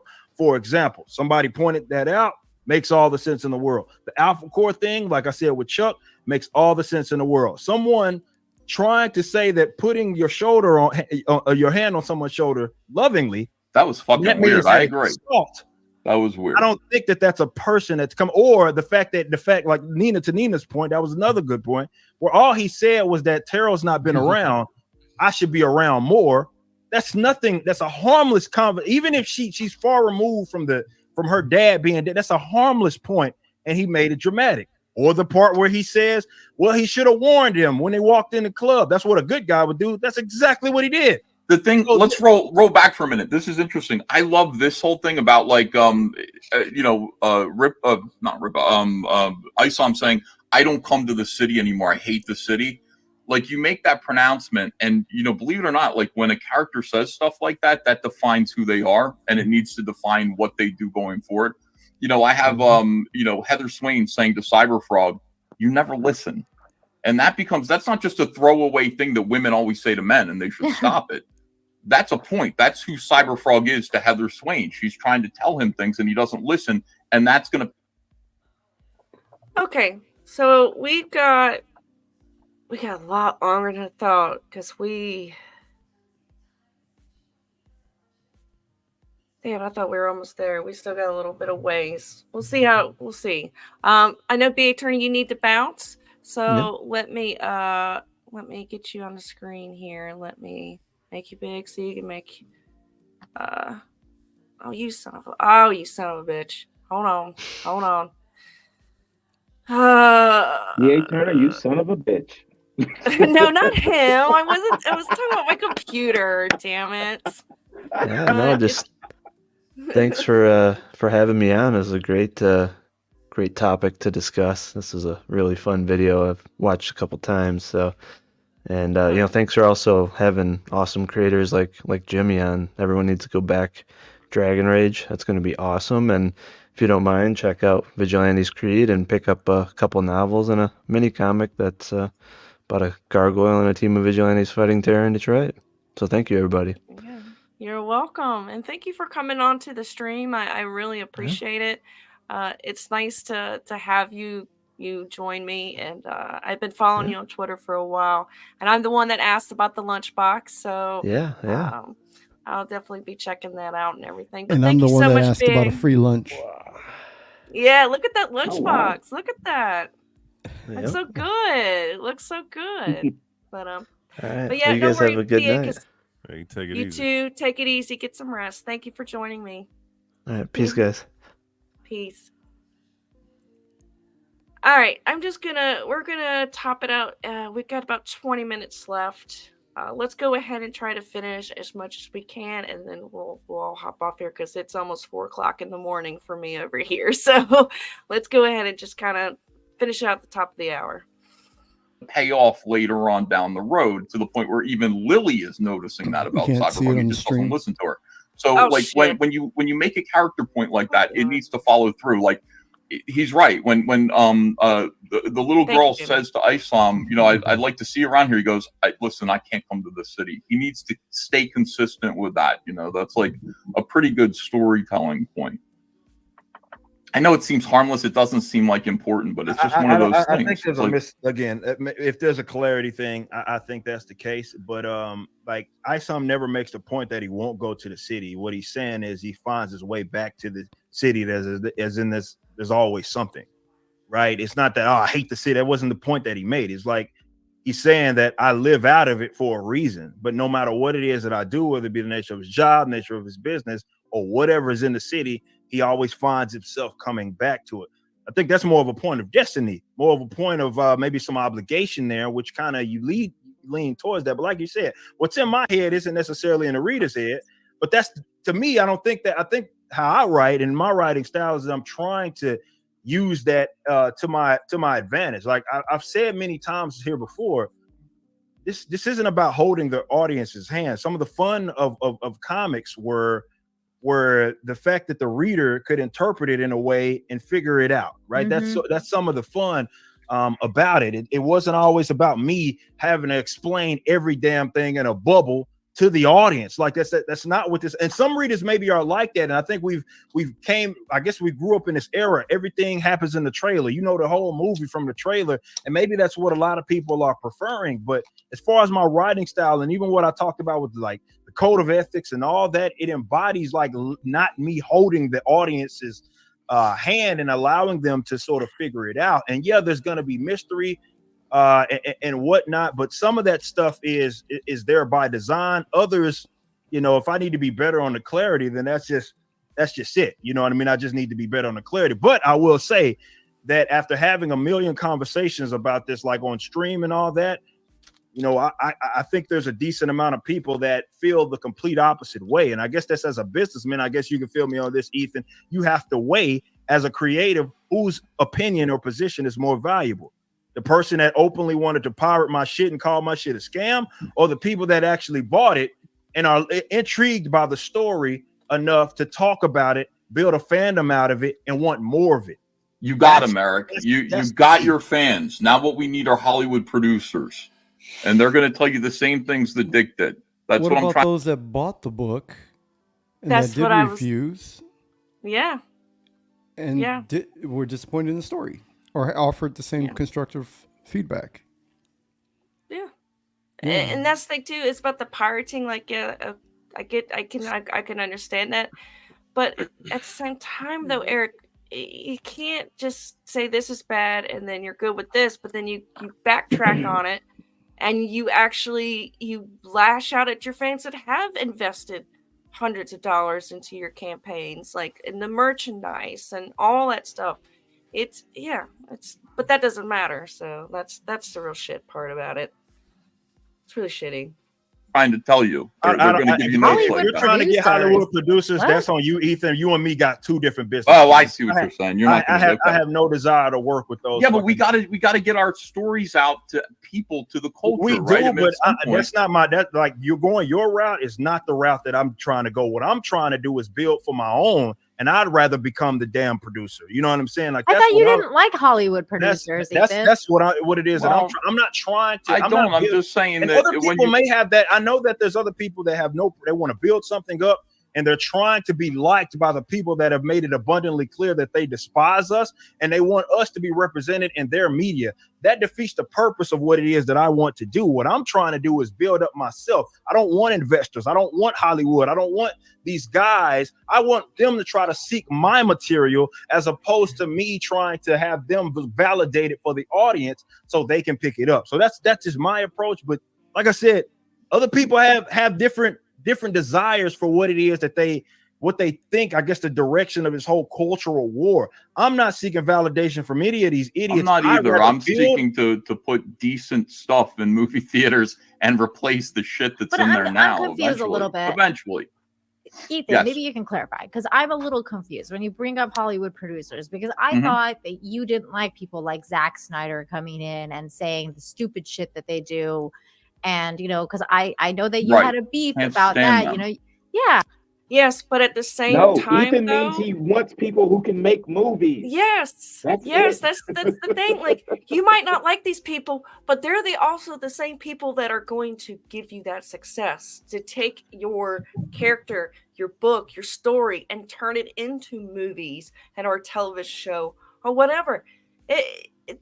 That's the He's goal. basically that I saying think, we need these people who do this job.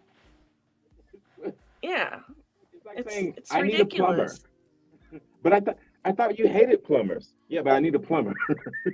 Exactly. It's like they believe all of Hollywood is woke and horrible. Everybody in there. She's just very simple.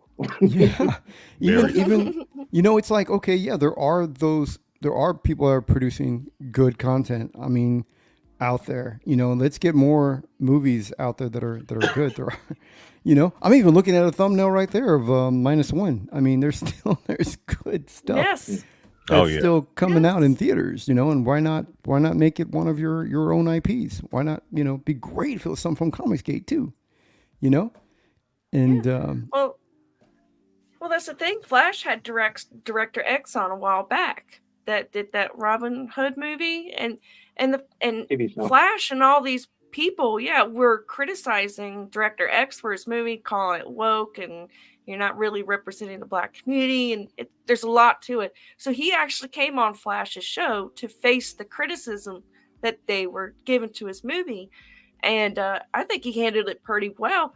And, EVS pops on the screen and shows Black Riding Hood from John Mayall, and he said, "Hey, look at this, man! Ain't this great?" And he was like, Director X was like, "Oh, I gotta have a copy of that." And I was on the stream with him, and I joked with Ethan. I said, "Hey, you should go over and pitch Black Riding," and I just made the joke, and he That did was it. you? Yeah, if you watch the stream, you'll see it's me that I said I dared him to go do it, and he did it, and I was like, that wow. did seem like a troll. And he was great with great with it. But that's what you have to do when you have an opportunity like Director X, whether you like him or not. Yeah. You have an open door possibility to go in there and say, "Hey, look at Black Riding Hood from John Mayall. If you really want to invest into the Black culture and bring good entertainment out of it, here's his book. Here's his comic book. Take a look at it, read it." And he was actually interested in it. And I don't know, maybe I should super chat EVS and ask him next time if he ever was able to send that book out to Director X. But he made a good approach. And he actually came in there like, just not coming in there attacking, because everybody was attacking Director X. And here comes EVS, and you're like, "Hey, man, what's going on?" And so he's leading by example. And that's the thing. Like, and it's funny that it's funny I'm hearing this now coming from Eric, because he actually wants to have an animation studio. He's talked about being a media company now. He wants the Rippaverse to be a media company. So it's Wants to be kind of funny Glenn how Beck. things change. Glenn Beck, yeah. but nerdier. Yeah. So Yeah. it's funny how times have changed since then, 9 months ago. So He's moving differently. So But like, they do know how to tell stories, though. So I got to listen to them to some hold on. degree about Zack storytelling. Snyder? Did we both watch Batman vs. Yeah, I know. maybe not Zack Snyder. I would think more I don't about think he's the best Kathleen example. Kennedy. someone like Peter Jackson. Oh, Kathleen Kennedy. Why are all these people Peter only Jackson, have, if like, he gave me two notes on names? something, I'd listen. That's Well, correct. hey, I'm well, you know thinking more what? about- Yeah, that Superman watch wasn't. out. Oh, You're sorry, coming my in bad. hot. my- You're sorry. good. You're Yeah, good. let me back up real quick. But You're good. But no, I mean, Superman versus Batman wasn't bad. It's not as bad as they're making it out to be, especially if you watch the extended cut, though. Like that's not, to me, that's not a bad, that's not a good example of a horrible story writing. If anything, they should have just picked anything from maybe 2018 up to now. But that wasn't Right. that wasn't a good example.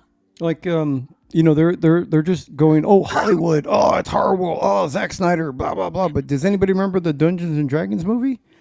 Oh, Every YouTuber talked crap about it. They were Yes. all like, oh, look at this and all this and that. Then when it came out, it was a successful movie. It was great. It was all the people that played D&D loved it. It said it was just like an adventure, but it was on the screen. And it was wonderful. But did any of those guys go back and apologize? Like, hey, No. you know what? I was wrong, but I'm man enough to say, you know what? I enjoyed the movie. I went and watched it. Nobody did a follow up on that, because all they want to do is just make money by sounding controversial and get views. But none of it is credible and legit. And so everybody's believing this narrative now. And I think Ethan sees past that. We can see where, like, hey, we can make a good Cyberfrog movie, and you bet we damn well been involved in it. Yeah, yeah, and that's the oh shoot, I had a thought and it just the blonde. Well, I'm proud of Ethan for recognizing that there's nuance in the situation. No one should blame or hate any other group. Yeah.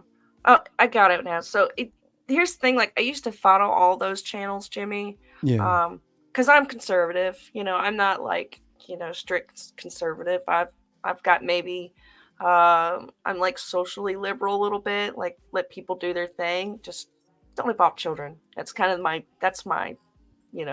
breaking point there. That's my boundary. So I would watch these channels and like I did appreciate that they would talk about the woke stuff because it was kind of rampant, but it mainly happened during the Trump years. It really wasn't going too much after Trump was out of office. And now it's gotten to the point, it's like, I'm tired of hearing about the same thing over and over and over, the same movies, Star Wars. Yeah. I mean, how much can you talk about Star Wars? Now, I'm a woman, so let's just take my, just deal with my, handle my opinion what it is. But there's other things to talk about. There's other stuff to bring up, and it's just the same thing, man. It gets old after a while. Exactly, because after a while, what happens is you don't sound controversial anymore. You sound bitter. Yes. And it's just they're just talking about the issue, but with no solution, no ideas themselves. It's like you can't complain about somebody else being creatively broke when you are creatively broke yourself. Exactly. I mean, Oppenheimer, another great movie that was out there. Why aren't these people? Yeah, why aren't these people talking about it all? It's because they don't get the click and views if they talk good about some of these movies, and that's the thing that I wish we could change. That's true, and I have this big fear that when things like if we're taking it at face value that things are bad, I think we won't recognize when things get better, and we're going to miss out on a lot of things. Yeah. Like, there's so many movies that I watched that these people told me not to watch that I end up loving, and I would have missed out if I would have just listened to them. So now I have huge trust issues with these people. Yep. So. Yeah, like I remember them saying the new Wonka movie, it's going to be garbage, it's trash, blah blah blah. But I'm starting to hear really great reviews from people that I know in real life that are like, "Oh, we went and watched Wonka. It was great. You should go see it." Yeah, and one reason I have this fear is because I used to be a big fan of Cinema Sins. Yeah. And I had to catch myself one day because I got to the point where I was like, "Oh, well, watching a Cinema Sins is basically watching the movie." But it wasn't. It was just a shortcut for me, and it wasn't a good shortcut because when you think about it, he's particularly showing you the things that he thinks is bad and skipping past the good stuff, and that's no way to watch a movie. No. Yeah. Oh, and somebody mentioned in there that Critical Drinker said Prey, the female predator, was good. I enjoyed that too, so I avoided it because they were trashing it. Right. And then I thought to myself, you know what? It's here. I have it. It's free. I have a subscription. Yeah. I'm going to watch it. I think it became free on Hulu. And I was like, you know what? I'm going to watch it. Why am I even listening to these people? Yeah. I don't know these people. I watched the whole Robin Hood series that Director X made. because these people told me not to watch it. Oh yeah. So it's having the opposite effect now. Yeah. And it, Well, yeah, and they always talk about woke this, social justice warrior that, this, that, and the third, but they're like, this is look, the agenda part I can understand, even though there's a cap on how much you can talk about it because it becomes repetitive. Yeah. But the you know, the things that they're pointing out about race swaps or this story going this way, well, motherfucker, 20 years ago, Spider-Man, the Spider-Man the movie, man, like let's just use that example. You know what's not canonical to the comics is that Spider-Man had organic web shooters in the movie. Mm-hmm. So are you gonna say, oh well, that story, that's not, you know, that's Hollywood taking something and turning it in? No, it was just a different concept. Instead of having him build web shooters, you know what I'm saying? That's the thing. I wish they would care about actual changes in stories as much as they care about changes in race. Oh my God, I wish. Yeah. Oh, this Mr. and Mrs. Smith, the shit that just came out. I wonder what they're saying about that, because you have Donald Glover and the one chick that's Japanese. You know what I'm saying? I wonder what they say about that. You know, I mean, what I do is like, I mean, yes, I agree. There are agendas and they're inserting their ideology. It's been inserted into our pop culture, you know, with movies, video games. It is in comic books, everything. But I think now people have become just so jaded, so sensitive to everything.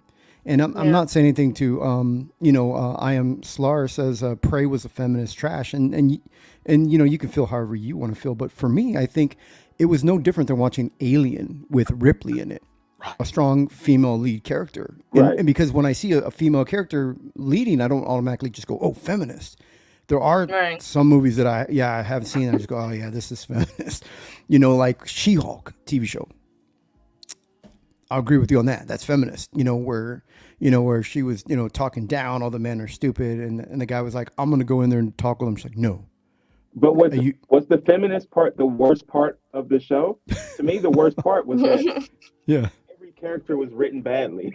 yeah, that was true. That was pretty true. But you know, I mean, but aside from that, so I think now where, like somebody was saying, like now we don't even know what to like and dislike. You know, do we dislike it because we were told to dislike, or do we dislike it generally because that was our own opinion? You know, and that's my whole thing. I want people to see stuff for themselves. I want people to make up their own opinions.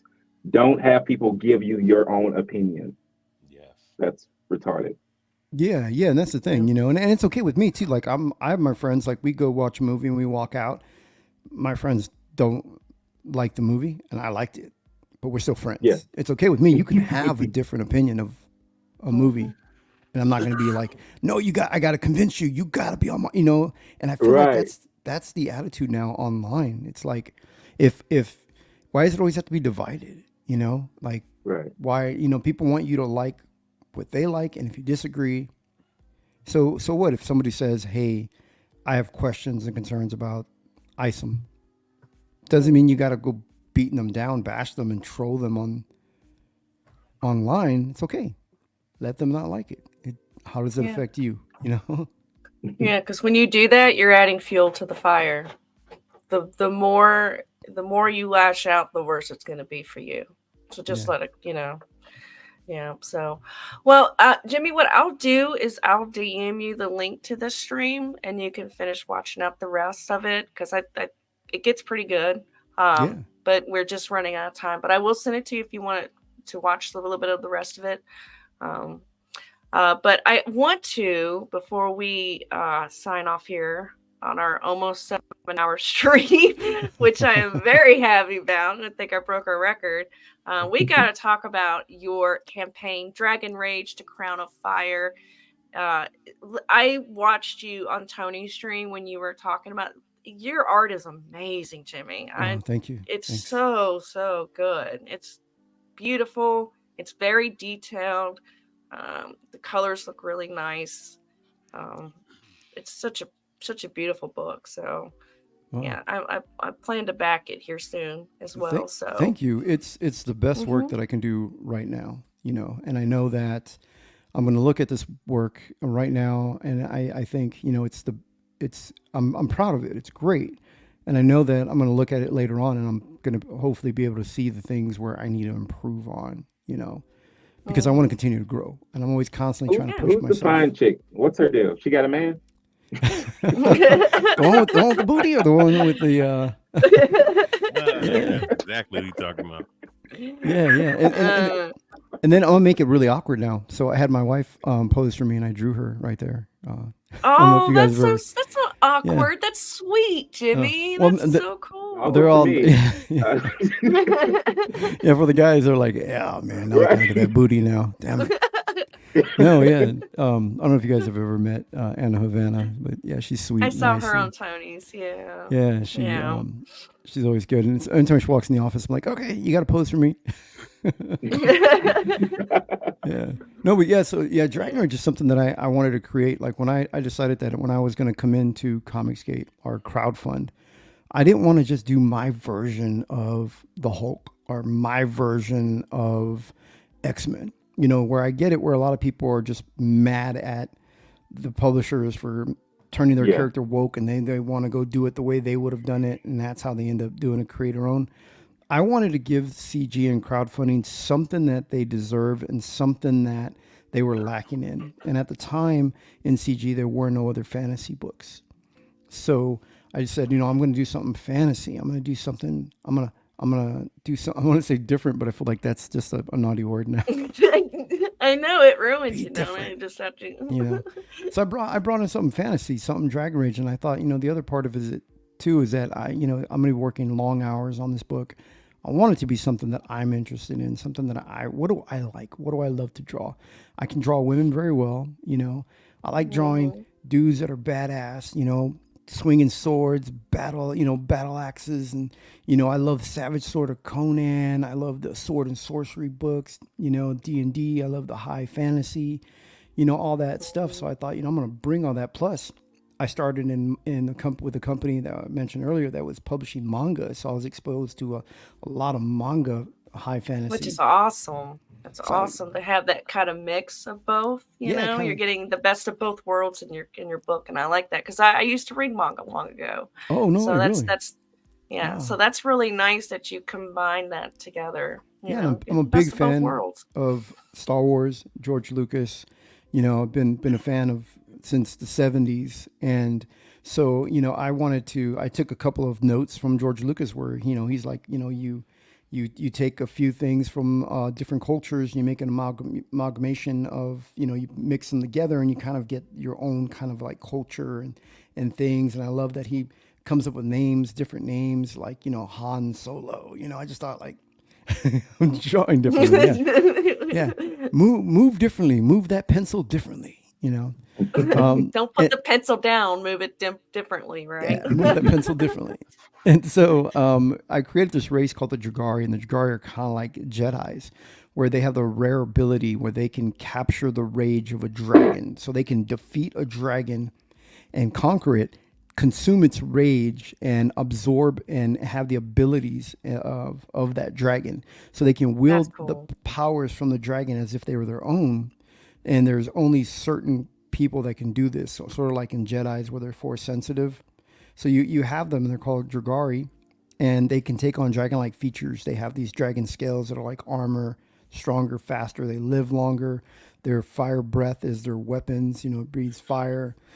There's comes risk. They're not OP. You know, it's not going to be the Superman syndrome where you make Superman so powerful. It's like, okay, you know, a green shiny rock weakens him and the color yellow or wood I or feel whatever. so seen.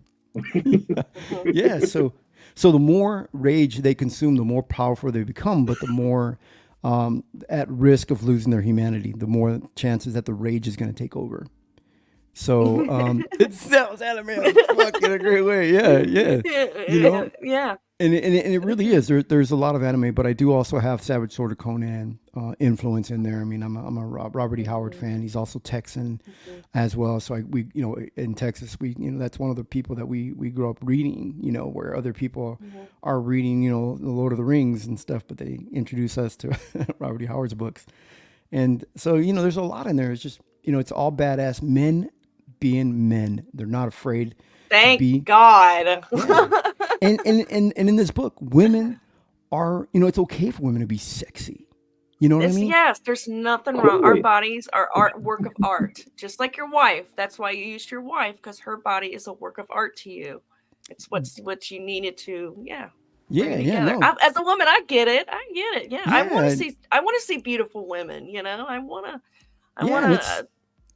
And there's nothing wrong with that. Nothing wrong with women being beautiful and attractive. And so, there's a lot of that in the book.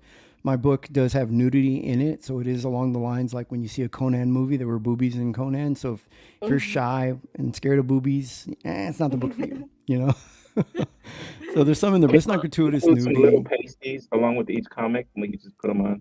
Yeah. It's based them on their little smiley faces.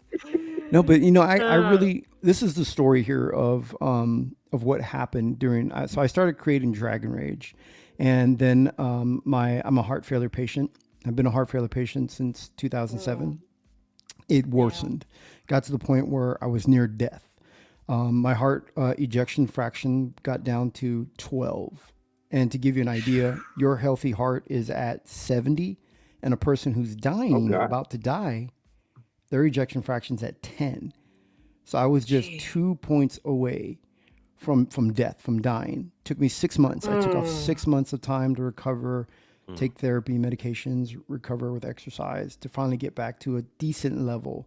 I'm not at 70, I'm at 40. Damn. So I'm climbing there, I'm getting there. But when I came back, I make people in the Comics Gate Kings, they made the joke that, because I said I was near death, and they're like, they looked at my work and said, "Oh my God, how the hell did you improve your art so much?" And I joke with everybody, and I just said, when I was on the other side, God said to me, "Here, thy son, take thy golden pencil and deliver divine artwork to my sheep, you be my shepherd." Yeah.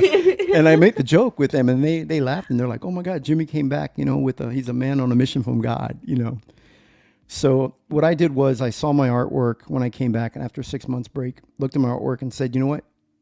I know I can do better." So I went back, redrew everything. I had already drawn 24 pages. Went back, redrew everything, and now I've penciled all 40 pages. And everything in my book, every panel helps push the story forward. So I don't have any flashy pages in there for just the sake of being flashy. Everything helps the story in there, and everything. People make a joke with me, and they go, "Oh, what about the butterflies that you drew?" If you scroll down, there's a scene with butterflies, and and butterflies are my mother's indigenous, and a lot of people call me Mexican, but I'm not Mexican. A lot of people they see the Reyes last name, and they go, "We don't understand." Are you native? You native? Yeah, my mom's indigenous, and my father's European from Spain. But yeah, there's a scene in there where there's butterflies flying over. So, and some native beliefs is that the butterflies are spirits from ancestors. Oh, that's cool. And when you're visited by a butterfly, you're being visited by that. So everything in the story, everything. And then on top of that, as an Easter egg in my book, I've hidden a frog in my pages. Yeah, because Ethan opened up his platform and he allowed me on, and it gave me exposure to more people. So I thought, what a way to just kind of say, thank you.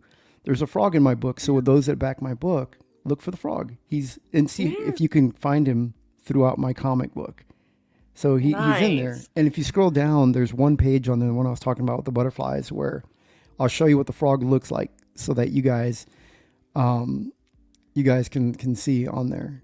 Do I keep going? Oh wait, did I go? Oh yeah, let's go down a little further. Right there. Right there. So there's a frog on that page. You just got to find him. When you find him, you got to search through the rest of the pages. Yeah, so you look through the rest of the pages for that frog. See how many times you can find him. It's like, where's Waldo? Yeah, But where's it's just a little extra thing in there that I did, and I'm not writing this story. David Philpott is my writer, and this guy. Where's Frog, bro? Yeah, where's Frog, bro? So, I am Slar says most Mexicans consider themselves Indians. Let me just point out here, because this is my little pet peeve. Mexican is not a race. Mexican is a nationality. So you have to have been born in Mexico to have that. You know, my race is white Caucasian. My ethnicity is Hispanic, and my nationality is American because because I was born here in America, but I don't have any family from Mexico. So where I get the Spanish last name is my dad's from Spain. And then, so with him, and my mom is indigenous. So that's where I get that. But I mean, but the thing is, like, I live in Texas, so it doesn't matter what you are. If you're brown with the Spanish last name, you're Mexican over here. So I've gotten used to it, but it's just, it's become, I don't know why now. I just feel like I'm just shocked. Like, I thought everybody knew that Mexican was a nationality, not a race. But as I'm meeting people from other areas of the world, I'm starting to understand it's a type of food.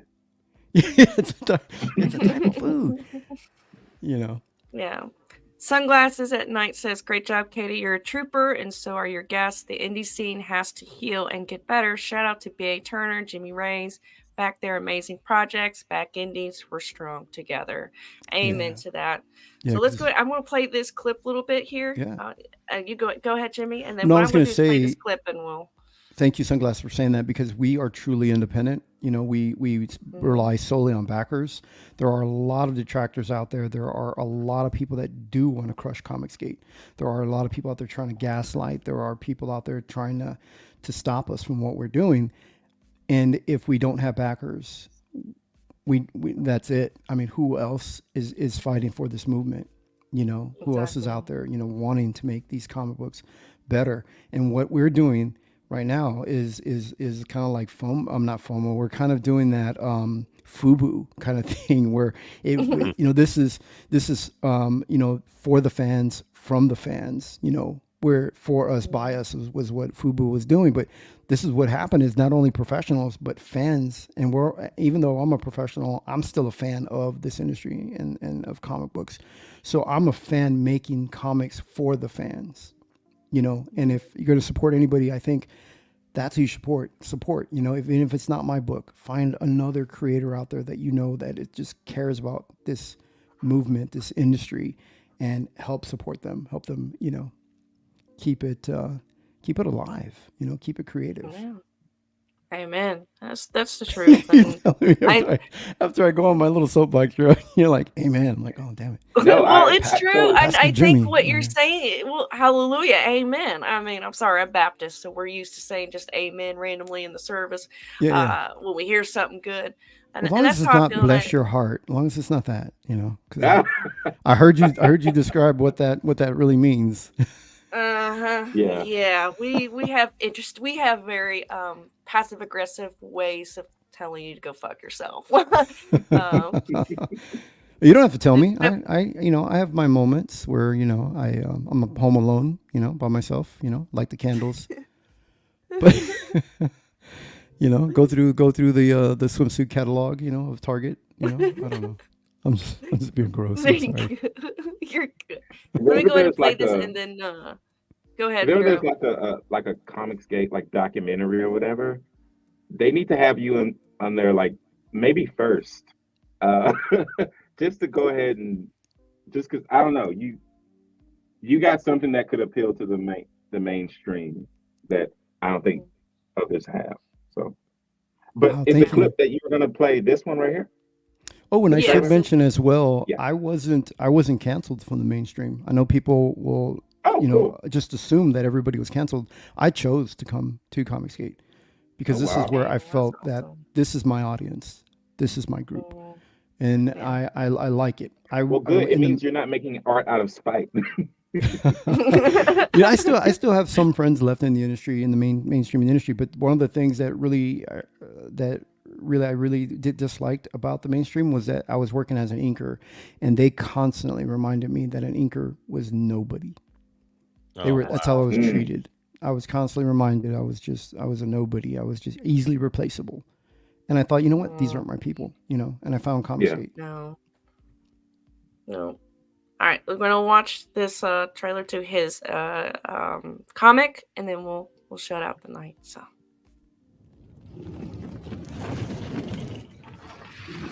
Oh shit, Jimmy, we'll have to do a small one. Oh, I have fast internet. Let me share my screen real quick, because then you won't Okay. be having to host and play the Yes, trailer. thank you. Because then Thank that's taking you. up your bandwidth. Yeah. Here we go. Let me share my Thank you, screen. because I real really quick. want to show it full screen. Yeah, thank you. I appreciate it. Thank you so much. Because we rely on people like you and streams and sharing our stuff. Otherwise, do I have to do audio? Yeah, okay. Otherwise, is that my screen now? Yep, that's your screen. Awesome. All right, here we go.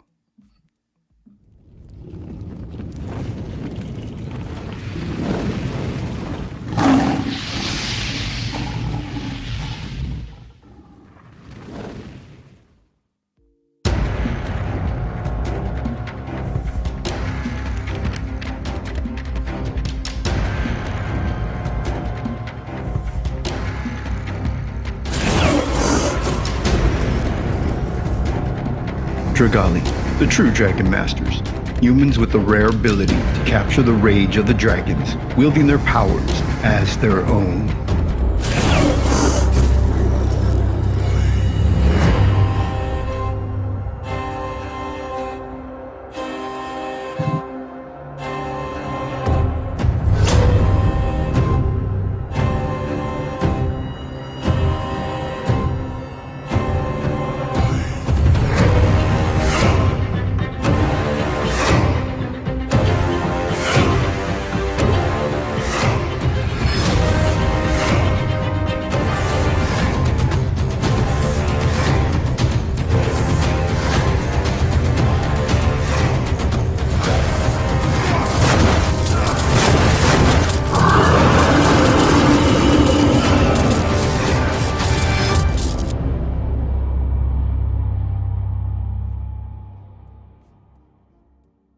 Wow, What? that was pretty damn good. I liked that, Jimmy. That's really good. Wow, thank you. Thank you Got so me much. hyped for it. And I should mention too, was that anyone, amazing. if you're interested in backing the book and you guys are wondering, because you're thinking, who's Jimmy? All the art is done. I penciled all 40 pages. I only have 7 pages left to ink. And inking is where I shine. That's what I've been doing since 1991.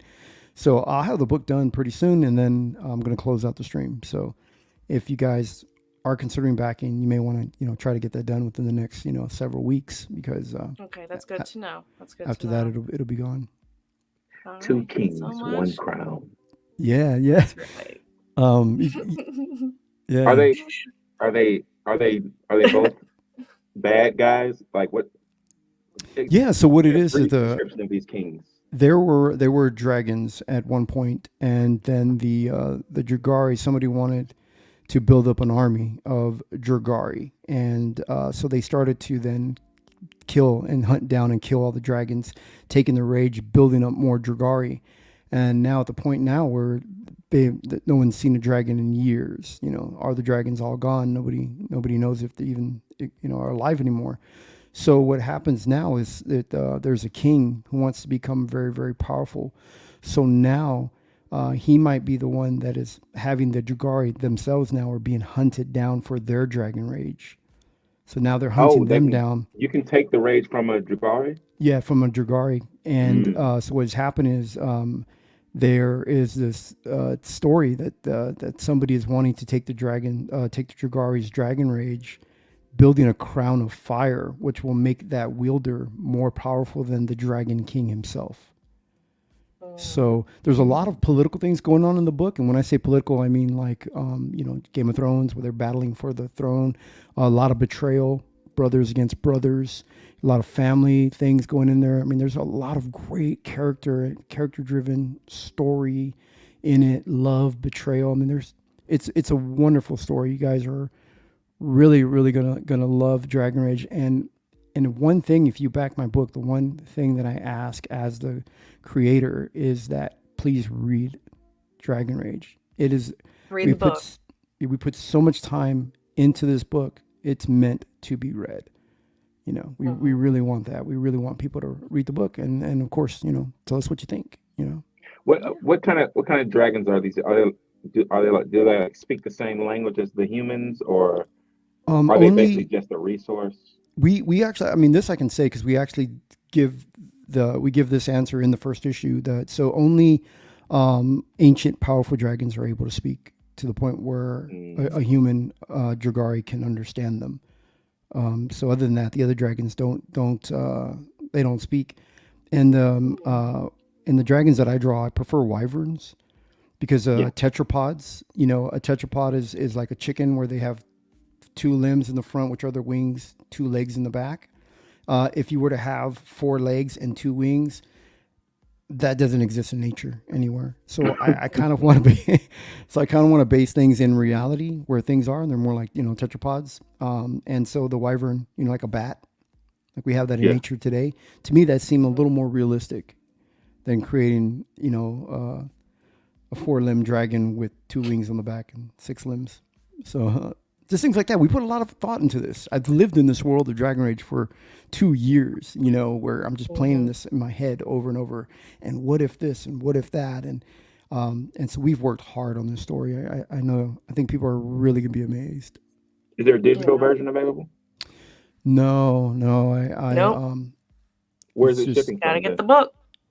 It's shipping from Texas. From the US. Okay. The next state over. Cool. Yeah. So if you guys are, here in Texas, you'll get them right away, or you're close by Oklahoma or anything like that. But and anybody here in the U.S. You like meet me at the Walmart. I hand it to you. It's Texas. I think Katie understands that too. You sound Southern. Yeah. You get the Walmart. Yeah, I do. With the Walmarts, the Piggly Wigglies, the IGAs. Yeah, I'm from Virginia, so. See, Virginia. That's where my writer's from. He's from Virginia Beach. Oh, so he's only like several hours away from me. Yeah, he's over. He does really well. He makes hundreds of thousands of dollars a year at his job, and so he lives in a very nice house by the beach. And it's a nice area up there. Yeah. But do you notice that extra didn't say Target or Target? You can go fancy. He knew it was Walmart. He looked at us and he said, "Oh no, these are my Walmart peeps." Right. Here. Me here with Walmart, if you feel like you look bad, just walk into Walmart. There's someone else that looks worse than you. So, or if you have a disagreement with your family and you want to throw down with your family member, on Facebook. Well, meet me at the Walmart. That's right. We know what that means. We're like, it's going down at real Walmart. Quick, I'll tell you this real quick. And where I'm from in Virginia, it's a very small town. Very small town. In fact, the small town next to us only doesn't even have a stoplight. So but the funny thing is at Walmart, when you were in high school, you had all like the country boys, with the, they were trying to be all like broke. This is when bro country was like a big thing. They all would hang out in the parking lot with their trucks. And just park their trucks in a circle and just hang out. And every time I drive by, I'd be like, what the fuck? What are y'all doing? Like, do you have any? I mean, I know there's not much here, but you got to find something to do instead of hanging out in the Walmart parking lot. But that's what we did. We had Sonics. We had these like Sonic drive-ins, and everybody would go meet at the Sonic. Yeah. And we'd all just sit there and hang out, and that was pretty much, we were pretty simple, I think, at the time. Yeah. And now I see these kids where, like, if they don't have an iPad in front of them, they lose their mind. If Wi-Fi goes down, it's the end of the world. Yeah. The Wi-Fi. Oh, yeah. Well, thank you so much, One Jimmy, more question about the story. Yes, extra here. You can ask it. Go ahead. I have a favorite. I don't even know if you can call it a trope, but is there a character in your story who is underpowered but still manages to do okay? Yeah. I like characters who are underpowered but still manage to fit in with the powerful people. Yeah, I mean that's the thing, like a lot of like George Lucas I mentioned earlier, like Luke was a farmer and he was just an average boy. Even though it wasn't a great book, but Stephanie Meyer, who wrote Twilight, knew that young girls, has she made Bella, and this sounds gay, right? Talking about Bella, but has she made Bella just super popular and beautiful? Nobody can relate to that. Everybody can relate to feeling awkward, feeling insignificant, insecure at times. I was trying to say both words at the same time. Damn you, me watching I know, Eric. I'm telling you, Eric July scrambles you. By the Yeah, now I time you're can't speak done, you now. I'm just like, can't what? even comprehend. You Yeah, can't like it's, put the sentence together. Yeah, it's a horrible effect. I apologize, Jimmy. No, it's no problem. Won't hold it against you. But I know that like there's characters that we want to be relatable. So yeah, you can't make all these characters all great and wonderful. You know, Yeah. plus you want to see a character evolve along the way. You know, you can't go Super Saiyan at the episode 1. You know, you gotta build the I was character. telling Katie, my favorite Dragon Ball Z character is Tien, who's not a Super Saiyan, but still manages to do okay. Yeah, so we have one guy who is he's a mage. He comes from a lineage of very strong, powerful mages, and yet he's nothing like his family. You know, he's not able to. He feels like he can't live up to the reputation of it. You know. Yeah. And so we get to go through his journey as he starts to slowly, finding a way to a lot of this battle he's doing without magic along the way, because it's so easy to just go, oh, use magic, bam, and get out of the situation. But that's not real life. And of course, this isn't real life, but you have to, you have to bring in something that the reader can relate to. Yeah. And then slowly start building up the fantasy more and the magic for those that just go, if you just go like, oh yeah, he could just magic his way out of it. And then it's just like, that's not believable. But if it's like, holy crap, he's in this danger and he can't use his magic, what the hell are they going to do? Makes him worry more about the character. And, it's hard to talk about him without giving away too much of the book. No, NDA yourself, Jimmy. Put on my forehead. Two different strategies at play here. But yeah, there it's in there, and there's quite a bit. And I actually I'm not the writer of the book. I'm not the one who's able to actually. I can't describe it as well as my writer. I mean, he's so great. He's great with words. I mean, my job is I can tell the story with pictures. That's what I do. Yeah, but yeah, to answer your question, yeah, we have that. We have actually a couple of characters in it, and then we also have a Fennec Fox in there, and it isn't just putting in a cute little character. It's not like we're trying to like, oh, Pikachu, kids love that. Let's throw in some Pikachu in there, but we're not. We throw in this Fennec Fox, who actually might end up being one of the most important characters for the story. Might even become the primary character, and people don't realize it to the end. Yeah. So people find out that towards the end, maybe this fox isn't what it appears to be. Right. So there's a lot of great things that are going on in the book, in Dragon Rage. And the thing too is so we built this big story and we're world building, but we don't want to overwhelm the readers. So you get introduced to individual characters and you get to see them on their adventures, and then eventually they intertwine together and they complete a bigger story where they come together, and there's more to the story. There's a lot of levels in it. So the way the writer chose to design and write the story, man, he did an amazing job, dude. I'm telling you, I can't wait. I can't wait. Plus, I know you guys are tired. I'm sorry.